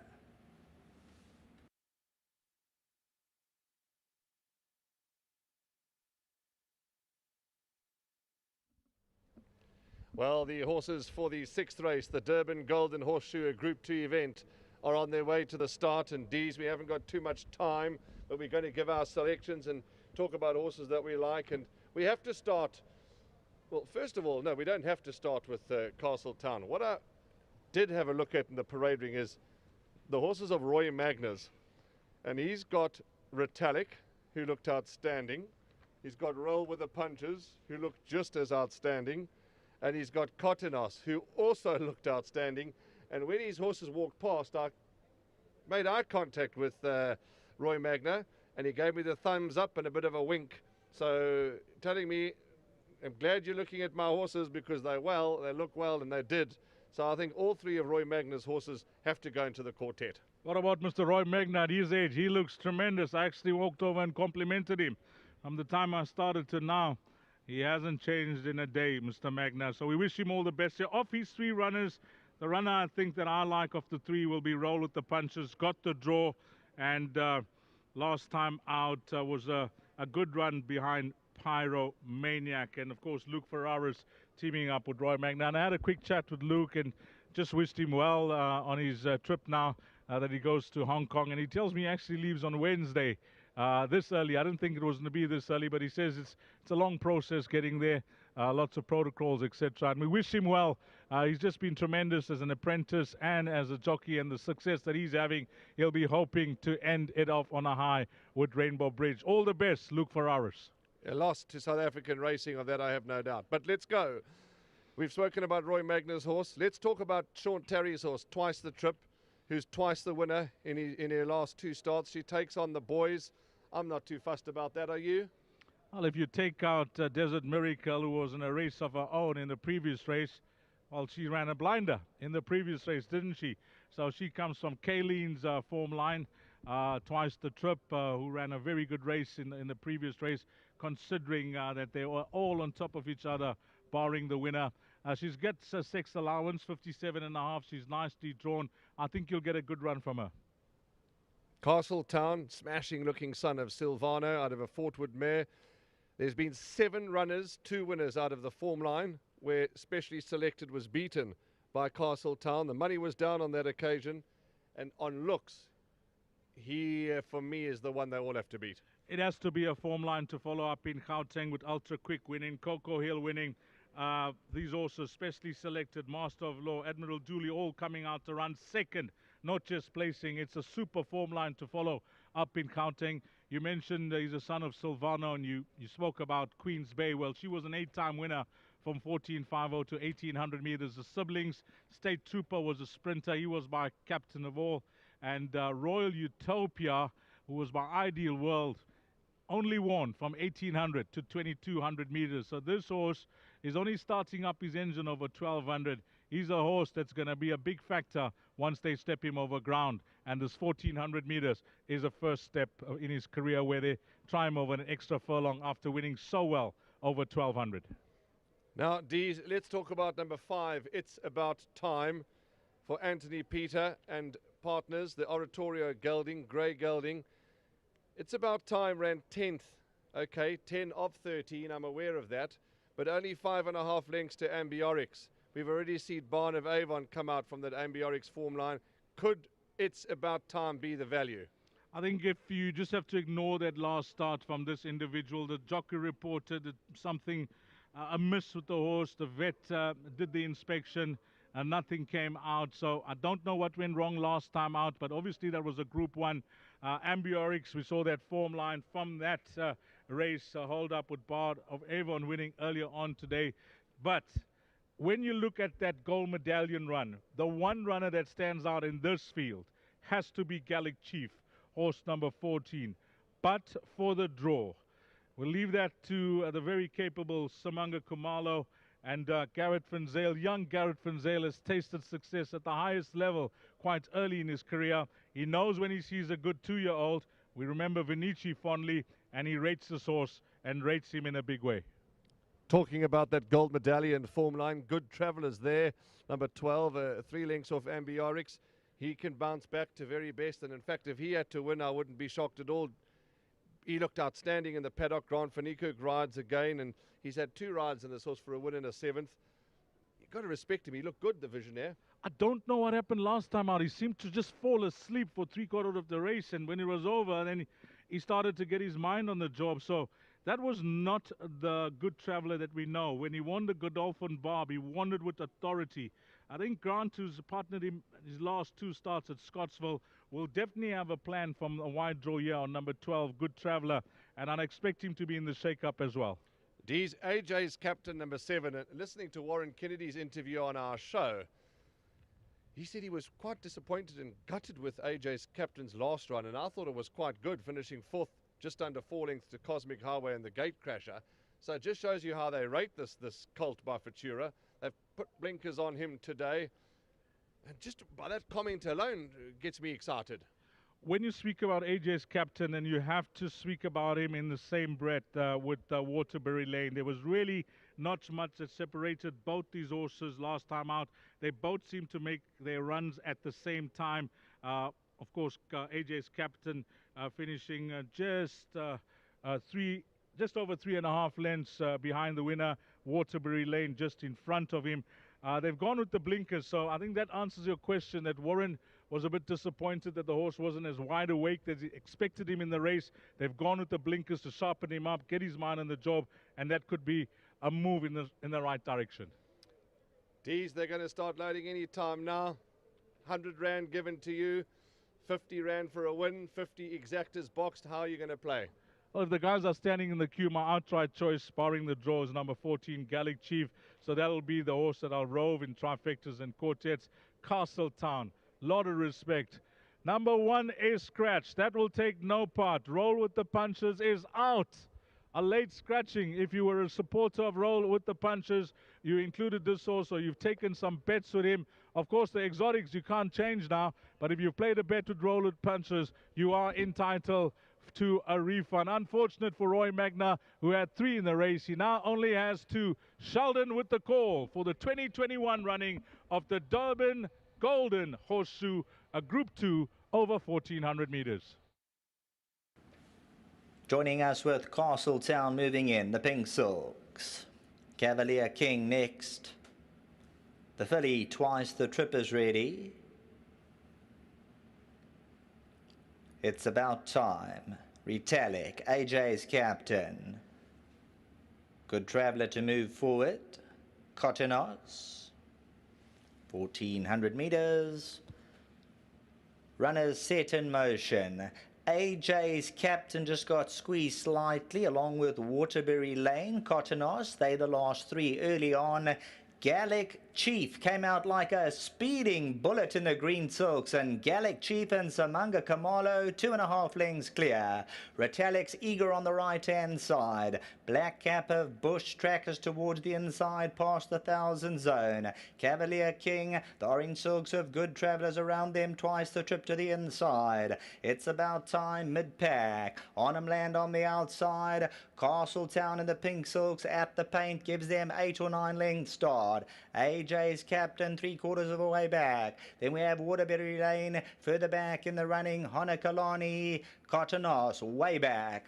Homeward Bound 450 to go, and Gallic Chief yet to see a rival. Bush Tracker cornered second. Retallick's on the outside down the middle. Twice the Trip. Good Traveller looks to come forward. At this point in time, Castletown's on the inside. Cavalier King, Waterbury Lane, Arnhem Land's on the outside. 200 to go. Gallic Chief, Good Traveller. It's About Time running on. Honakalani, AJ's captain. Waterbury Lane, any one of 6 or 7. Waterbury Lane on the inside. AJ's captain, but Waterbury Lane, AJ's captain. Good Traveller. Maybe It's About Time, the grey for the minor spots.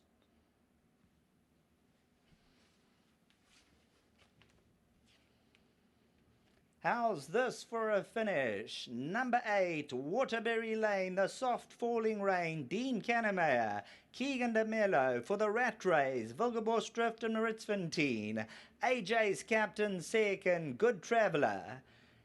It's About Time.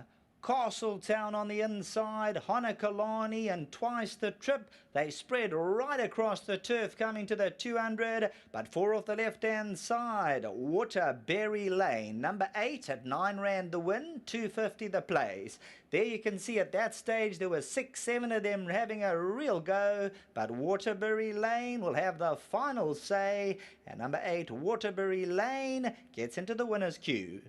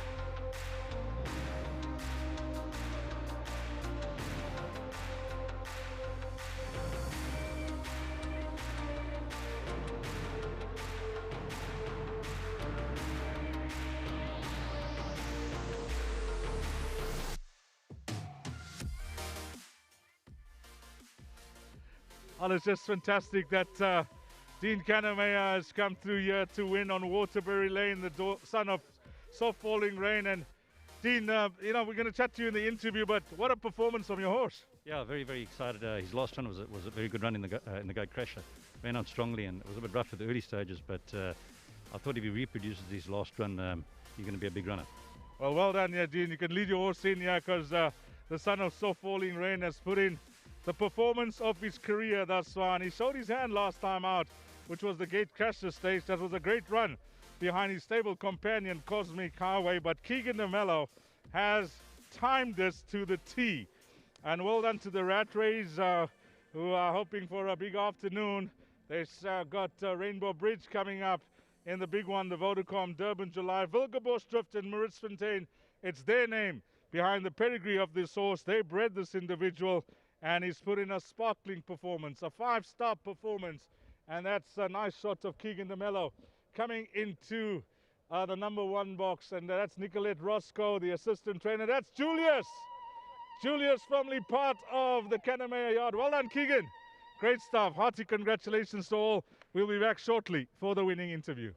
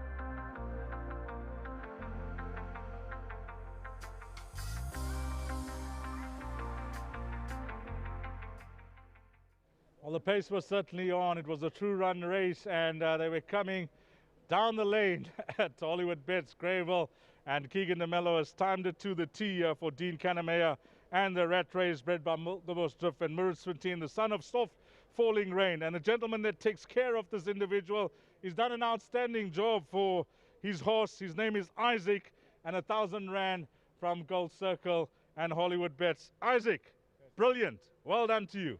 Thank you very much. Well done to Isaac. Great stuff. And first up, I think let's get Dean in. Keegan's not here yet, but let's have Dean Kannemeyer. And Dean Kannemeyer, 3 Vodacom Durban Julys to his name. Dynasty, Eye of the Tiger, Power King, and let's not forget your dad. And you just reminded me over the air. This race meeting, this race day, synonymous with the Kannemeyer name, and nice to have a win on the day, Dean. Yeah, no, absolutely, Dees. Thank you.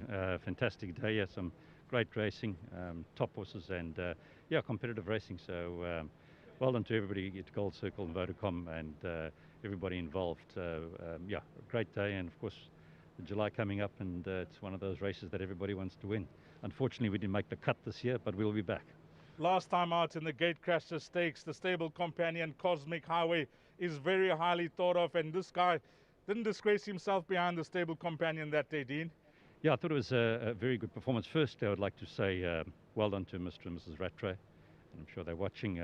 Very nice win today. And getting back to the Gate Crasher Stakes, Stuart Randolph rode him. He made up a lot of ground. I thought he ran an excellent race and improving colt. He ran, I actually won the race with, as you said, Cosmic Highway. Sure. He's won 3 out of 4 and won 2 features now. But it was a good performance, and I must say he's grown into a very nice colt. So well done to everybody, my whole team, and also to Maritz Fontaine, the Volgerbos stud, and to, I saw him in this area just now, Michael Lecoq. And he's got the mare on the farm with the partners. And we brought in Mystico, and I know this year he had a half sister, Rafif, was a very good-looking filly. I think Hollywood Bets bought him, bought her. It was a very nice filly. But he's grown into a lovely colt. You know, when you buy horses, they've got to continue to improve. And he's one of those horses that is improved. He's a very good-looking horse. And he's got a very good temperament. Some of the soft-pulling reins can get a little bit uptight, you know, but it was nice. So super to win a nice race like this for 2-year-olds. Well done to you, Dean. Well done to your team. Give our best to Mr. and Mrs. Rattray. And if we get to see this horse at the end of the month in the 1600, we'll have close eye on him. Well done to your yard. Thanks, Dees. Thanks, everyone. Well Thank done. you. And that's the winning memento. Of course, there's some lovely trophies on display today. Keegan, you can come in. Dean, you want to take some pics with the winning mementos? Well done to winning trainer Dean Kannemeyer, and the photographers were all on course. Some nice pics taken there for winning trainer Dean Kannemeyer. Keegan's superb ride.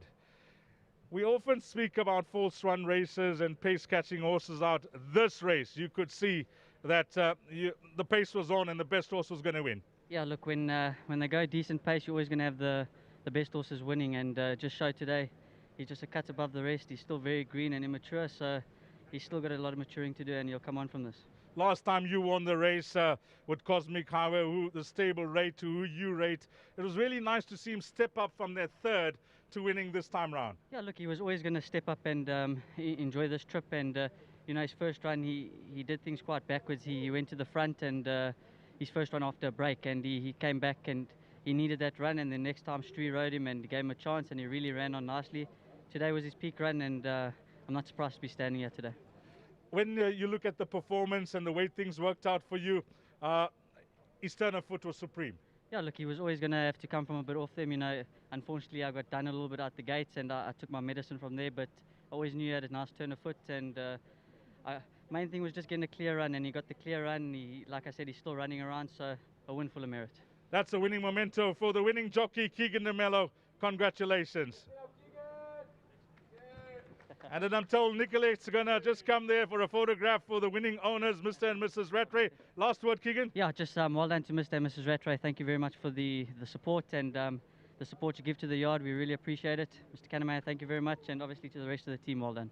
Okay, and then I said Nicolette's just going to stand on for Mr. and Mrs. Rattray and just get a pick in for them, representing the Rattray's assistant trainer, Nicolette Roscoe. Well done to all concerned. The 2021 running of the Durban Golden Horseshoe will belong to horse number 8, Waterbury Lane. And up next will be the main event, the 2021 Vodacom Durban July.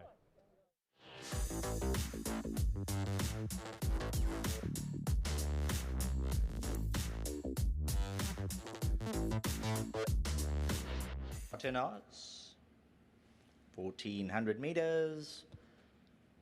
Runners set in motion. AJ's captain just got squeezed slightly along with Waterbury Lane. Cottonos, they the last three early on. Gallic Chief came out like a speeding bullet in the green silks, and Gallic Chief and Samanga Kamalo 2.5 lengths clear. Retalix eager on the right hand side. Black Cap of Bush Trackers towards the inside past the 1,000 zone. Cavalier King, the orange silks of Good Travellers around them twice the trip to the inside. It's about time mid-pack. Arnhem Land on the outside. Castletown in the pink silks at the paint gives them 8 or 9 lengths start. AJ's captain 3/4 of a way back. Then we have Waterbury Lane further back in the running. Honakalani, Cottonos way back. Homeward bound 450 to go, and Gallic Chief yet to see a rival. Bush Tracker cornered second. Retalix on the outside down the middle, twice the trip. Good Traveller looks to come forward. At this point in time, Castletown's on the inside. Cavalier King, Waterbury Lane, Arnhem Land's on the outside. 200 200 to go. Gallic Chief, Good Traveller, It's About Time running on. Honakalani, AJ's captain, Waterbury Lane, any one of 6 or 7. Waterbury Lane on the inside, AJ's captain, but Waterbury Lane, AJ's captain, Good Traveller. Maybe It's About Time, the grey for the minor spots.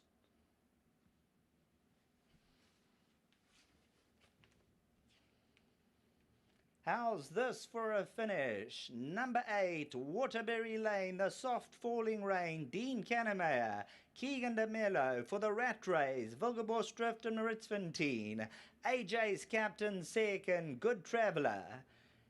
It's About Time. Castletown on the inside, Honakalani and Twice the Trip. They spread right across the turf coming to the 200, but 4 off the left-hand side. Waterbury Lane, number 8 at 9 rand the win, 250 the place. There you can see at that stage there were 6, 7 of them having a real go, but Waterbury Lane will have the final say, and number 8, Waterbury Lane, gets into the winner's queue.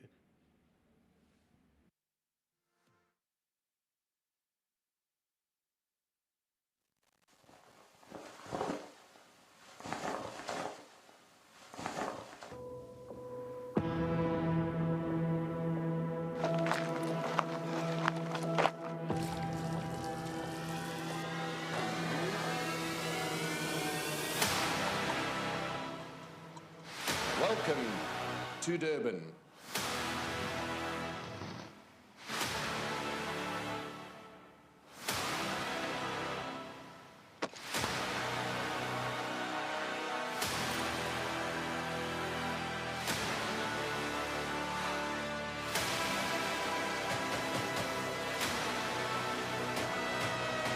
Champion season, the pinnacle of racing in South Africa.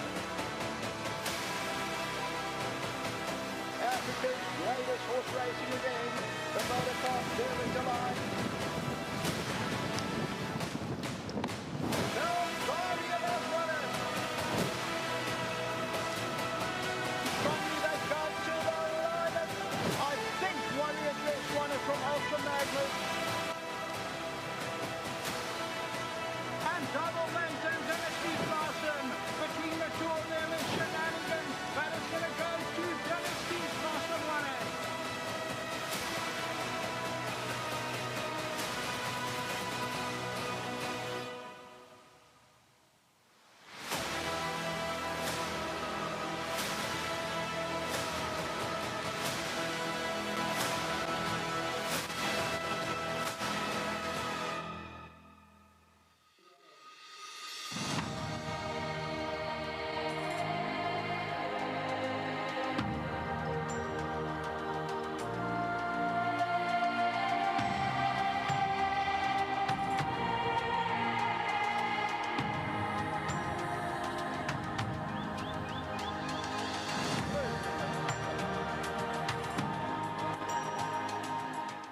Betts Gravel in the heart of Durban. Welcome to the 125th running of the Vodacom Durban July, the 20th anniversary of Vodacom's sponsorship. 18 runners to face the starter. The 2 reserve runners have fallen away. Late declarations, number 9 Cirillo to race with a tongue tie, and number 17 Tristful will race with the cheek pieces fitted. The favourite is got the green light at around 3-1. Linebacker is at 4-1. Plenty of money for the 2018-2019 winner Do It Again, who ran 3rd last year. He's into 7-1 as Rainbow Bridge edges out to 8-1 in the market. They're betting 10-1 and upwards the balance. But first up, let's introduce the 18 jockeys riding in the 125th Vodacom Durban July. It is a privilege to introduce the jockeys for Africa's greatest horse racing event, the 2021 Vodacom Durban July. Number 1, Luke Ferraris, one of the rising stars in the jockey ranks, will shortly leave our shores to ply his trade in Hong Kong. No doubt Rainbow Bridge will get the perfect ride, the talented Luke Ferraris. Number 2, Cabello Mazzaniane. What a headline this would be in the Vodacom Durban July. Riding Johnny Hero, Today he goes toe-to-toe with the best of them, making his debut in the big one. Here is Cabello Matsunyane. Number 3, Calvin Habib. This likeable rider teams up with the 3-year-old Shah Akbar from a good draw. Steadily climbing the jockey ranks, second ride in the big one, it's Calvin Habib. Number 4, Marco van Rensburg, hungry for success. This pilot gets the job done with hard work and determination, having another outstanding season and on his way to 100 winners on the log. Attempting to win his first Vodacom Durban July, partnering Express from the US, Marco van Rensburg.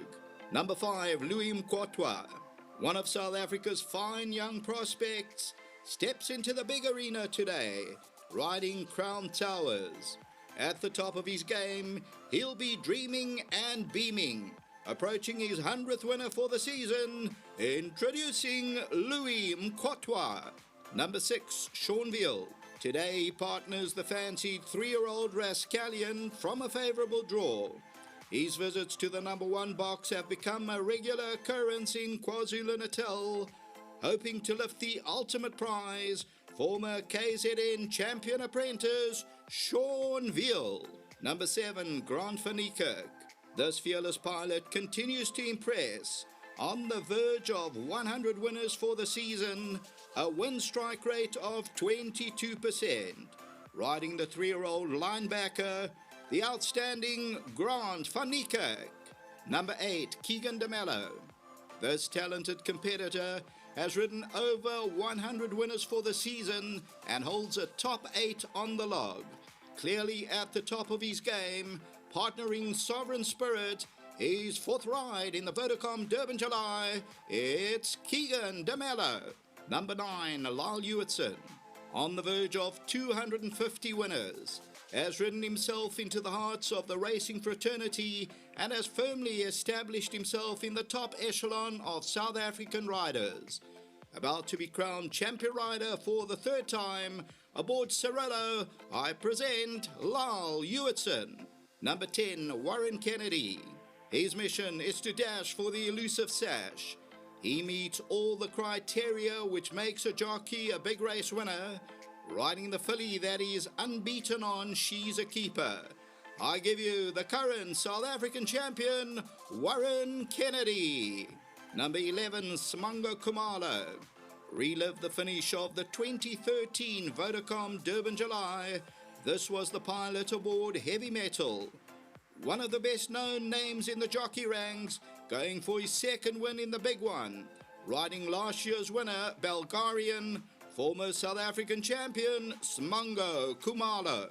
Number 12, Craig Zaki, blessed with enormous talent, continues to climb the ranks and approaches his century for the season. Always get the best out of his mounts. Riding Nexus, it's Craig Zaki. Number 13, Greg Sheen, holds a top 4 position on the jockey log. Approaching his 150th win for the season, he knows the taste of Vodacom Durban July success. Shown his talent locally and internationally, teams up with running brave, glorious Greg Sheen. Number 14, Muzieni. Attempting to win his first Vodacom Durban July on last year's runner-up, got the green light. This hard-working and determined athlete is always a force to be reckoned with. Holds a top 5 position on the national log, the popular Muzieni. Number 15, Serena Moodley. Approaching his half-century for the season, this competitor teams up with the consistent Matterhorn. Having his 2nd ride in the Vodacom Durban July, welcome Serena Moodley. Number 16, Richard Fourie, leading the Vodacom Durban July Roll of Honour. For the most sought-after sash is your 2020 champion. He has an exceptional record, and this popular rider knows how to win the big one. His legion of fans will be chanting, "Do it again!" Red Hot Richard Fourie. Number 17, Callan Murray, a natural horseman with great judgment, has ridden in Australia, Hong Kong and Singapore, teams up with Tristful today. Former South African champion apprentice, Could this be his day? It's Callan Murray. Number 18, Gavin Larena. This former South African champion rider is eager to add the Vodacom Durban July to his many titles. Kometi Ding will get the perfect ride from the wide draw. As an apprentice, beat the legendary Michael Roberts' record for the most number of winners. Presenting Gavin Larena. With pride, we salute the Vodacom Durban July Jockeys class of 2021.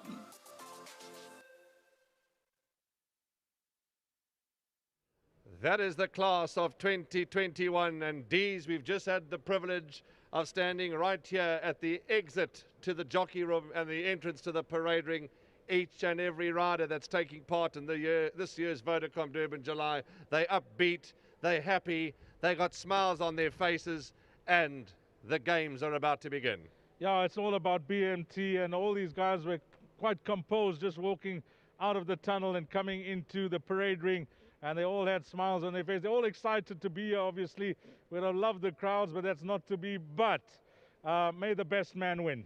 May the best man win, and let's look at horses, D's. Well, we hope that wherever you're watching this production, you're enjoying it and that you're having a profitable day. The first horse that we're looking at is number 7, Linebacker. We think of the Garblers and the Trooters as they are not here to watch their horse run.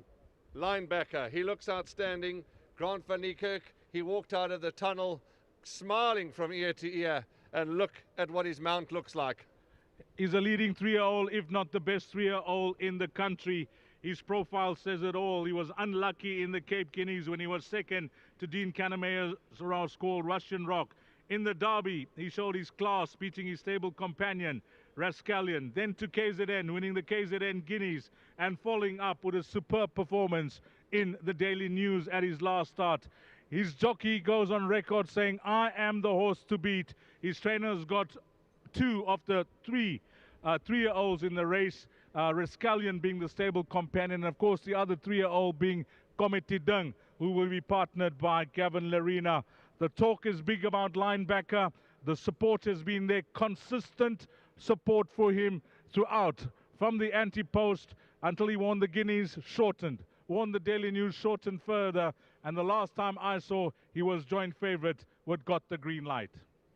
D's, the next horse that we're talking about is number 1, Rainbow Bridge. Rainbow Bridge is Eric Sands, Mr. and Mrs. Rattray, Luke Ferraris. This horse, last year he was good.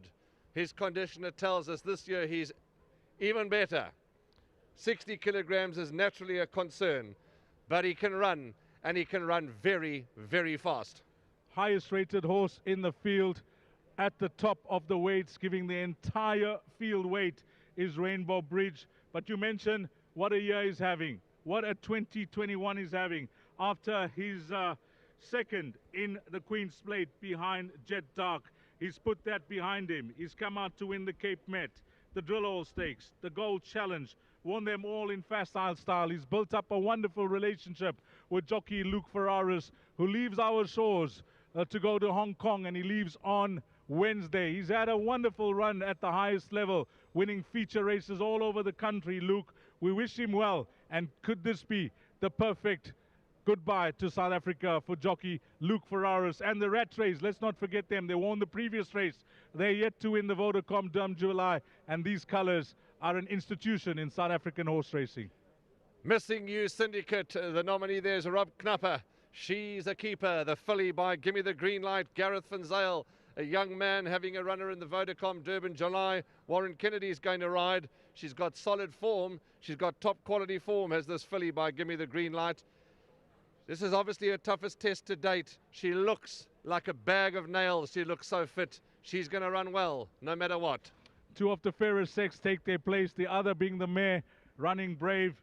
She's a keeper. How about this story? Only debuting as a 4-year-old, winning, then running third, and since then, her form was faultless. She's now a 5-time winner from her 6 starts, and she showed her hand last time out when they stepped her up in grade. They stepped her up to the next level, winning the World Sports Betting 1900, beating Matterhorn.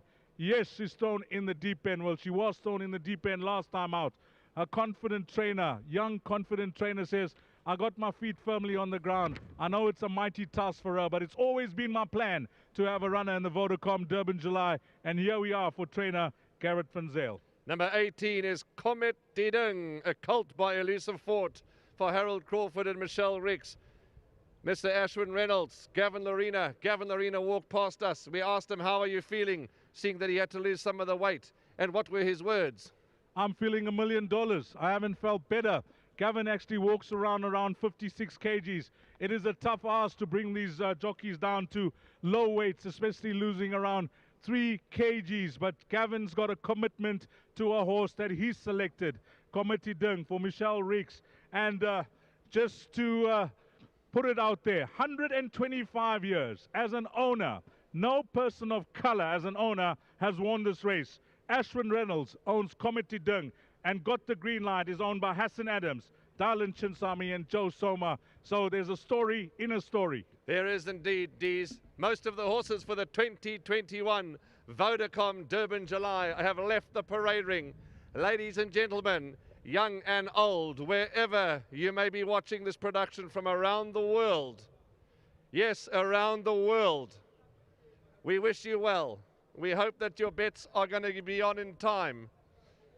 And sit back and relax and enjoy a horse racing spectacle of the very, very highest order. Wherever you are from around the world, we welcome you to KwaZulu-Natal, South Africa.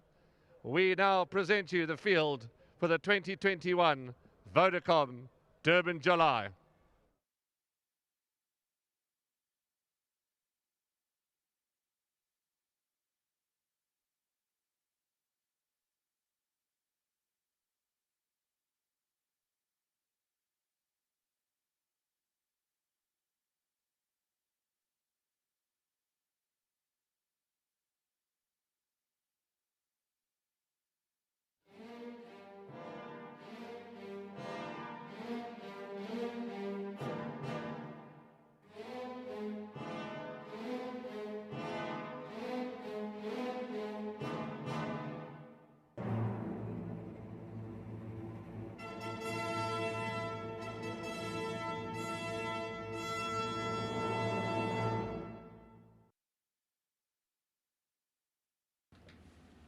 Runners and riders for race number 7, 125th running of Africa's greatest race. 2 million rand, grade 1, Vodacom Durban July. Number 2 is Johnny Hero, they give me the green light.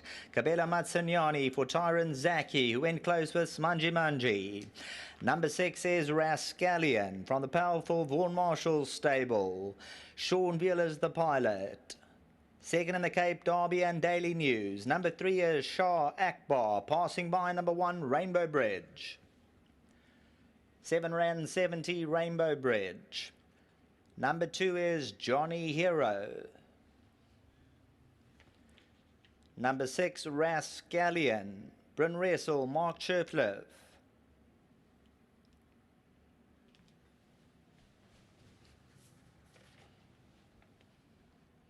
The Green Acres Trust. Linebacker moving to the gates, Grant Van Ecker for Vaughan Marshall. Next up, number 4, Express from the US, Mark van Rensburg. Number 8, Sovereign Spirit. Keegan DeMello, Candace Bass Robinson, 9, Cirillo, the Pomodoro, Lyle Hudson for Sean Terry. She's a Keeper for the young up-and-coming Gareth van Zyl, Warren Kennedy rides. 5 is Crown Towers. Next up is 11 passing by, Belgarian, Samanga Kamalo. Number 12, Nexus, Justin Snaith, Craig Zaki. 14, Got the Green Light and Muzieni. 13, Running Brave for Fani Broncos, Greg Sheen. 15, Matterhorn, Serena Mudley for Alison Wright, the Chungs. Do It Again, the Twice Over for the Johnsons, Cantors, Estate Late Mitchell. Bred by the Northfield Stud, Richard Varian, Justin Snaith. Formidable combination. Number 16, Do It Again to the post. Trustful, number 17. Second in the Cup trial, Callan Murray for Tony Riverland, Mary Lyrie. Gary Players stud, Trustful, number 17. Cometi Dung, bred by the Cloverflay stud, Gavin Larina for the Crawford Rexers. 2021 Vodacom Durban July.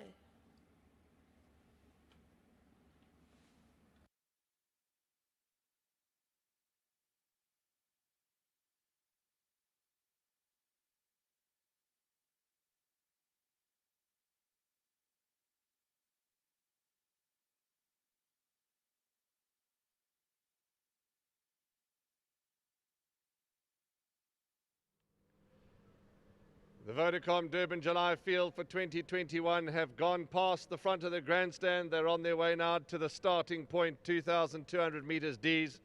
And although we've said it all day, and we're going to keep saying it because we pay our respect to the owners that have contributed and continue to contribute to this game of horse racing.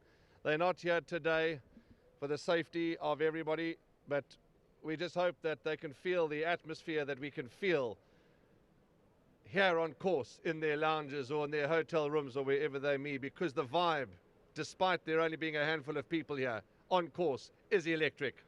Wherever people are watching this, they know it is the #1 race on the continent, and they'll be creating their own vibe. Make no mistake, they'll be creating their own vibe. Just watching the horses go down to post, I'm sure one horse would have caught the attention of most, and I just want to touch on it. It's got the green light. He doesn't go down flashy. Don't be put off by that. If you can recall, even as a 2-year-old, when Anton Marcus won on him and won the 1600, the Premier's Champions Challenge that day, he was actually inspected behind the starting stalls. He takes a bit of time to warm up. That's just his way. That's just the way he goes down. So don't be put off by that. Number 14 got the green light. I know he's close to your heart, this horse got the green light, but I must tell you, I know you didn't see him in the parade ring. He walked past me. He looked like he had been dipped in a bucket of silk. His coat was so magnificent. He had fire in his eyes. He looked outstanding, did the favourite. Yes, he travelled down well. He travelled down on Thursday evening, arrived on Friday, stabled at Summerveld, and I was given some videos yesterday by Frank Robinson, and those videos were just tremendous, how he took the travelling. He's a champion 2-year-old. He's a champion 3-year-old. He's a 5-time Group 1 winner. He's on a hat-trick of Group 1s. His trainer appealed his rating of 128. He's supposed to be carrying 57 in this year's Vodacom Durban July if he ran to a 128. So that's in his favour as well. He loves the course, and everything points to him. Don't be concerned about the 2 months layoff. Many saying it's not the ideal prep. He's had a gap in between his win in the Premier's Champions Challenge. Well, the homework has been done, and it's been done to the T. Vaughan Marshall holds a strong hand, very strong hand. He's got Linebacker, he's got Rascallion. Rascallion a little sweated up in the paddock, that's Rascallion. Linebacker is cool and calm as a cucumber. The Garblers and the Trooters will be rooted to their TV sets. Yeah, this horse, Rascallion, we know that he's a horse that tends to get worked up, as you mentioned. They gelded him on the 9th of March, so he's having his 3rd run back from gelding, and you'd think he'll be spot on. He'll be cherry ripe to run a bold race. He got very close to his stable companion, Linebacker, in the Daily News last time out.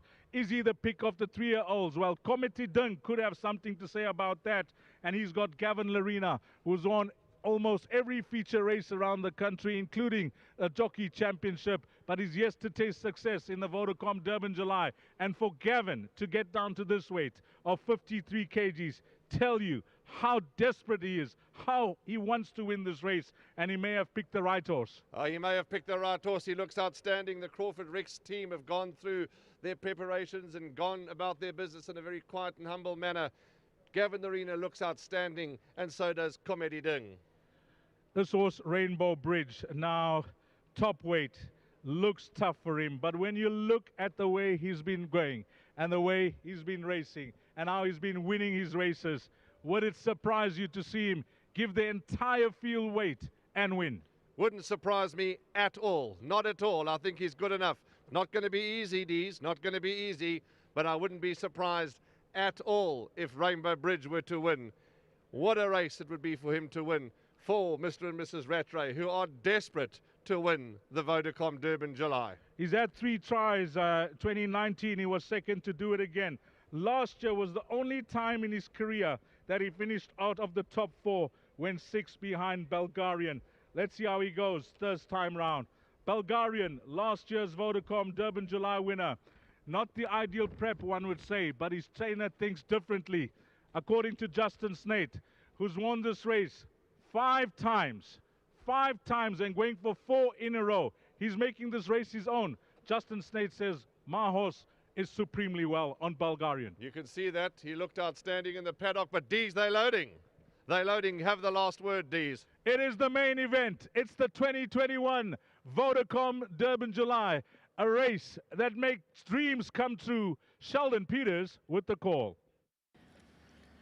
Thanks very much. 125th running of Africa's greatest race, 2 million rand, Grade 1, Vodacom Durban July. Johnny Hero moving up. Cirillo is set. Shah Akbar. Bulgarian. Running Brave, Matterhorn, Tristful. Sovereign Spirit is ready. Rascallion. Gate 6, 2,200 meters.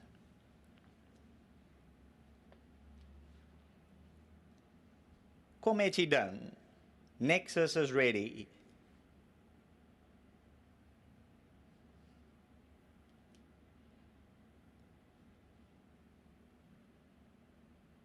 Crown Tower still to come forward, linebacker, Rainbow Bridge.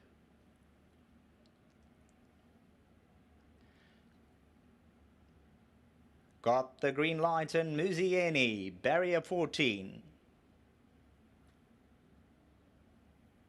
Matterhorns alongside. Bulgarians in 11. She's a keeper, gate 10.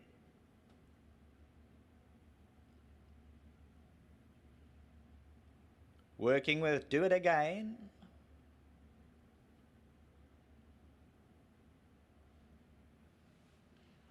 Express from the US, box 4. Gate 7, linebacker still open. 1 Rainbow Bridge.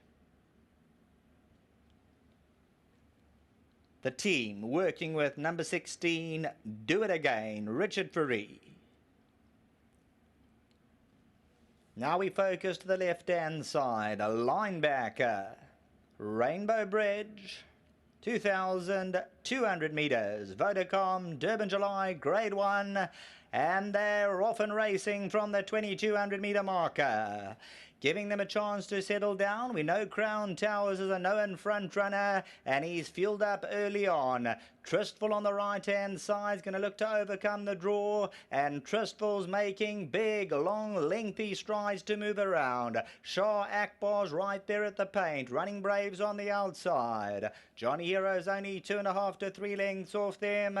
Linebacker gets onto the inside, racing about 5 lengths off. Do It Again's on the outside in the yellow, then Rascallion. Rainbow Bridge pretty switched off at this stage with about 7 to make up. Sovereign Spirits around them as they go down towards the 1,300 meter area. Further back is Cirillo. Kometi Dung on the outside, Bulgarian. Express from the US. She's a keeper towards the back end of the field. Then comes Matterhorn. They stretched out 12, 13 lengths. Got the green lights deeper out on the turf. That's got the black cap on. Racing 14 lengths off the leaders, Matterhorn and Nexus. It's the Grade 1 Vodacom Durban July past the 1,000 meter marker. Crown Towers re-rallies and finds the lead a length and a quarter. Trustful second, Shah Akbar. Johnny Hero. Sovereign Spirits on the outside, the red cap, Running Brave. 2 lengths, Do It Again in the yellow. Kometi Dings around them. Linebacker sits quietly towards the inside with about 6 lengths to hunt down. 600 to go. Nexus is on the outside. Rascallion got the green light. Rainbow Bridge got a wall of horses in front of him. Rascallions between them.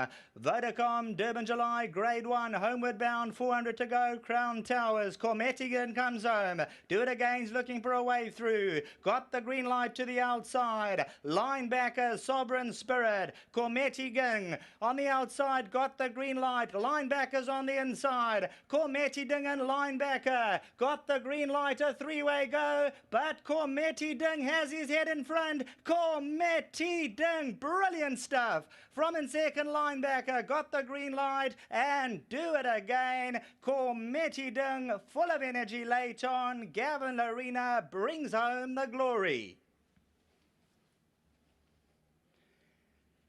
Cormetigan, that's his name. Winning's his game. The elusive fought for the Reynolds, the Crawfords, the Rixers. Well done to all concerned. He overcomes the draw. The draw has been lucky in the past. Cormetigan does it. Absolutely breathtaking from Linebacker. Got the green light.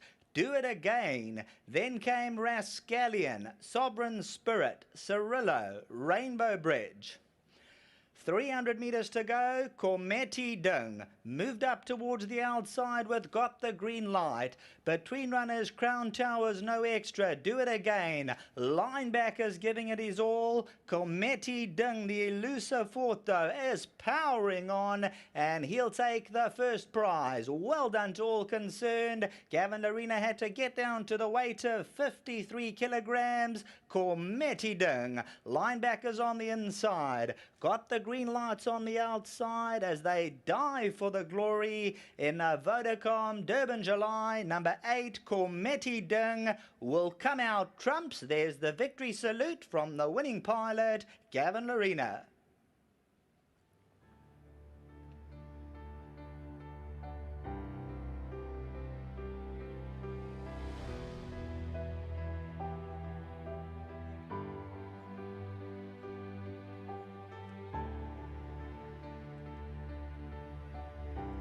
Taking a look at the action over the last 200 meters, Cormetigan, blue sleeves and cap with the red.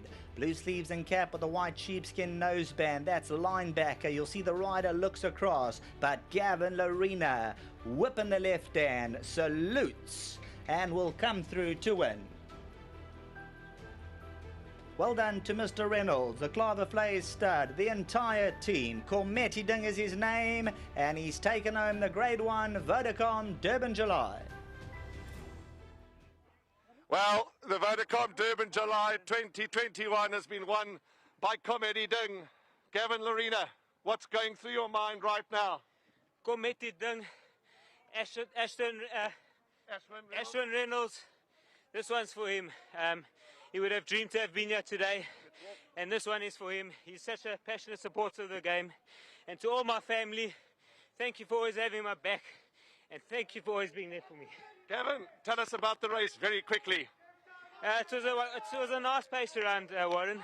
I had a beautiful rhythm. I was 3 deep, but I had also a couple of lengths ahead of me, and I had him in a good space. He breathed very well for me, and I decided to make a mid-race, well, not a mid-race move, but at the 800, just start letting him slip, and he really grew under me, and it was a matter of just asking him. He gave me to the line. What a racehorse. What a racehorse. The dreams come true, all the hard work, all the passion, all the dieting. Well done. Thank you very much, and well done to Michelle and to Mr. Crawford. Thank you so much for all their support too.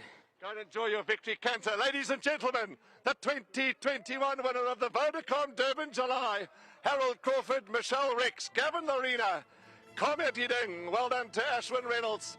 A wonderful, wonderful performance. And let's enjoy the victory canter.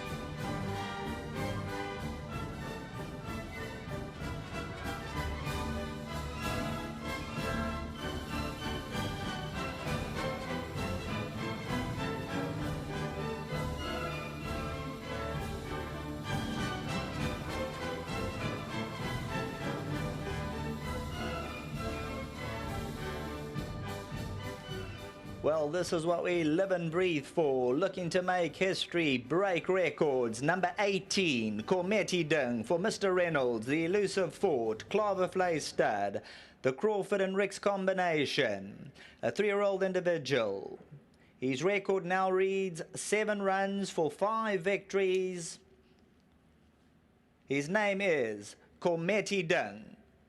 He's shown his A game today. About to return to the winner's enclosure.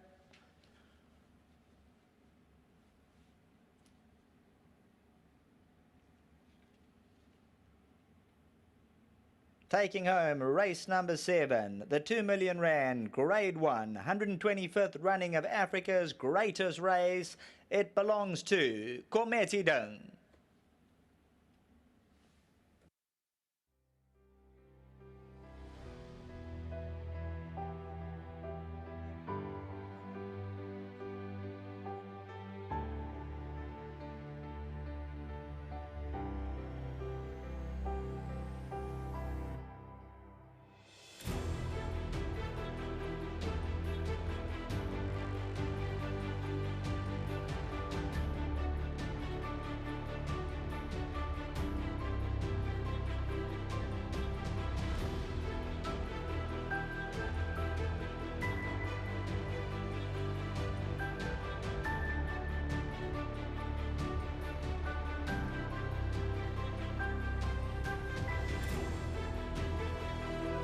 Number 18, Cormetti Dung, showing up at 8 Rand 80 the win. 2 Rand the place. Number 7, linebacker, 1 Rand 30. Number 14, got the green light. As Cormetti Dung, Gavin Arena return to the winner's enclosure. From your lounges, at home, around the world, we present number 18, Cormetti Dung.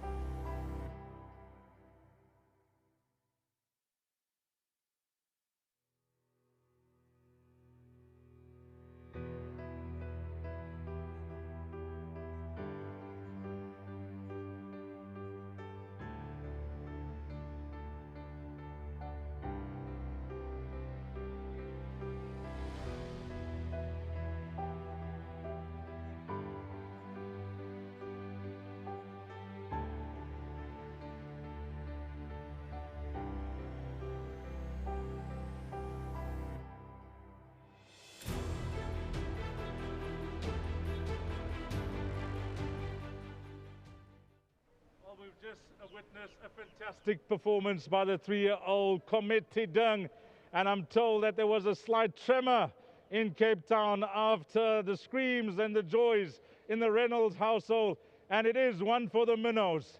I get goosebumps when I think about it. Harold Crawford and Michelle Ricks, the winning trainers, Clover Flay, the winning breeders, Oath, the son of Elusive Fort, and of course Ashwin Reynolds will be the first person of color as an owner to put his name on the trophy in the Vodacom Durban July. Never before in its 125-year history. Of course, Michelle Ricks, she'll now join Candice Bass-Robertson as the only two females that have won this prestigious race. And Gavin Larina will get to chat to him as well. But first up, let's get to Michelle and Harold. Michelle, a dream come true. A story that was going here, there and everywhere after his mishaps in Cape Town. But you guys have done an outstanding job with him. My goodness, I tell you, still feels so surreal and wonderful. My goodness, we came here, we had one race in mind, and you know with these horses it's stepping stones all the way, and obviously we were a little bit disappointed with these 2/3 here in KZN, and we knew he was better than that, and we had a tough task ahead of us to prove it to everybody. Ashwin, there's no words to describe what kind of owner he is. He is truly one in a million, and I'm at a loss for words when I've got to try and think of the type of person he is and the free rein that he gives us to do our jobs. And I know that if he was standing here, he would most certainly say that this one was for his friend Cola. And the Reynolds family, well done. You open the race card and you see three names. You see the trainer's name, you see the jockey's name, and you see the owner's name. Let me tell you, there are 1,000 names behind those three names coming into a race like this.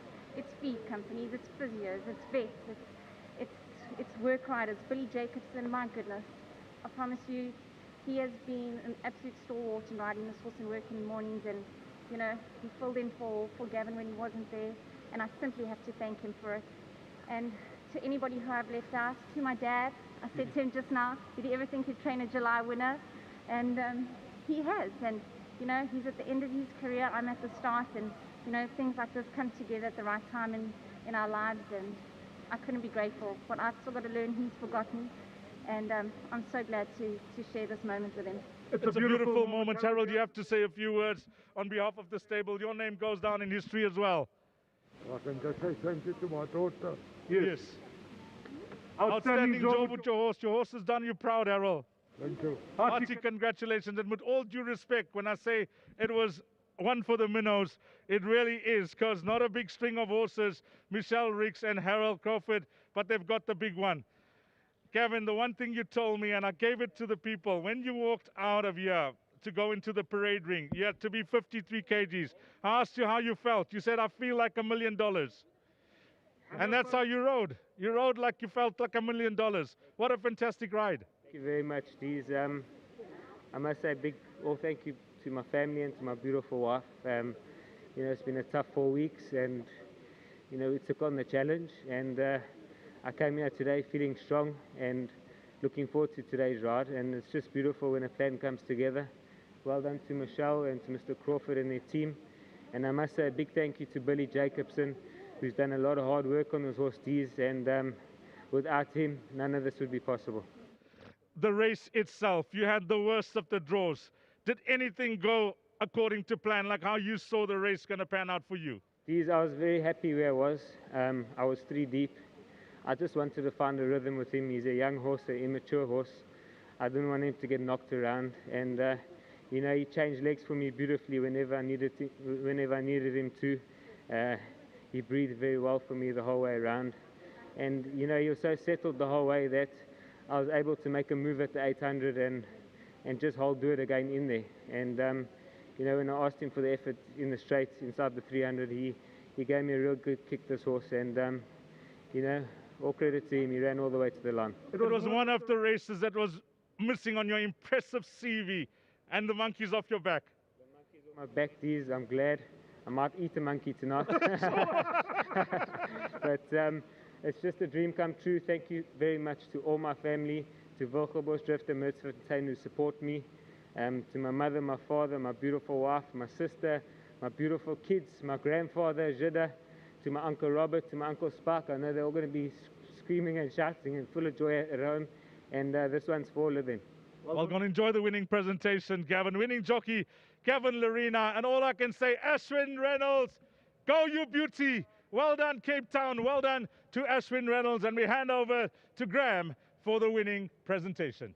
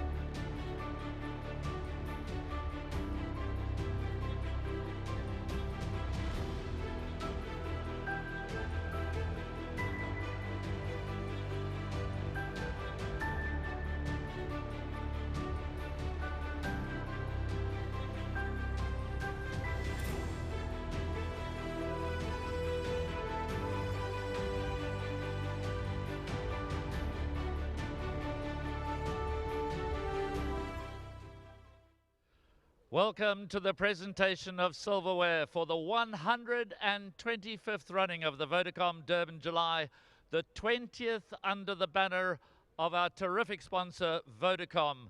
On that note, I welcome to the presentation party the Managing Executive for Vodacom here in KwaZulu-Natal, Chris Lazarus. Chris, give the crowd a nice wave, the photographers a nice wave, and also part of the presentation party is the Chairman of the Gold Circle Racing Club, Mr. Babu Noonan. First up, hearty congratulations to Ashwin Reynolds. Ashwin, I know the whole of the Cape Flats was rooting for you. I think the bookmakers and the totes there have been drained of all their money. We're sorry that you can't be with us, but we trust you enjoyed that spectacular victory from Comedy Dung. And as far as the winning breeders are concerned, Klavervlei Stud, from the farm sale to the winner's enclosure of the 2021 Vodacom Durban July. Congratulations to John Costa and his team on Klavervlei Stud. First up again, we'd like to congratulate Comedy Dung's groom, Luvo Zingelwayo. Well done, sir. A job very well done. Step forward and claim your prize. There we go. Congratulations to Luvo Zingelwayo. Next, we congratulate a man who shed a lot of weight to be here today on Comedy Dung. Never won the Vodacom Durban July before, but he knows about winning championships. He knows about winning the big races around the world. Please welcome and congratulate, wearing his Vodacom Durban July sash, Gavin Lorena.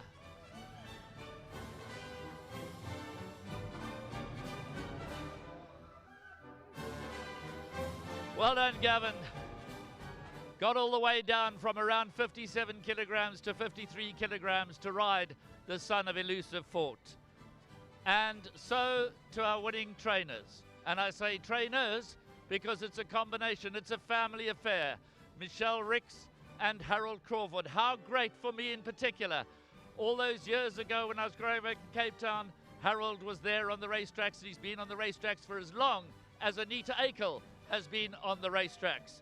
Michelle Ricks' daughter, wearing the Vodacom sash. Just a few years back, we welcomed Candice Bass-Robinson to the winner's enclosure. Today we welcome Michelle Ricks and Harold Crawford. Michelle, do the honors.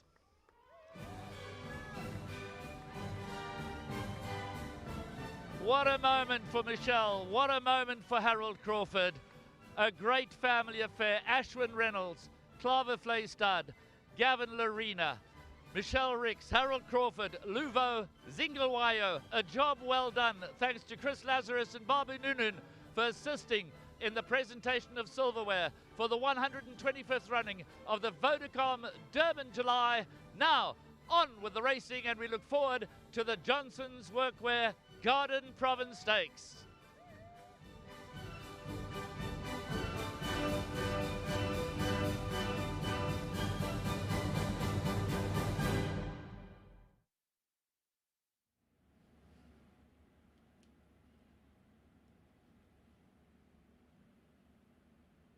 Crown Tower still to come forward. Linebacker, Rainbow Bridge.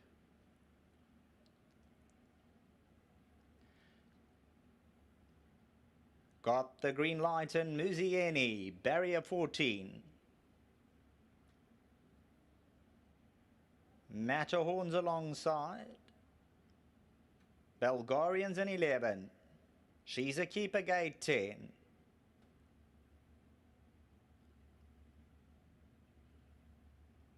Working with Do It Again.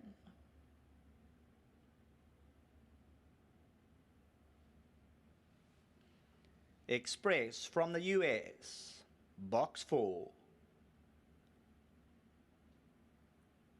Gate 7, linebacker still open. 1 Rainbow Bridge. The team working with number 16, Do It Again, Richard Ferree. Now we focus to the left-hand side, a linebacker, Rainbow Bridge, 2,200 metres, Vodacom Durban July Grade 1, and they're off and racing from the 2,200 metre marker. Giving them a chance to settle down. We know Crown Towers is a known front runner, and he's fueled up early on. Trustful on the right-hand side is going to look to overcome the draw, and Trustful's making big, long, lengthy strides to move around. Shah Akbar's right there at the paint. Running Braves on the outside. Johnny Hero's only 2.5 to 3 lengths off them. Linebacker gets onto the inside, racing about 5 lengths off. Do It Again's on the outside in the yellow, then Rascallion. Rainbow Bridge pretty switched off at this stage with about 7 to make up. Sovereign Spirits around them as they go down towards the 1,300 metre area. Further back is Cirillo. Cormetti Ding on the outside, Belgarian. Express from the US. She's a keeper towards the back end of the field. Then comes Matterhorn. They stretched out 12, 13 lengths. Got the green lights deeper out on the turf. That's got the black cap on. Racing 14 lengths off the leaders, Matterhorn and Nexus. It's the Grade 1 Vodacom Durban July past the 1,000 metre marker. Crown Towers re-rallies and finds the lead a length and a quarter. Trustful second, Shah Akbar. Johnny Hero. Sovereign Spirits on the outside, the red cap, Running Brave. 2 lengths, Do It Again in the yellow. Cormetti Dings around them. Linebacker sits quietly towards the inside with about 6 lengths to hunt down. 600 to go. Nexus is on the outside. Rascallion got the green light. Rainbow Bridge got a wall of horses in front of him. Rascallion's between them. Vodacom Durban July Grade 1 homeward bound, 400 to go. Crown Towers. Cormettigan comes home. Do It Again's looking for a way through. Got the green light to the outside. Linebacker Sovereign Spirit. Cormettigan on the outside got the green light. Linebackers on the inside. Cormettigan and linebacker got the green light. A 3-way go, but Cormettigan has his head in front. Cormetti Ding, brilliant stuff. From in second, linebacker got the green light, and Do It Again. Cormetti Ding, full of energy late on. Gavin Larena brings home the glory. Cormetti Ding. That's his name. Winning's his game. The elusive fought for the Reynolds, the Crawfords, the Rixers. Well done to all concerned. He overcomes the draw. The draw has been lucky in the past. Cormetti Ding does it. Absolutely breathtaking from linebacker. Got the green light. Do It Again. Then came Rascallion, Sovereign Spirit, Cirillo, Rainbow Bridge. 300 metres to go. Kometi Dung moved up towards the outside with Got the Green Light. Between runners, Crown Towers, no extra. Do it again. Linebackers giving it his all. Kometi Dung, the elusive fourth though, is powering on, and he'll take the first prize. Well done to all concerned. Gavin Lorena had to get down to the weight of 53 kilograms. Kometi Dung. Linebackers on the inside. Got the green lights on the outside as they dive for the glory in Vodacom Durban July. Number 8, Kometi Dung, will come out trumps. There's the victory salute from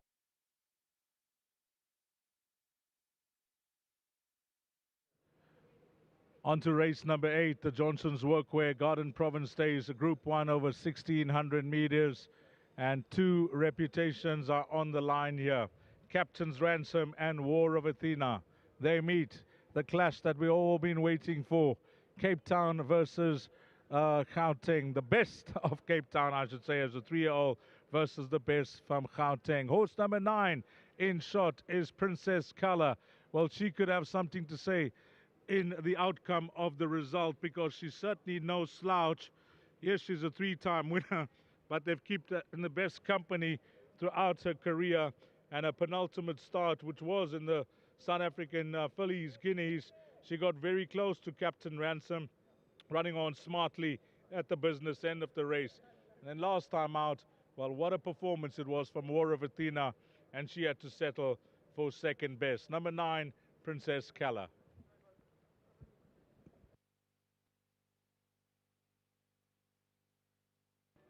Horse number 6 just moving out of shot there is going to be the Chaching for Candice Bass Robinson and Grant van Niekerk.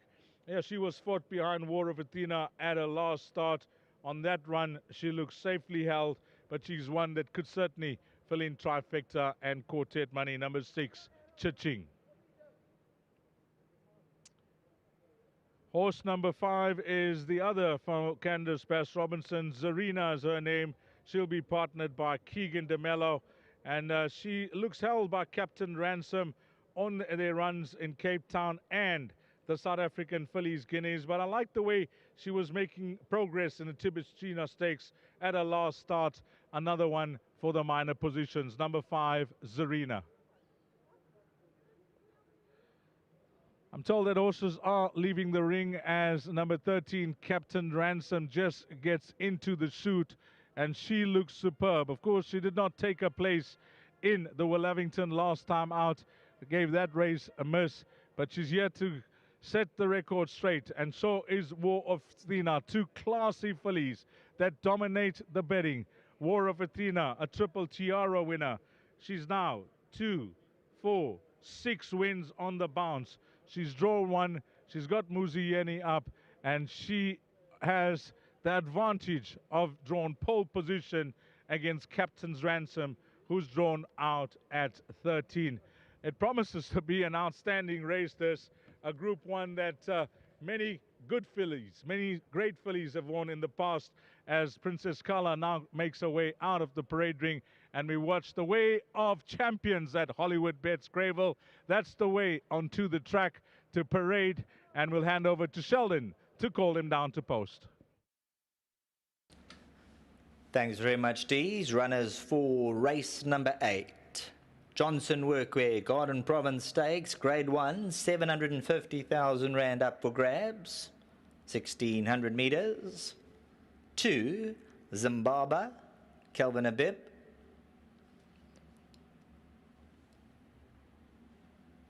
Number 4 is Free State Star and Sean Veal. Number 2, Zimbabwe, was just looking for some company. She saw Free State Star, and then she moves on by. And see, she's had her winter coat clipped. Number 2, Zimbabwe. So the winter coat has been taken off.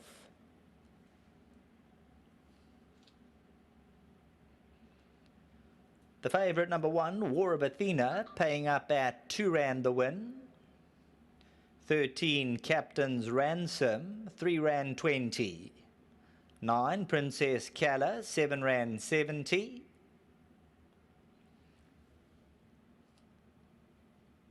14, Only the Brave, goes past 13, Captain's Ransom. Focusing on number 13, Captain's Ransom, Richard Fourie. 14, Only the Brave, Kabela Matsanyani.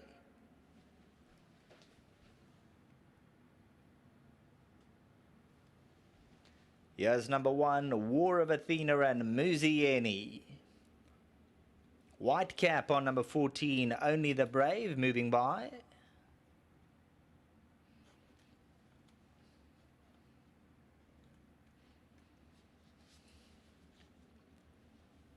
Number 1, War of Athena, has the inside draw.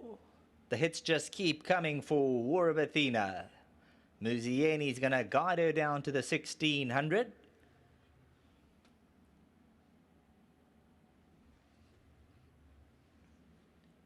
Mount Laurel, number 3, Stuart Randolph. 13, Captain's Ransom. Into the bridle.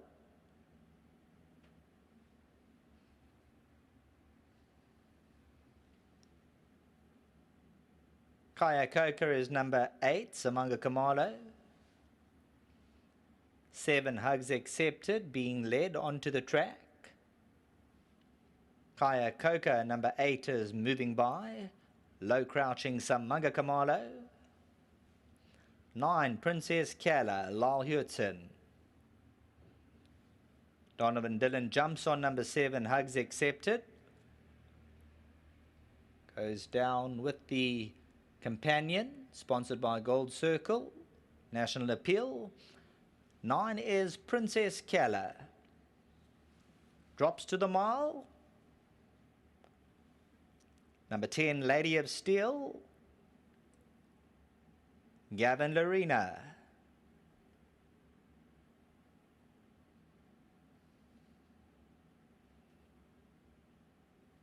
Flashy Katrina is number 12, Warren Kennedy.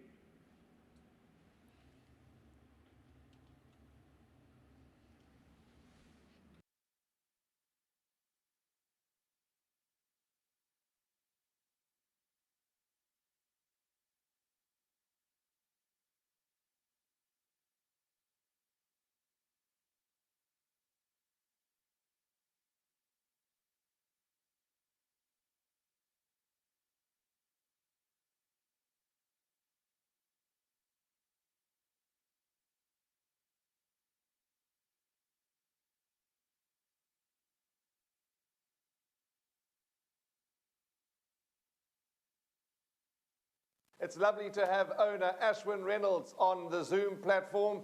Ashwin, from all of us here in KwaZulu-Natal, congratulations on winning the Vodacom Durban July for 2021. You must be over the moon.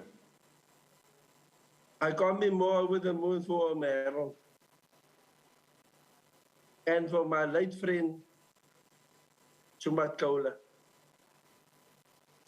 Tell us what was going through your mind, Ashwin, when the race was unfolding and they turned for home and Gavin Lorena was riding for his life. Tell us what was going through your mind. I can't tell you, boss, because I've just seen Comedy Done gone on the outside and I said, Kaula, take it home. That's all I could say. Well, it's a very great loss to the horse racing fraternity for Mr. Jumat to really pass away. But for Harold, I say from my heart, Harold and Michelle, well done. I was with you. I saw you when you were here for the Vodacom Durban July Gallops, and a humble man, a passionate man, and we're just thrilled that you've won the Vodacom Durban July. So sorry that you can't be here with us, but your friends and your family that are with you no doubt will ensure that although there's not supposed to be gatherings, etc., but your family will make this win so special for you, I'm sure. I'd rather get COVID from my family than from anybody else. But nevertheless, I, with a few friends and family, what more can I ask? Well, I'm looking at the visuals in the studio here of Kometi Ding and Gavin Lorena. We've got to pay tribute to Gavin Lorena as well for his wonderful will to win, to get his weight down to such a low weight. Most definitely. He's a true professional. I must thank Gavin and his family for riding the horse, because it takes a lot out of Gavin's family for him to ride the horse like that. Ashwin, the last comment is from me and everybody here at Gold Circle and the whole racing fraternity. We thank you and your family for your interest in horse racing, for being an owner, for paying towards the sport that we all love so much. We thank you and we congratulate you. Well, thank you very much. All that you've got is family and your health. That's all. Thanks, God. All the best, Ashwin. Enjoy the win and well done. What an interview there with Ashwin. You must have enjoyed that. But the guy was calm. He was very, very calm, Warren. Trust me, we saw some footage of him before the interview, and he was with his family, and he wasn't calm. He was so joyous, but he was calm and composed in the interview. Well done, Ashwin Reynolds. A privilege for me to interview you, the winner of the Vodacom Durban July 2021. But if you thought that was heart racing, we're not finished just yet. The Group 1 Johnson Workwear Garden Province Stakes. This promises to be a humdinger. Yeah, this could be where the champion 3-year-old of the season will be crowned. Reputations are mentioned on stake. War of Athena, the best of Gauteng versus the best from Cape Town. That's Captain's Ransom. That's the way the bookmakers priced up. That's the way the punters saw the money. War of Athena got supporters. Captain's Ransom got supporters. What does Warren Linferno think? Dees, oh, it's so hard. It's so hard because it's hard. I think it's a two-horse race, but you know you can back two horses, yes. War of Athena, she's as strong as nails.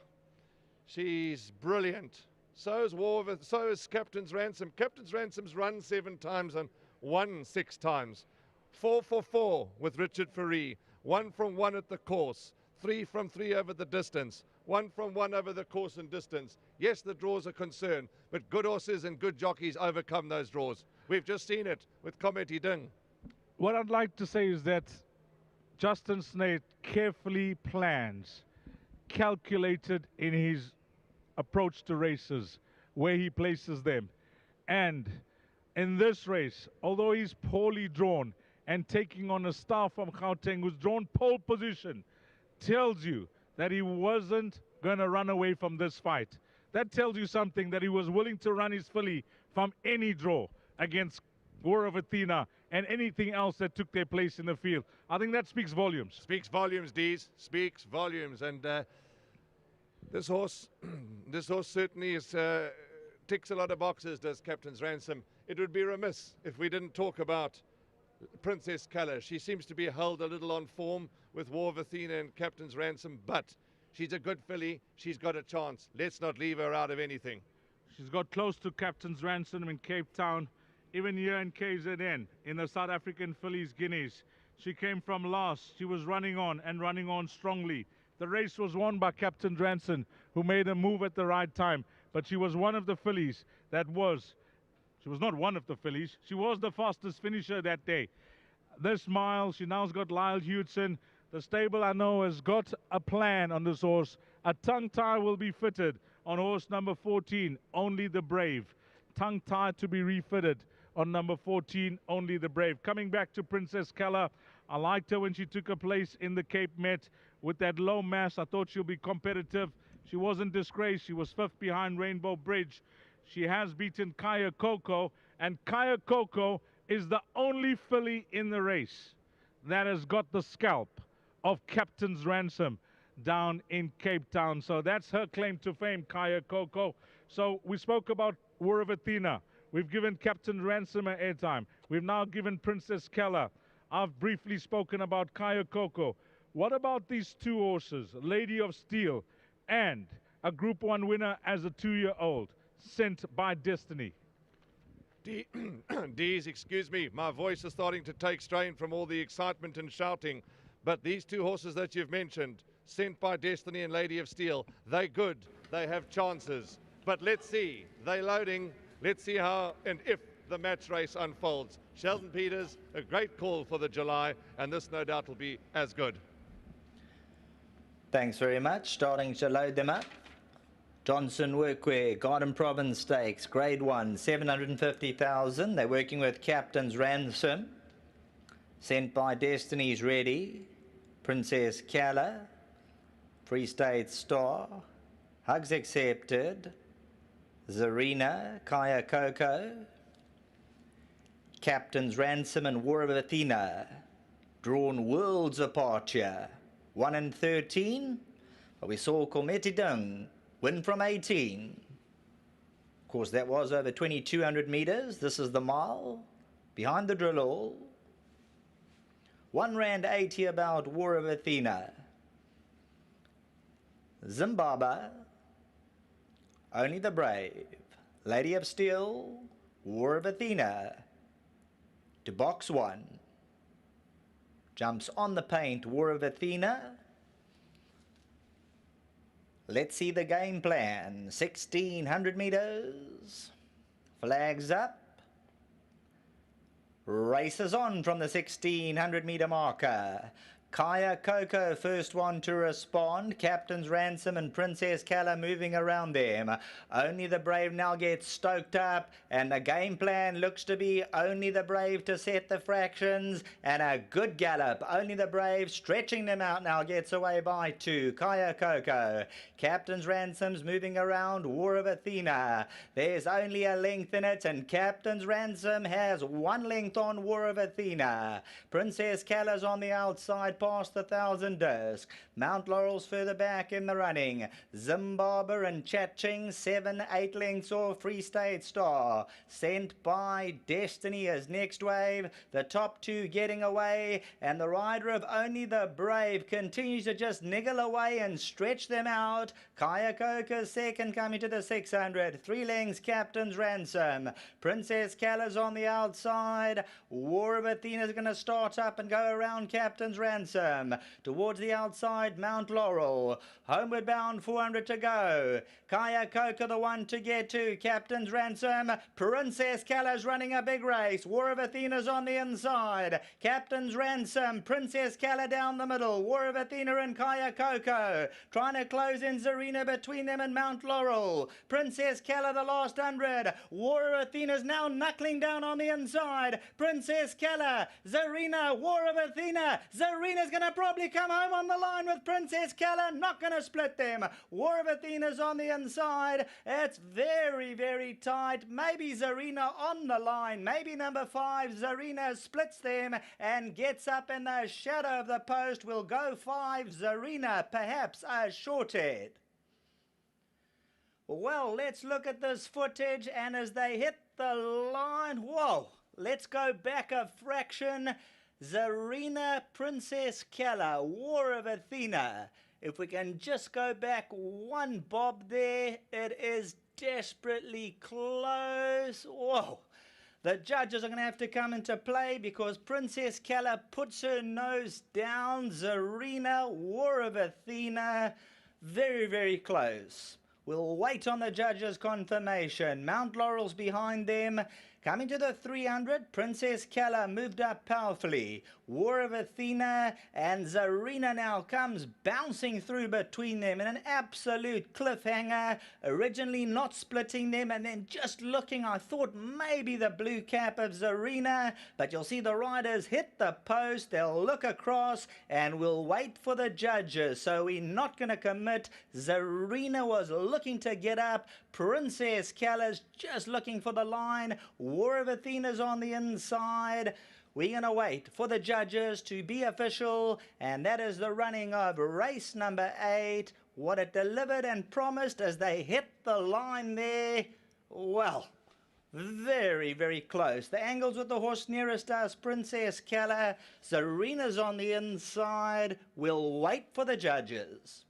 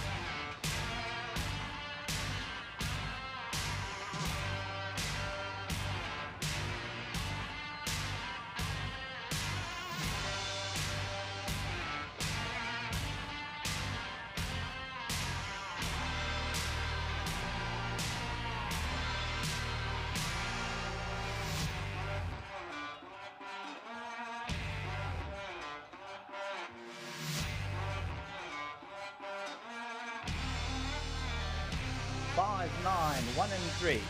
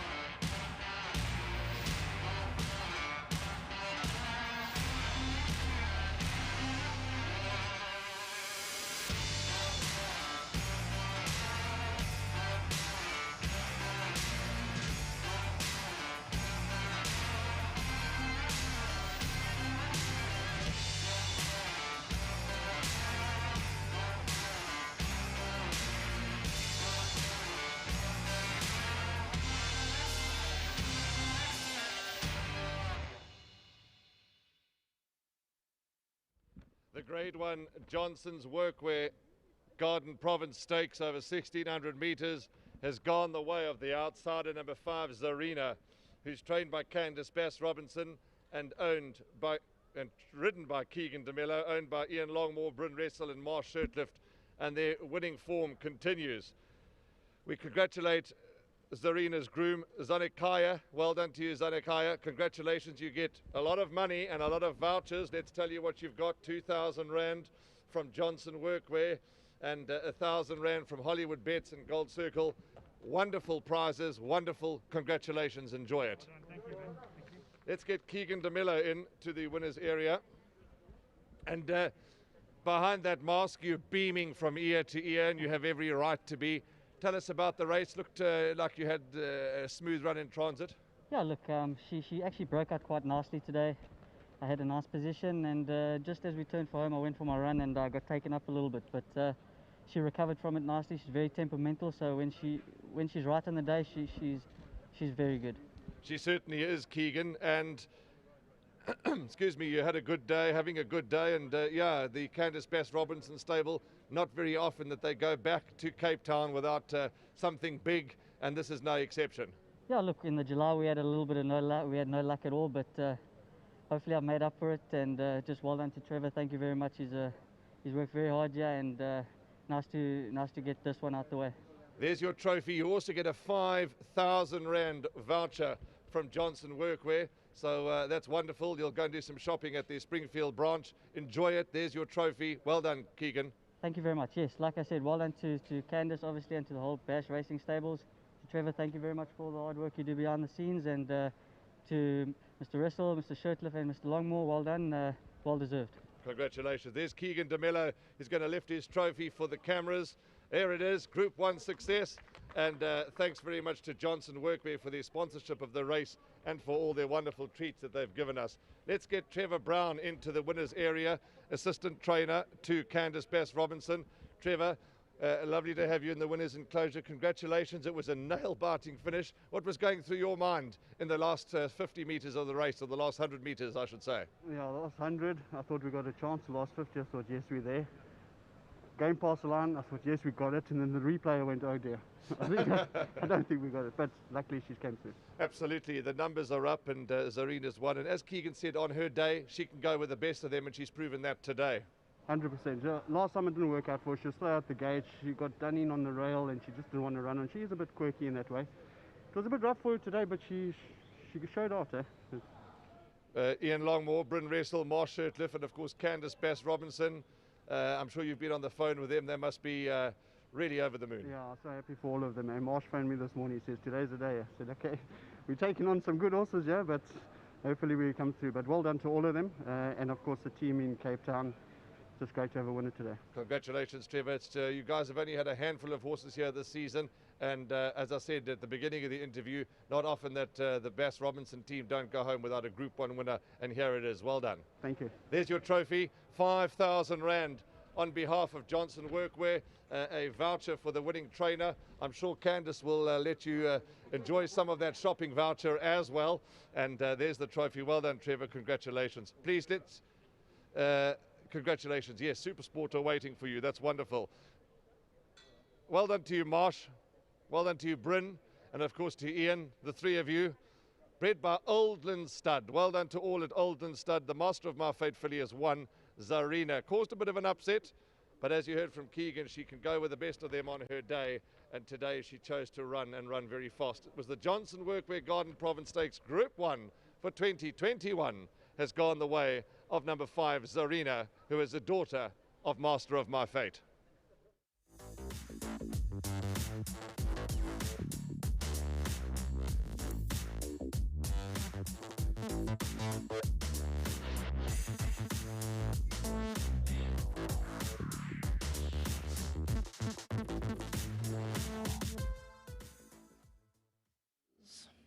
Flags up. Races on from the 1600 metre marker. Kaya Coco, first one to respond. Captain's Ransom and Princess Kala moving around them. Only the Brave now gets stoked up, and the game plan looks to be Only the Brave to set the fractions, and a good gallop. Only the Brave stretching them out now gets away by 2. Kaya Coco. Captain's Ransom's moving around. War of Athena. There's only a length in it, and Captain's Ransom has 1 length on War of Athena. Princess Kala's on the outside past the 1,000 disc. Mount Laurel's further back in the running. Zimbabwe and Chatching 7-8 lengths off Free State Star. Sent by Destiny as next wave. The top 2 getting away, and the rider of Only the Brave continues to just niggle away and stretch them out. Kaya Coca second coming to the 600. 3 lengths Captain's Ransom. Princess Kala's on the outside. War of Athena's going to start up and go around Captain's Ransom. Towards the outside, Mount Laurel. Homeward bound, 400 to go. Kaya Coca the one to get to. Captain's Ransom. Princess Kala's running a big race. War of Athena's on the inside. Captain's Ransom. Princess Kala down the middle. War of Athena and Kaya Coco. Trying to close in Zarina between them and Mount Laurel. Princess Kala the last 100. War of Athena's now knuckling down on the inside. Princess Kala. Zarina. War of Athena. Zarina's going to probably come home on the line with Princess Kala. Not going to split them. War of Athena's on the inside. It's very, very tight. Maybe Zarina on the line. Maybe number 5, Zarina splits them and gets up in the shadow of the post. Will go 5, Zarina, perhaps a short head. Well, let's look at this footage, and as they hit the line, whoa, let's go back a fraction. Zarina Princess Keller, War of Athena. If we can just go back one bob there, it is desperately close. Whoa. The judges are going to have to come into play because Princess Keller puts her nose down. Zarina, War of Athena, very, very close. We'll wait on the judges' confirmation. Mount Laurel's behind them. Coming to the 300, Princess Keller moved up powerfully. War of Athena and Zarina now comes bouncing through between them in an absolute cliffhanger. Originally not splitting them and then just looking, I thought maybe the blue cap of Zarina, but you'll see the riders hit the post, they'll look across and we'll wait for the judges. So we're not going to commit. Zarina was looking to get up. Princess Keller's just looking for the line. War of Athena's on the inside.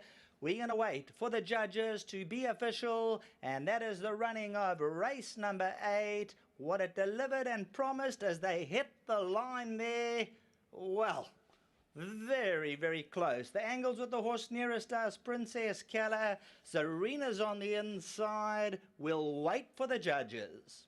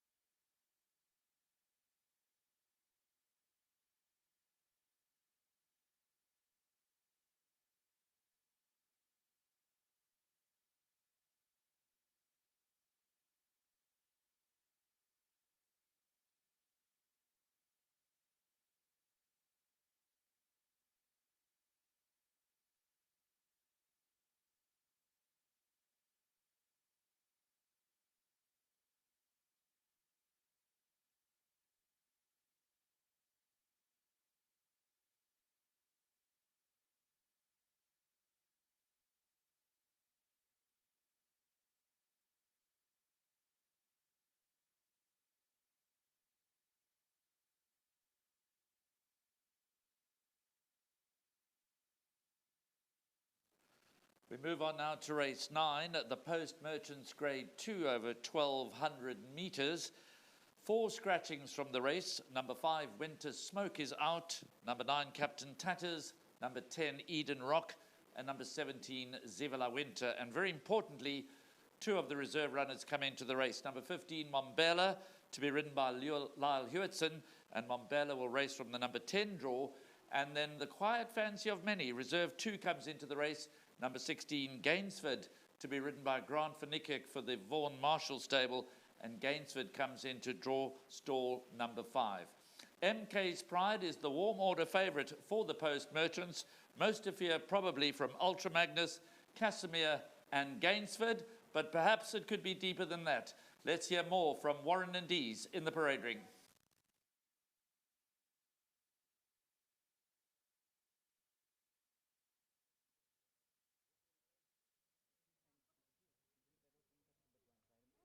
Yes, I'm here, my man.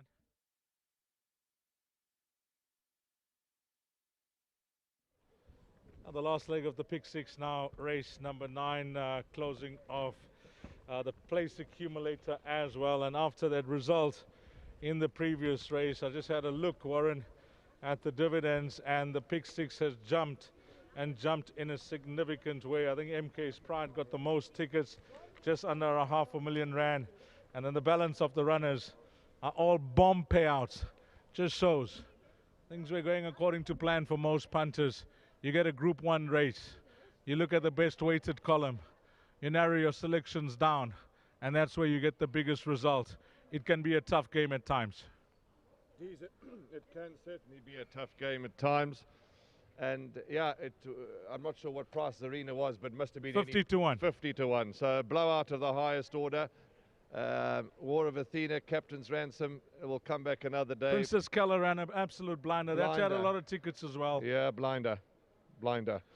But okay, there's still 2 races to go, and we've got something in the last, but we'll get there later.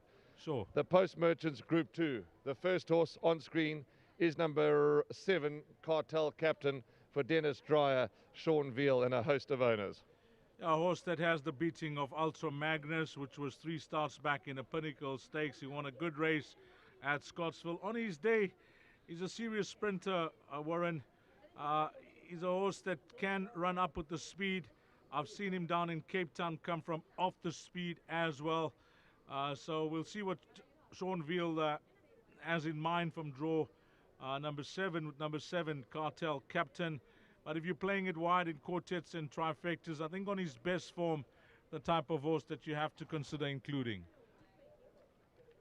Next up is number 8, D's. That's Pearl of Asia, one of the longer shots in the race. He's going to have to bounce back to very best to win this. Yes, maybe that run 4 starts back behind Shanty Man, that was a fair effort. If you go to Shanty Man, who's much shorter in the betting than Pearl of Asia, if this horse can repeat that run, then he'll have a chance of maybe filling in the minor placings, because 4 of his 5 wins have been over the distance, and he has won over the course and distance as well. Okay. Number 4's up next, that's Shanty Man. And Shanty Man can go with the best of them. He had a very good run behind Vernici last time. Yeah, in the previous race, Princess Keller, the colors of Mario Ferreira in a photo finish with Serena, it didn't go their way. And they'll be hoping that this son of Oratorio can possibly bring his thinking of retiring this horse, Warren. But he was so well back home that they decided, let's give him another bite at racing. And his first start back outing in the computer form sprint, he didn't get the best of luck in running, but I really liked his last start behind the very smart Vinici. He was running on best of the rest. Luke Ferraris has got to no chance, Shanty Man. Okay, that's number 4, Shanty Man. A couple of horses have left the ring already. Some lovely afternoon sunlight coming through here, D's. And really looking at these coats of these horses, they look at a good space. Let's tell the guys about MK's Pride, because the one question that I posed to Tony, who's on course representing the Paul Peters stable, I mentioned to him that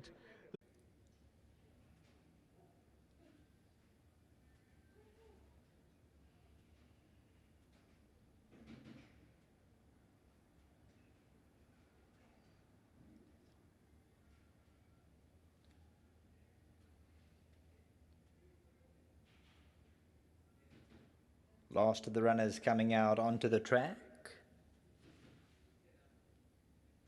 Be a few cap changes.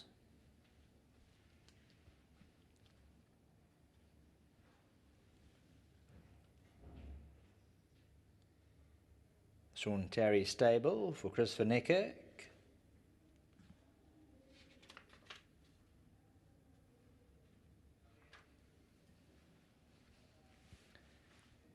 Keegan the Mellows on number 1, Ikigai. 15, Mombela. Lyle Hurtson sports a red cap. So red cap on 15, Mombela. Ikigai in the full set. Passing by number 15, Mombela. Also had the winter coat removed. Number 1, Ikigai, Keegan the Mellow.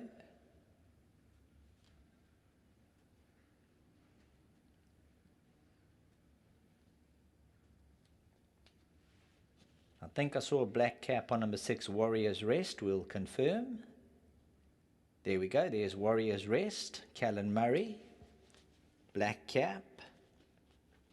Just to get him in the right direction. And forward moving Warrior's Rest.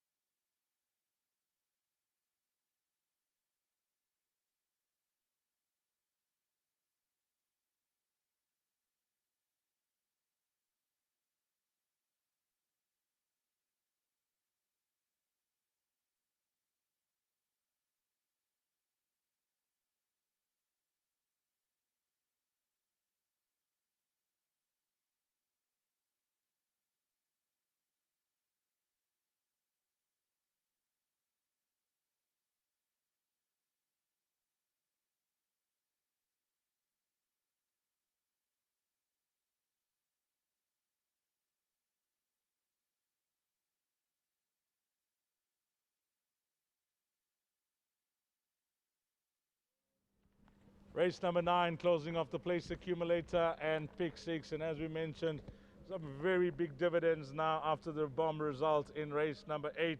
It is the Post Merchants, a Group 2, over 1,200 meters. A quality field that goes to Post. But no doubt, on paper, in black and white, the way we read the form, MK's Pride does deserve his position at top of betting boards. He's been in feature race after feature race after feature race. He's got names in his form line. War of Athena, Catch 22, Got the Green Light, Linebacker, and a certain Battle Force that won the Golden Horse Casino Sprint last time out. An absolute revelation in the sprinting ranks is Battle Force.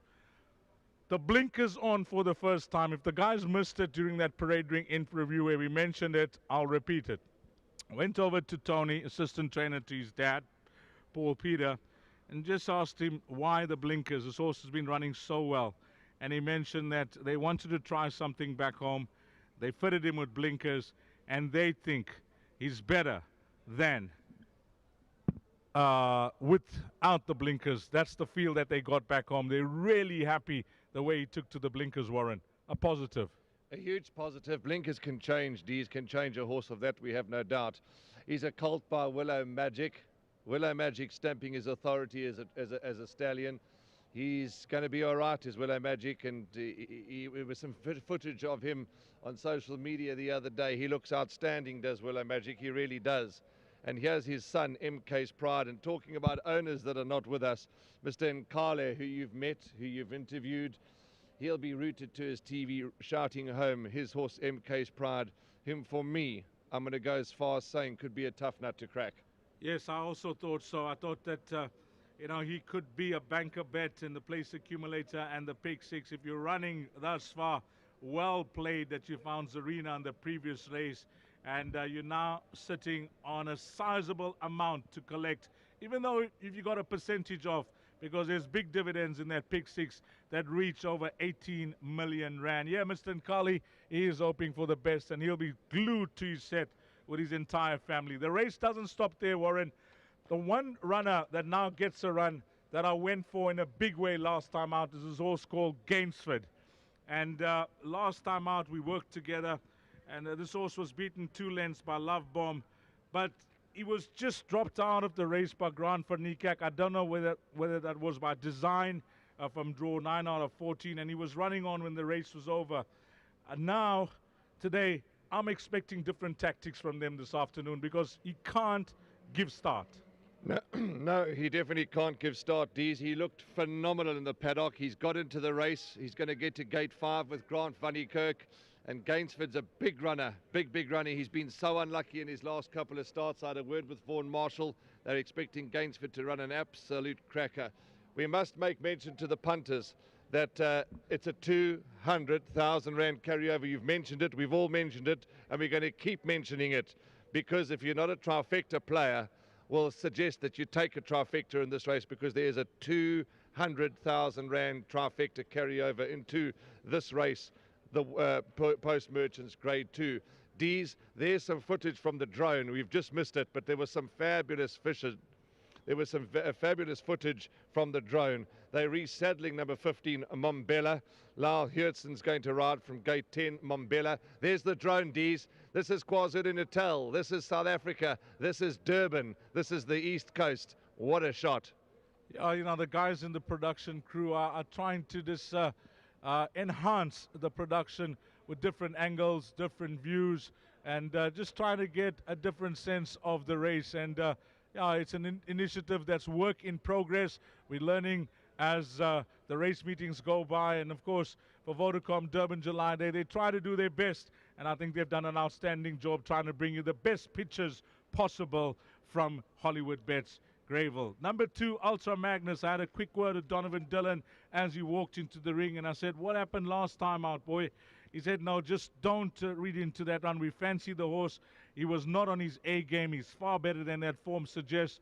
If he brings his A game, distance suited, look at the course and distance, 2 from 2. He must be a massive runner from a good draw number 2. But I'm told that they're loading. Everything's done and dusted with Mombella. If you're running in a pick 6 or a place accumulator. All the best in race number 9. MK's Pride stepping in. Ikigai, Chanty Man. Sing for Rafa, Solid Gold. Casimir, Vion's Pie. Gainsford to move forward.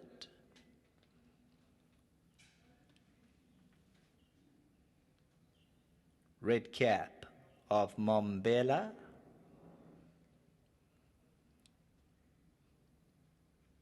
Scrumming Gainsford. Warriors Rest to come up. Pearl of Asia still to load. Cartel Captain. Ultra Magnus.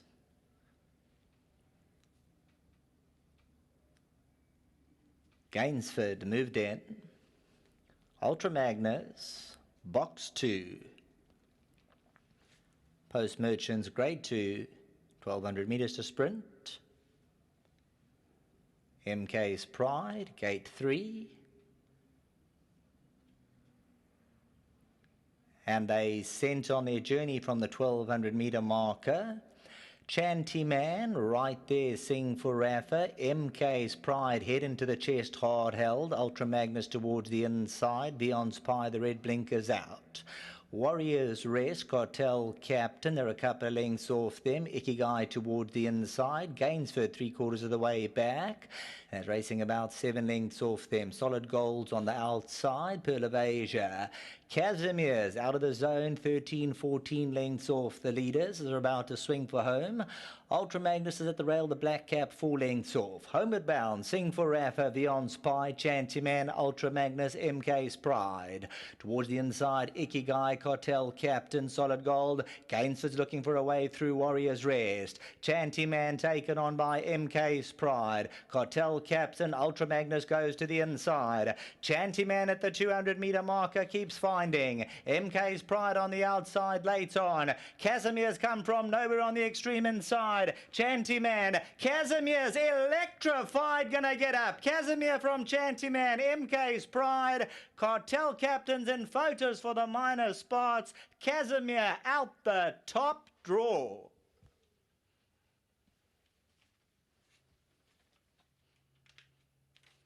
Well, this victory holds all the aces. Richard Ferree, Justin Snaith.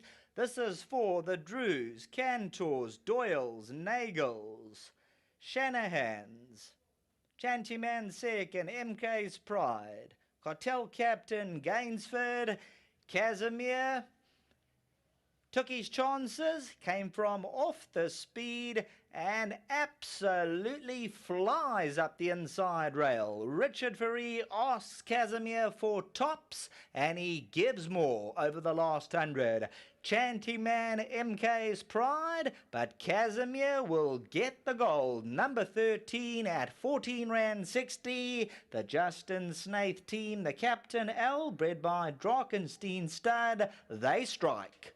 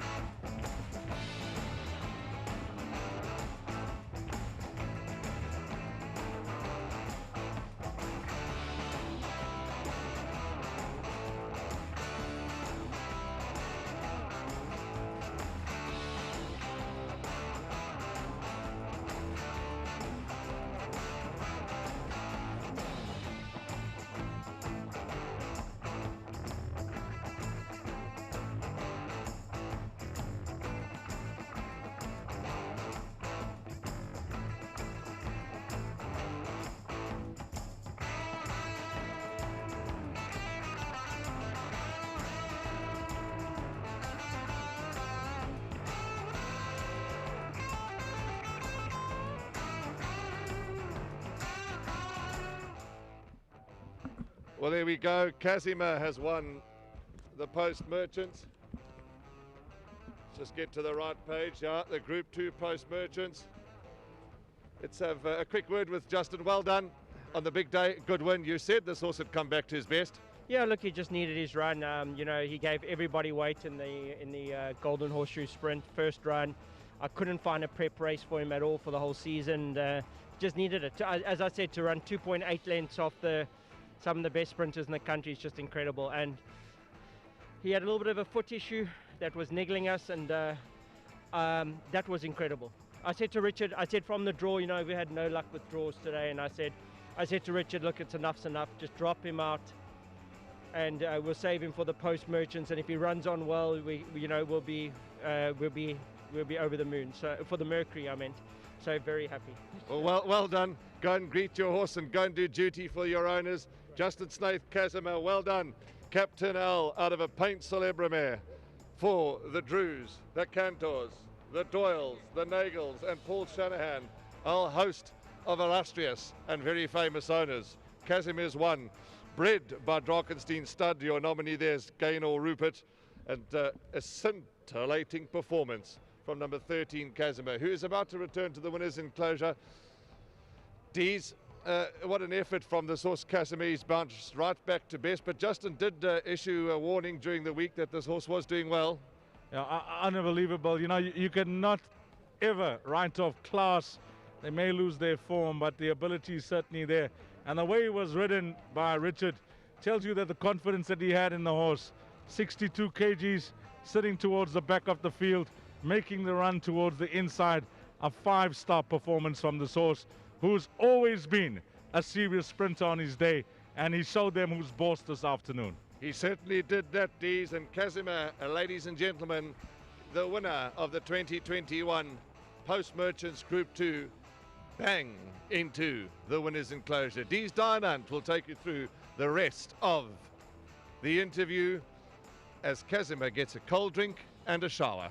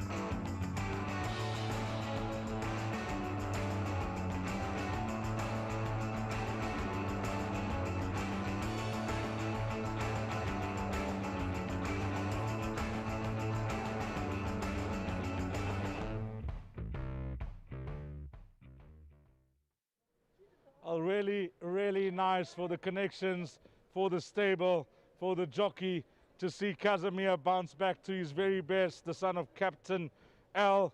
Well done to Drakenstein Stud, of course the breeders, Mrs. Rupert, and a whole host of owners that Justin's going to tell us about. Richard Fourie, the winning rider, and the gentleman Amos, who takes care of this individual. Well done to you, Amos. Outstanding job with your horse. He's back to his best. Congratulations. That's Amos receiving 1,000 Rand from Hollywood Bets and 1,000 Rand from Gold Circle. Casimir, let's get Justin in whilst we wait for Richard Fourie. Oh, Richard is here. Richard, you know, before we touch on this victory, your day on a whole thus far, we've had 9 races. How do things go? You know, it's up and down, but that's racing, and it could have gone a little bit better for me in the big one. I just got held up at a very crucial time. And, you know, don't say I would have won it, but it would have been nicer to have a clear race from about the 400, but it didn't go as according to plan, and you know, got very tight there. But he still ran his heart out. You know, Do It Again. He's run I think 4 times now in July, and he's you know, he's held his own. He's an honest horse, and he's a true champion. Thanks for that. Thanks for that feedback, Richard. We appreciate it. This horse, it must warm your heart to see him bounce back to his very best, and what a ride from you as well. Yeah, I must give full accolade to Justin. Last time I rode this horse, I climbed off. I said maybe it's time for retirement, and Justin's like, no, not really. You know, he found an issue with the horse, and you know, I've got to give Justin full credit. Our game plan from the start was to drop this horse out last season. I also had a bad draw, and I said, no, I'll beat the draw, and I tried to chase him around, and then, you know, he got beat 2.5 lengths, and the horse at 1 was the horse that tucked in. So I thought, you know, there's a little pattern to this. I'm gonna do the same as last year's winner. So jumped out, left him at the back of the field, and he really just took off up the inside rail. Did you know. He gave it to me. You know, 200 to go. I still had 3 lengths to make up. I gave him 1 or 2 reminders. He really responds when you get stuck into him, and you know, he won like a true racehorse, a lovely horse. He's very close to my heart. To the owners, thank you so much for letting me be part of this horse's career. He's just been a sensational horse to me, and I really appreciate it. Well, you said it all, Richard. You're on the board on Vodacom Durban July Day. Feature race days, you sell them off the board, and a nice winning memento for you to take home to add to the many, many feature race trophies that you got in the Fourie household. Well done to you, Richard. Thank you, Dees, and also to the sponsors. Thank you. That's Richard Fourie, and we get a few picks now with him and the winning memento. Justin, yeah, how's your mood? How are you feeling? It's been a long day. Been a long day, one of those days, Justin, but you're on the board now with one of your soldiers in your stable, a horse that's performed at the highest level, at his best on so many occasions. He's come through for you, and he's now an 11-time winner. What a performance. No, look, yeah, I must say the 2 horses today that for me have been incredible. Do It Again. Sadly, Crown Tower was stopping a little bit and got in the way of my own horse with Do It Again, so I've got no one to blame but myself. I was just so impressed with Do It Again. But don't worry, we'll bring him back next year with 55 kilos. So. Well done. He'll be back. So we're enjoying that moment. It's just incredible. I mean, I just think he's the most amazing horse, and I'm so proud of him. And this horse, I mean, wow. How was that win? 62 from last to first. But you know, that race at Scottsville's not right. I mean, 60 kilos, he gave everyone weight. He got beat 2.8 lengths. As I said, I had no race. I couldn't prep him. And you know, it's actually worked into our favor for this race. So yes. I was just so impressed. I mean, I said to Richard, you know, we're having no luck from these draws. Just drop him out to the back of the field. He'll run on nicely. And if he's got a chance, you know, who knows what might happen. So, but to see him do that was just incredible. I'm absolutely lost for words, and no horse deserves it more than him. He was champion equus sprinter of the year. He's been under the radar. He didn't have much of a summer. Things didn't go his way, and to see him bounce back like this, to Robbie Dawson, who shot him. We had a little issue after the Golden Horseshoe Sprint. He's put on a beautiful shoe on him, and it's made all the difference. You saw there the way he can stride, and I think if we keep that under wraps, he'll be good for the season. To all the owners concerned, you know, Bernard Cantor, Paul Shanahan, Peter Doyle, David Dan Nagel, Drew, everyone, Drakenstein that bred him. If I tell you, if I could cast that horse, I would. He's just an incredible animal. Well, to yourself and your team, you're on the board on Vodacom Durban July Day. Give our best to your owners. Winning memento for the winning trainer and the winning owners. Justin Snate, a few picks from our on-course photographers. Choose the one in front.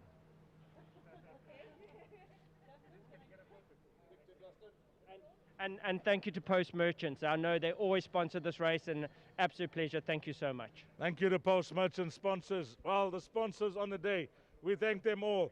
But the 2021 running of the Group 2 Post Merchants belongs to the super talented individual who's bounced back to his very best today. His name is Casimir. That's done and dusted with the exotics, the place accumulator, and the pick 6, that is. But we still got the lucky last, race number 10, coming up next.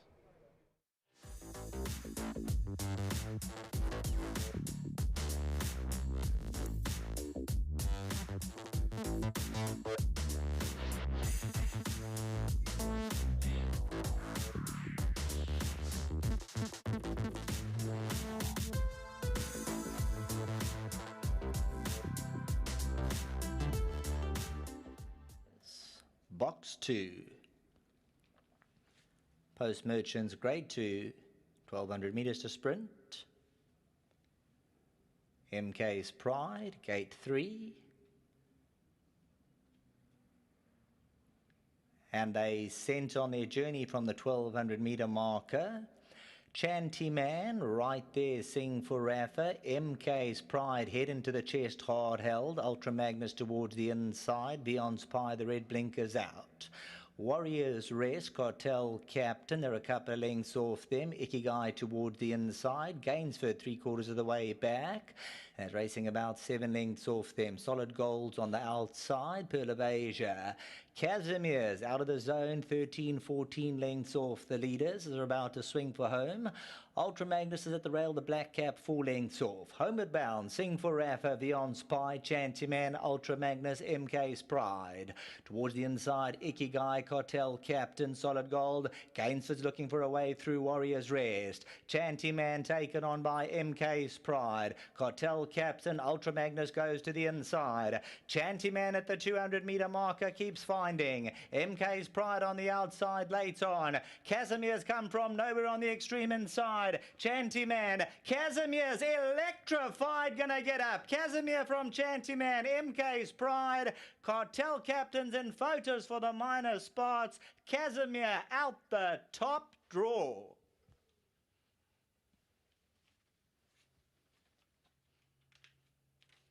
Well, this victory holds all the aces. Richard Ferree, Justin Snaith. This is for the Drews, Cantors, Doyles, Nagels, Shanahans, Chanty Man second, MK's Pride, Cartel Captain Gainsford, Casimir took his chances, came from off the speed and absolutely flies up the inside rail. Richard Ferree asks Casimir for tops and he gives more over the last 100. Chanty Man, MK's Pride, but Casimir will get the gold. Number 13 at 14 Rand 60. The Justin Snaith team, the Captain L, bred by Drakenstein Stud, they strike.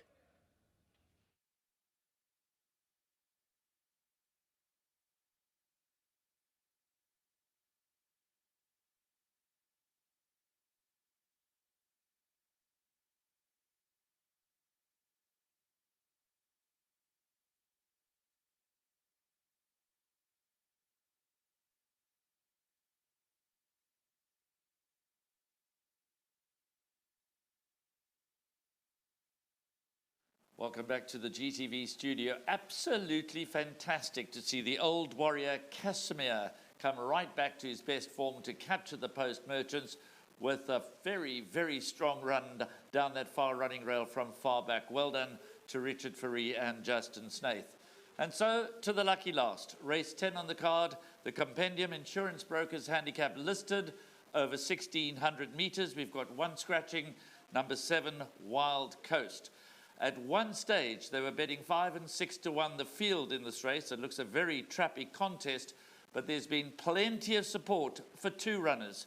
Number 1, Cat Daddy, from 8 to 1 into 9 to 2, and number 10, Pinkerton, from 7 to 1 into 9 to 2. So the co-favourites right now are 1, Cat Daddy at 9 to 2, and 10, Pinkerton at 9 to 2. Others that are worth noting, African Night Sky, Capoeira, Silver Operator, perhaps Approach Control, and certainly the other Snaith runner, Native Tongue. But more from the parade ring, from Dees Dynand and Warren Lenferner. Thanks very much, Graham. Indeed, it's the last race, the lucky last race on Vodacom Durban July Day. the Compendium Insurance Brokers Handicap, the listed event over 1600 metres Ds. And they're about to get into the parade ring now, and scratches number 7, Wild Coast. Does Silver Operator, horse number 8, set the standard in your opinion? Well, you know, when he first arrived in the province, he arrived with such a record from Cape Town that I thought he had the King's Cup at his mercy. And then he disappointed in a big way. That was on the 10th of February that he was gelded, and it was his first run back from gelding, and we thought, gelding, blinkers, they got the formula right. And he was 7.5 lengths behind Trip to Africa, and I was left scratching my head that day, Warren. The Drill Hole Stakes, I didn't fancy him at all in that race. I thought a place at best when he drew 13 out of 14. He ran on, he was beaten 4 lengths by Rainbow Bridge. And then last time out in the Pinnacle Stakes, you could say that was a tremendous run, carrying 61.5 kgs, only receiving a kg from Do It Again, and to finish 3.5 lengths behind him. I think that Vaughan has had enough time with him now in KZN to get to the bottom of him after his gelding, and we'll see if he can bounce back to his best. Is he a confident choice as a win bet? No, he's not. But is he an inclusion in all bets? Yes, he is. What about this horse number 9, D's Approach Control? Hasn't his record good in this race, the last race on Vodacom Durban July Day? Am I thinking of the same horse? Yes, you know, Candice Dawson successfully raids feature race days, and as she walks past, how's your horse, Candice? She gives us the thumbs up. Fingers crossed, fingers crossed, and the thumbs up. Thank you for that, Candice. She comes down, she's often had success in the province for Ralph's Racing, and Warren Kennedy will be hoping that his name will be on the board for 2021 on Vodacom Durban July Day. A horse that brings solid credentials into the race. Willie Express, Johnny Hero, Lady of Steel are the horses that got the better of him at his last 3 starts. Place chance, yes. Okay, let's have a look at these horses. They're on track for the lucky last. Bringing down the curtain on the race meeting today at Hollywood Bets Greyville, Vodacom Durban July Race Day is the 10th and final. Compendium Insurance, Brokers Handicap, listed 100,000 Rand at stake, 1,600 metres the distance. Number 11 is Gigi's Dynasty and Donovan Dillon. Runner who found good anti-post support, but has now eased right out 16 to 1. I think from 20 to 1 down 7 to 1 at one stage, back out 16 to 1. 14 Guru's Pride, Keegan Namelo, 27 Randa, 8 Randa place.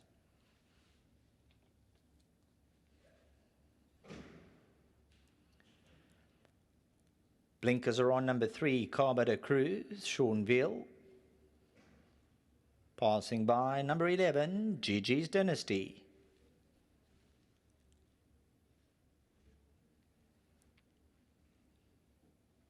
Number 14, Guru's Pride, head into the chest. Always looks so well, Guru's Pride. Number 3 is Carboda Cruz. 5 Time Taker, Ashton Aries. 6 Tread Swiftly, Callan Murray.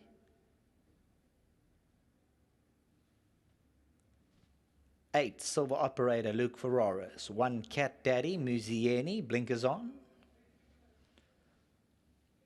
9 Approach Control, passed by number 13, Duc d'Orange, Jason Gates. 9 Approach Control, Warren Kennedy. The current favourite is number 10, Pinkerton at 4 Rand 30. Nice look at number 9, Approach Control, moving past.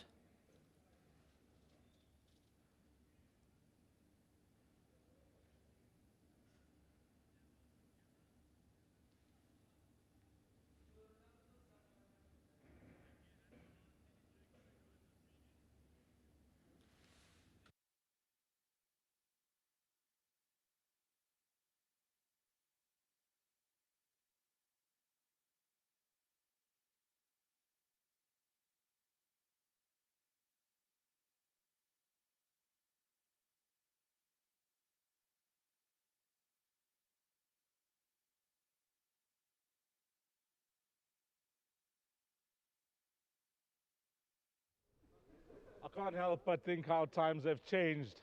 It's the lucky last on Vodacom Durban July Day, and by this time, this place is a hell of a jaw. Come the lucky last, and you'd think that it's a Monday meeting, and we're just closing off race number 8. That's how it feels to me, Warren. But nevertheless, it was a wonderful Vodacom Durban July Day. We congratulate all the winners on the day, but we have to make special mention to Michelle Ricks, Harold Crawford, of course, Cloverflay Stud, and Gavin Larena. And apologies, I forget the groom's name as well, because he's done an outstanding job with the horse called Committee Dung. And Ashwin Reynolds and his family, just wonderful, just a beautiful story. I mentioned in that interview, and I mention it with respect, it was certainly one for the minnows, because it's from a stable that have a handful of horses. You know what's more heartwarming, Dees, is it was a plan, and I remember being at Summerveld when Comedy Dung walked off the float, and Michelle Ricks came up with 2 horses. 2, not 1, 2, not 3, 2. And these horses, just to change the subject for a moment, of Justin Snaith's are out on track. So we just take note of that. The horses are on the track. Going back to Michelle Ricks, and as I said to her earlier on, she came with a mission. She came with 2 lonely horses. She came with a mission to win the Vodacom Durban July. Mission accomplished. A wonderful story. Yeah, when you got a plan and everything falls into place and it's executed to the T, it must be the best feeling. We mentioned when we handed over to Sheldon for that race that it is a race that makes dreams come true, and it certainly made dreams come true for a few of them. Gavin Larena as well. He's achieved everything in his career, but that was one trophy that was missing in his cabinet, and he's got that. And he's got that riding 53 kg. So full commitment to the horse and the weight. It's a memory that'll live in my heart for a long time, is going with the microphone, approaching Gavin Larena, and just having him scream out at me, "Your baby," and it just sent goosebumps, Dees, because that was a special moment, and that's what it's all about, this game that we love so much. Before we give our selections, we've got a little bit of time. They haven't got to the pens yet. To the sponsors, to Vodacom, to each and everybody, to Hollywood, to everybody that's got this day off the ground behind closed doors, and especially to the operator Gold Circle. I'm proud to be part of them. And along with the NHA as well, the guys that have made it all happen behind the scenes. Well done, guys. We tried to give you the best footage possible from a Gold Circle TV point of view with regards to pictures, interviews, and comments that are coming through from Hollywood Bets Greyville this afternoon. Now, can we end off the day on a high? Do you have a fancy? Are you strong on any horse? Or do you think it's a race rather for place value, trifectas, quartets, or a straight punt on the nose? Before I answer that, let's just give you the winning groom of a R1,000 Johnson Workwear voucher. The groom is Sipelanani Shlabiwe. He is the groom of number 9, Approach Control. Well done to him. He takes home a R1,000 clothing voucher from Johnson Workwear. Back to your question, Dees. Yes, I do. I have a place chance fancy. That's number 9, Approach Control, for Candice Dawson. The gelding looked very well. She gave us the thumbs up. She said she's holding, crossing fingers. I don't know what he's paying for a place, but he's my place selection in the race. So your place selection coupled with my win selection could be the 2 roving backers in the race. My win selection is number 1, Cat Daddy for Glenn Cotson and Muzieni, 52 on his back. Draw 1. Remember him beating Captain of Stealth on the poly track. What a performance it was that day. He's having his 3rd run back after his break on the 13th of February. His last start at Hollywood Bet Scottsville, poorly drawn, back of the field, running on behind Solid Gold. He's got the draw, he's got the weight, he's 1,600 meters today. I went over to John and I just said, how's he working with the blinkers? He said he's working very well with the blinkers. We're expecting a forward performance from him. That was good enough for me. 1 and 9 could be the roving bankers if you want to use Warren's selection and my selection as part of your play. Copiera, I have to speak about. I was impressed with his last start behind Crown Towers. Yeah, that was a good effort, very good effort behind Crown Towers. And although it's been 364 days, nearly 365, Capoeira, if he were to win a gelding by Oratorio for Sabine Plattner, Grant Van Niekerk, very good effort. One for the shortlist, of that I have no doubt. Justin Snate's runners, we'll be remiss if we don't speak about his runners. Numbers 2, of course, 7 is out, Wild Coast. 10 and 12, that's Pinkerton and Native Captain, and horse number 2 being African Night Sky. Do you have a preference for one of these 3, or you give them all chances here? I give them all chances, but I do prefer number 10, Pinkerton, out of his trio. Pinkerton the pick from the Snake Yard with Samanga Kumala up for Drakenstein. That's horse number 10. Silver Operator, we briefly spoke about him during that parade ring preview. Can he bounce back to his very best Cape form? Yes, he could, Dees. He's going to have to step it up now, Silver Operator. He's been given plenty chances from me. He's a son of Silvano out of a Captain L mare, 4-year-old. They get better as they get older. He's 112 rating. He can step up to the plate, but I want to see that now because I'm a big fan of Silver Operator. He's going to have to step up to the party here. Just one more horse before we hand over to Sheldon. Number 6, Tread Swiftly. If you look at the way Peter Muscat has been racing this horse and the company that he's been keeping him in, he's got linebacker, do it again in his form line.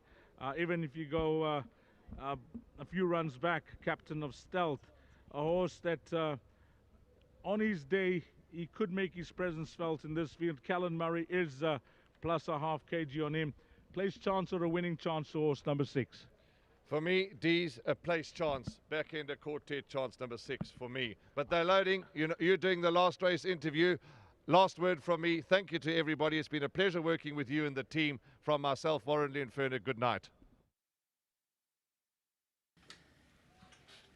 Thanks very much to all concerned, making today's Vodacom Durban July a great success. All the sponsors, everybody involved, getting behind today's big race day. Bringing down the curtain is the 10th race. Compendium Insurance Brokers Handicap listed, 100,000 Rand at stake, and Native Tongue's about to come forward. And of course to congratulate all the winners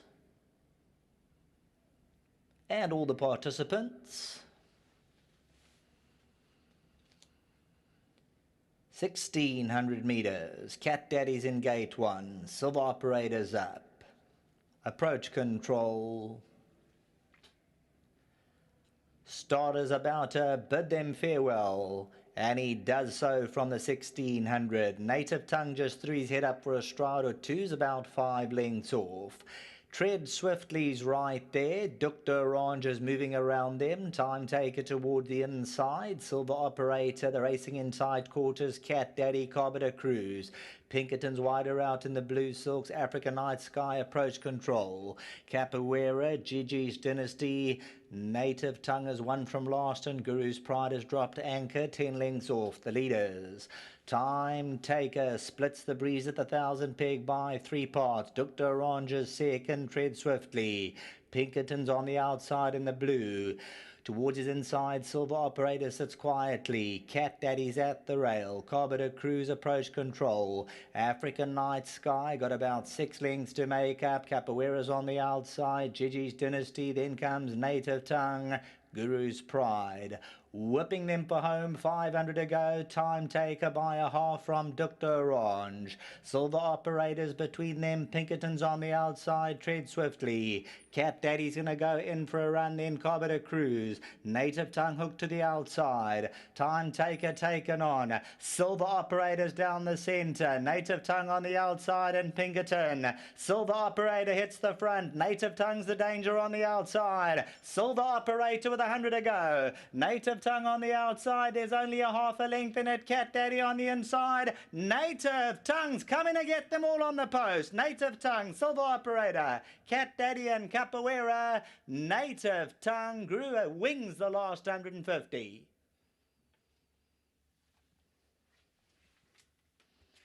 Number 12, Native Tongue. Nick Johnson, they'll get up in the shadow of the post. Silver Operator, he moved smoothly coming to the 300. Cat Daddy's in third. Capoeira. But ending the day on a high, Richard Fourie, Justin Snaith. Of course, we saw earlier Casimir with a breathtaking finish, and Native Tongue just seemed to throw his head up as the starter said go. He's got the pink cap on, starts to drift to the centre, but Richard Fourie straightens him up and pushes for all he's worth to grab Silver Operator. Cat Daddy's in behind these. Native Tongue, Master of My Fate, bred by the Wicklow stud. Justin Snaith, Richard Fourie, Nick Johnson. Race number 10 from Hollywood Bets Greyville, Vodacom Durban July race day. From myself, Sheldon Peters, be safe, and we'll catch you soon. Back to the studio.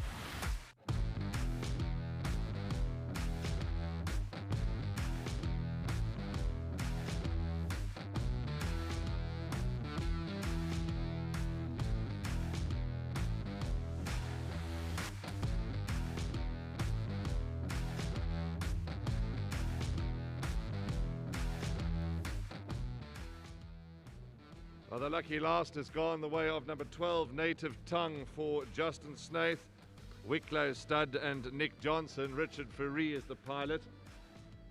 And this horse is won very well last time and won very well today. It's taken a bit of time for Justin Snaith to find the winner's enclosure today, but he's found it, and he's recorded back-to-back victories, races 9 and 10. Well done to them. Okay, so Native Tongue has won, and Native Tongue is going to be returning to the winner's circle shortly. And there is Justin Snaith on the left-hand side, on my left, and Justin's assistant. And they're into the winner's enclosure here with the son of Master of My Fate. And the colours of Nick Johnson, thank you to him for the sponsors and all that he's contributed to today's race meeting as well. Into the winner's enclosure for the last time today, number 12, Native Tongue.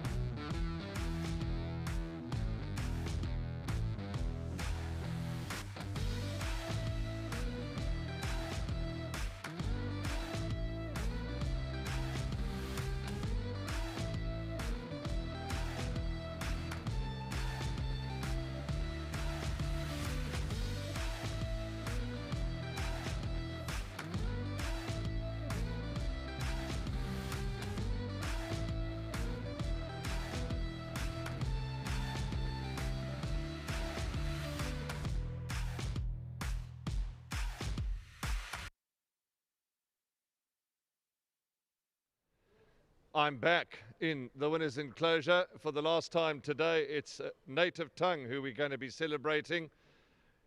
Justin Snaith, Nick Johnson, Richard Fourie, Wicklow Stud, and Andile Sikibi, who is the groom that looks after Native Tongue. He's going to receive all his presents here on behalf of Compendium Insurance Brokers, the groom's prize money, and R1,000 on behalf of Hollywood Bets and Gold Circle. Well done to you, Andile. Congratulations. As the sun is set, as it's now dusk time, I think we can call it, you've ended off the day on a high. Congratulations. A good race this. Are we done? Are we done? Unfortunately. It was so fun. It's such fun. And we wish it could carry on into the early hours of the evening, Richard. Yeah. But we are done. And this horse, Native Tongue, I love the way he finished his race. It was impressive. You know, I was quite a way back, and I started just peeling off a little bit. And, you know, he took the bridle, and I thought, you know, maybe I'm just doing a little bit too much at that fraction at that moment. But he was doing it himself without me asking. And then straighten up, 300 to go. You know, he was close to winning, and got in behind him, asked him for effort, and then, you know, he just started labouring a little bit. Obviously, what I did in the beginning, he started feeling it, and you know, he started running in slightly, you know, just running out of gas. But it was still a fantastic win. You know, the way he quickened up at a crucial stage, and it was a lovely win. So well done to Mr. Johnson, to his family, and then also, you know, to the whole Vodacom team. They did a fantastic job under the circumstances. Well done. Well, you've said it all. There's some more trophies for you. It's been a glorious day. There's been prizes for everybody. There's your trophy. Well done, Richard. Proudly sponsored by Johnson. Let's get Justin in. First time I'm interviewing you today. But let's chat. Let's talk about something different, because something that happens in the winner's enclosure, which we may know the answer to the question I'm about to ask, but others may not. Your horses get a drink of water and a lovely ice cold bucket of water. Just share that with us, because I haven't seen that being done in the country, and I think it's a wonderful gesture to the horse. No, like I'm sure with you and Candice, when you behave well, you get rewarded with a glass of wine or something, or a nice cup of tea. Same thing for the horses. They try so hard. They are heroes. They put all the effort into it, and we just want them to come home safely. And I was so nervous because everyone's packing up. And he's such a nervous horse. You'll see the ear muffs, and then someone was rolling something. Someone was fiddling with a mic on the thing, and I was going, oh, the wheels are going to come off here. So we quickly moved them aside while everyone packed up, got them to the track safely. And he looked amazing, this horse. He did. Wow. He did. And Richard, you know, even though we may have had a bit of unlucky running in the Durban in the main race, I think Richard's ridden brilliantly all day. I think he's been right there. He's certainly the jockey that I thought, wow, if the way he's riding today, if this horse got any chance, Richard will make sure he gets there at the right time. And very, very impressive. We came from far back. But when a horse looks that good, it has to run well. Has to run, yes. So really well done to Nick and his whole family. I'll see them just now. Celeste, everybody. Hasn't been one of the better, but we'll take it. Absolutely, absolutely. Any win's a good one. Yes. And I was hoping you were going to say keep the ice-cold beverages cold, and you're going to enjoy a well-deserved drink or refreshment or whatever you're going to have. It's been a tough day, but it's been a good day, and you've ended it off very well. Well done, Definitely, Justin. definitely. To win a race on this day, you take with two hands. As I said, going into the race meeting, it is a very competitive race day, and Yes. To walk away with two winners and think you've had like a chilled day, I'll take it with two hands. You know, it's to everybody that won races today, to Michelle Ricks from Cape Town and all the owners, absolutely top class. They made the right calls when they needed to, and hats off to both of you. Now we've got some lovely Group 1 horses to gallop right now. Justin, there is your trophy. Raise it high to the trophy, there it is. Thank you. Well done, Justin Snaith, our winning trader. And Nick Johnson, of course, and Compendium Insurance Brokers, thank you. Nick Johnson, you're at home, you're watching, your trainer's on his way, and well done to you and your whole family. Native Tongue, as son of Master of My Fate, and to everybody at Wicklow Stud, well done as well. Richard Fourie, a fine riding. What's left to tell you? Besides 12, 8, 1 and 4. I have to pinch myself. I can't believe the Vodacom Durban July Day has come and gone after all the preparations and all that's gone into it. But from each and every one of us, We hope that you've enjoyed this production around the world. To those that have won races today, well done. To Comedy Ding, the People's Horse, well done to you all. From Warren Linferner, Dees Dynant, Graham Hawkins, Sheldon Peters, Craig Peters, and the entire GTV production team, please, whatever you do, be safe. And I'm stealing Dees's phrase. Good night, God bless, and Salani Gashle for the last time at the 2021 Vodacom Durban July Day. Goodbye.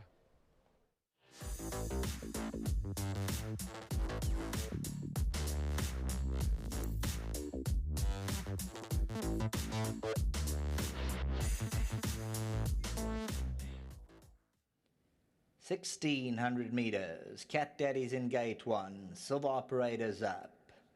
Approach control. Starters about to bid them farewell, and he does so from the 1600. Native Tongue just threw his head up for a stride or two's about 5 lengths off. Tread Swiftly's right there. Dukta Orange is moving around them. Time taker toward the inside.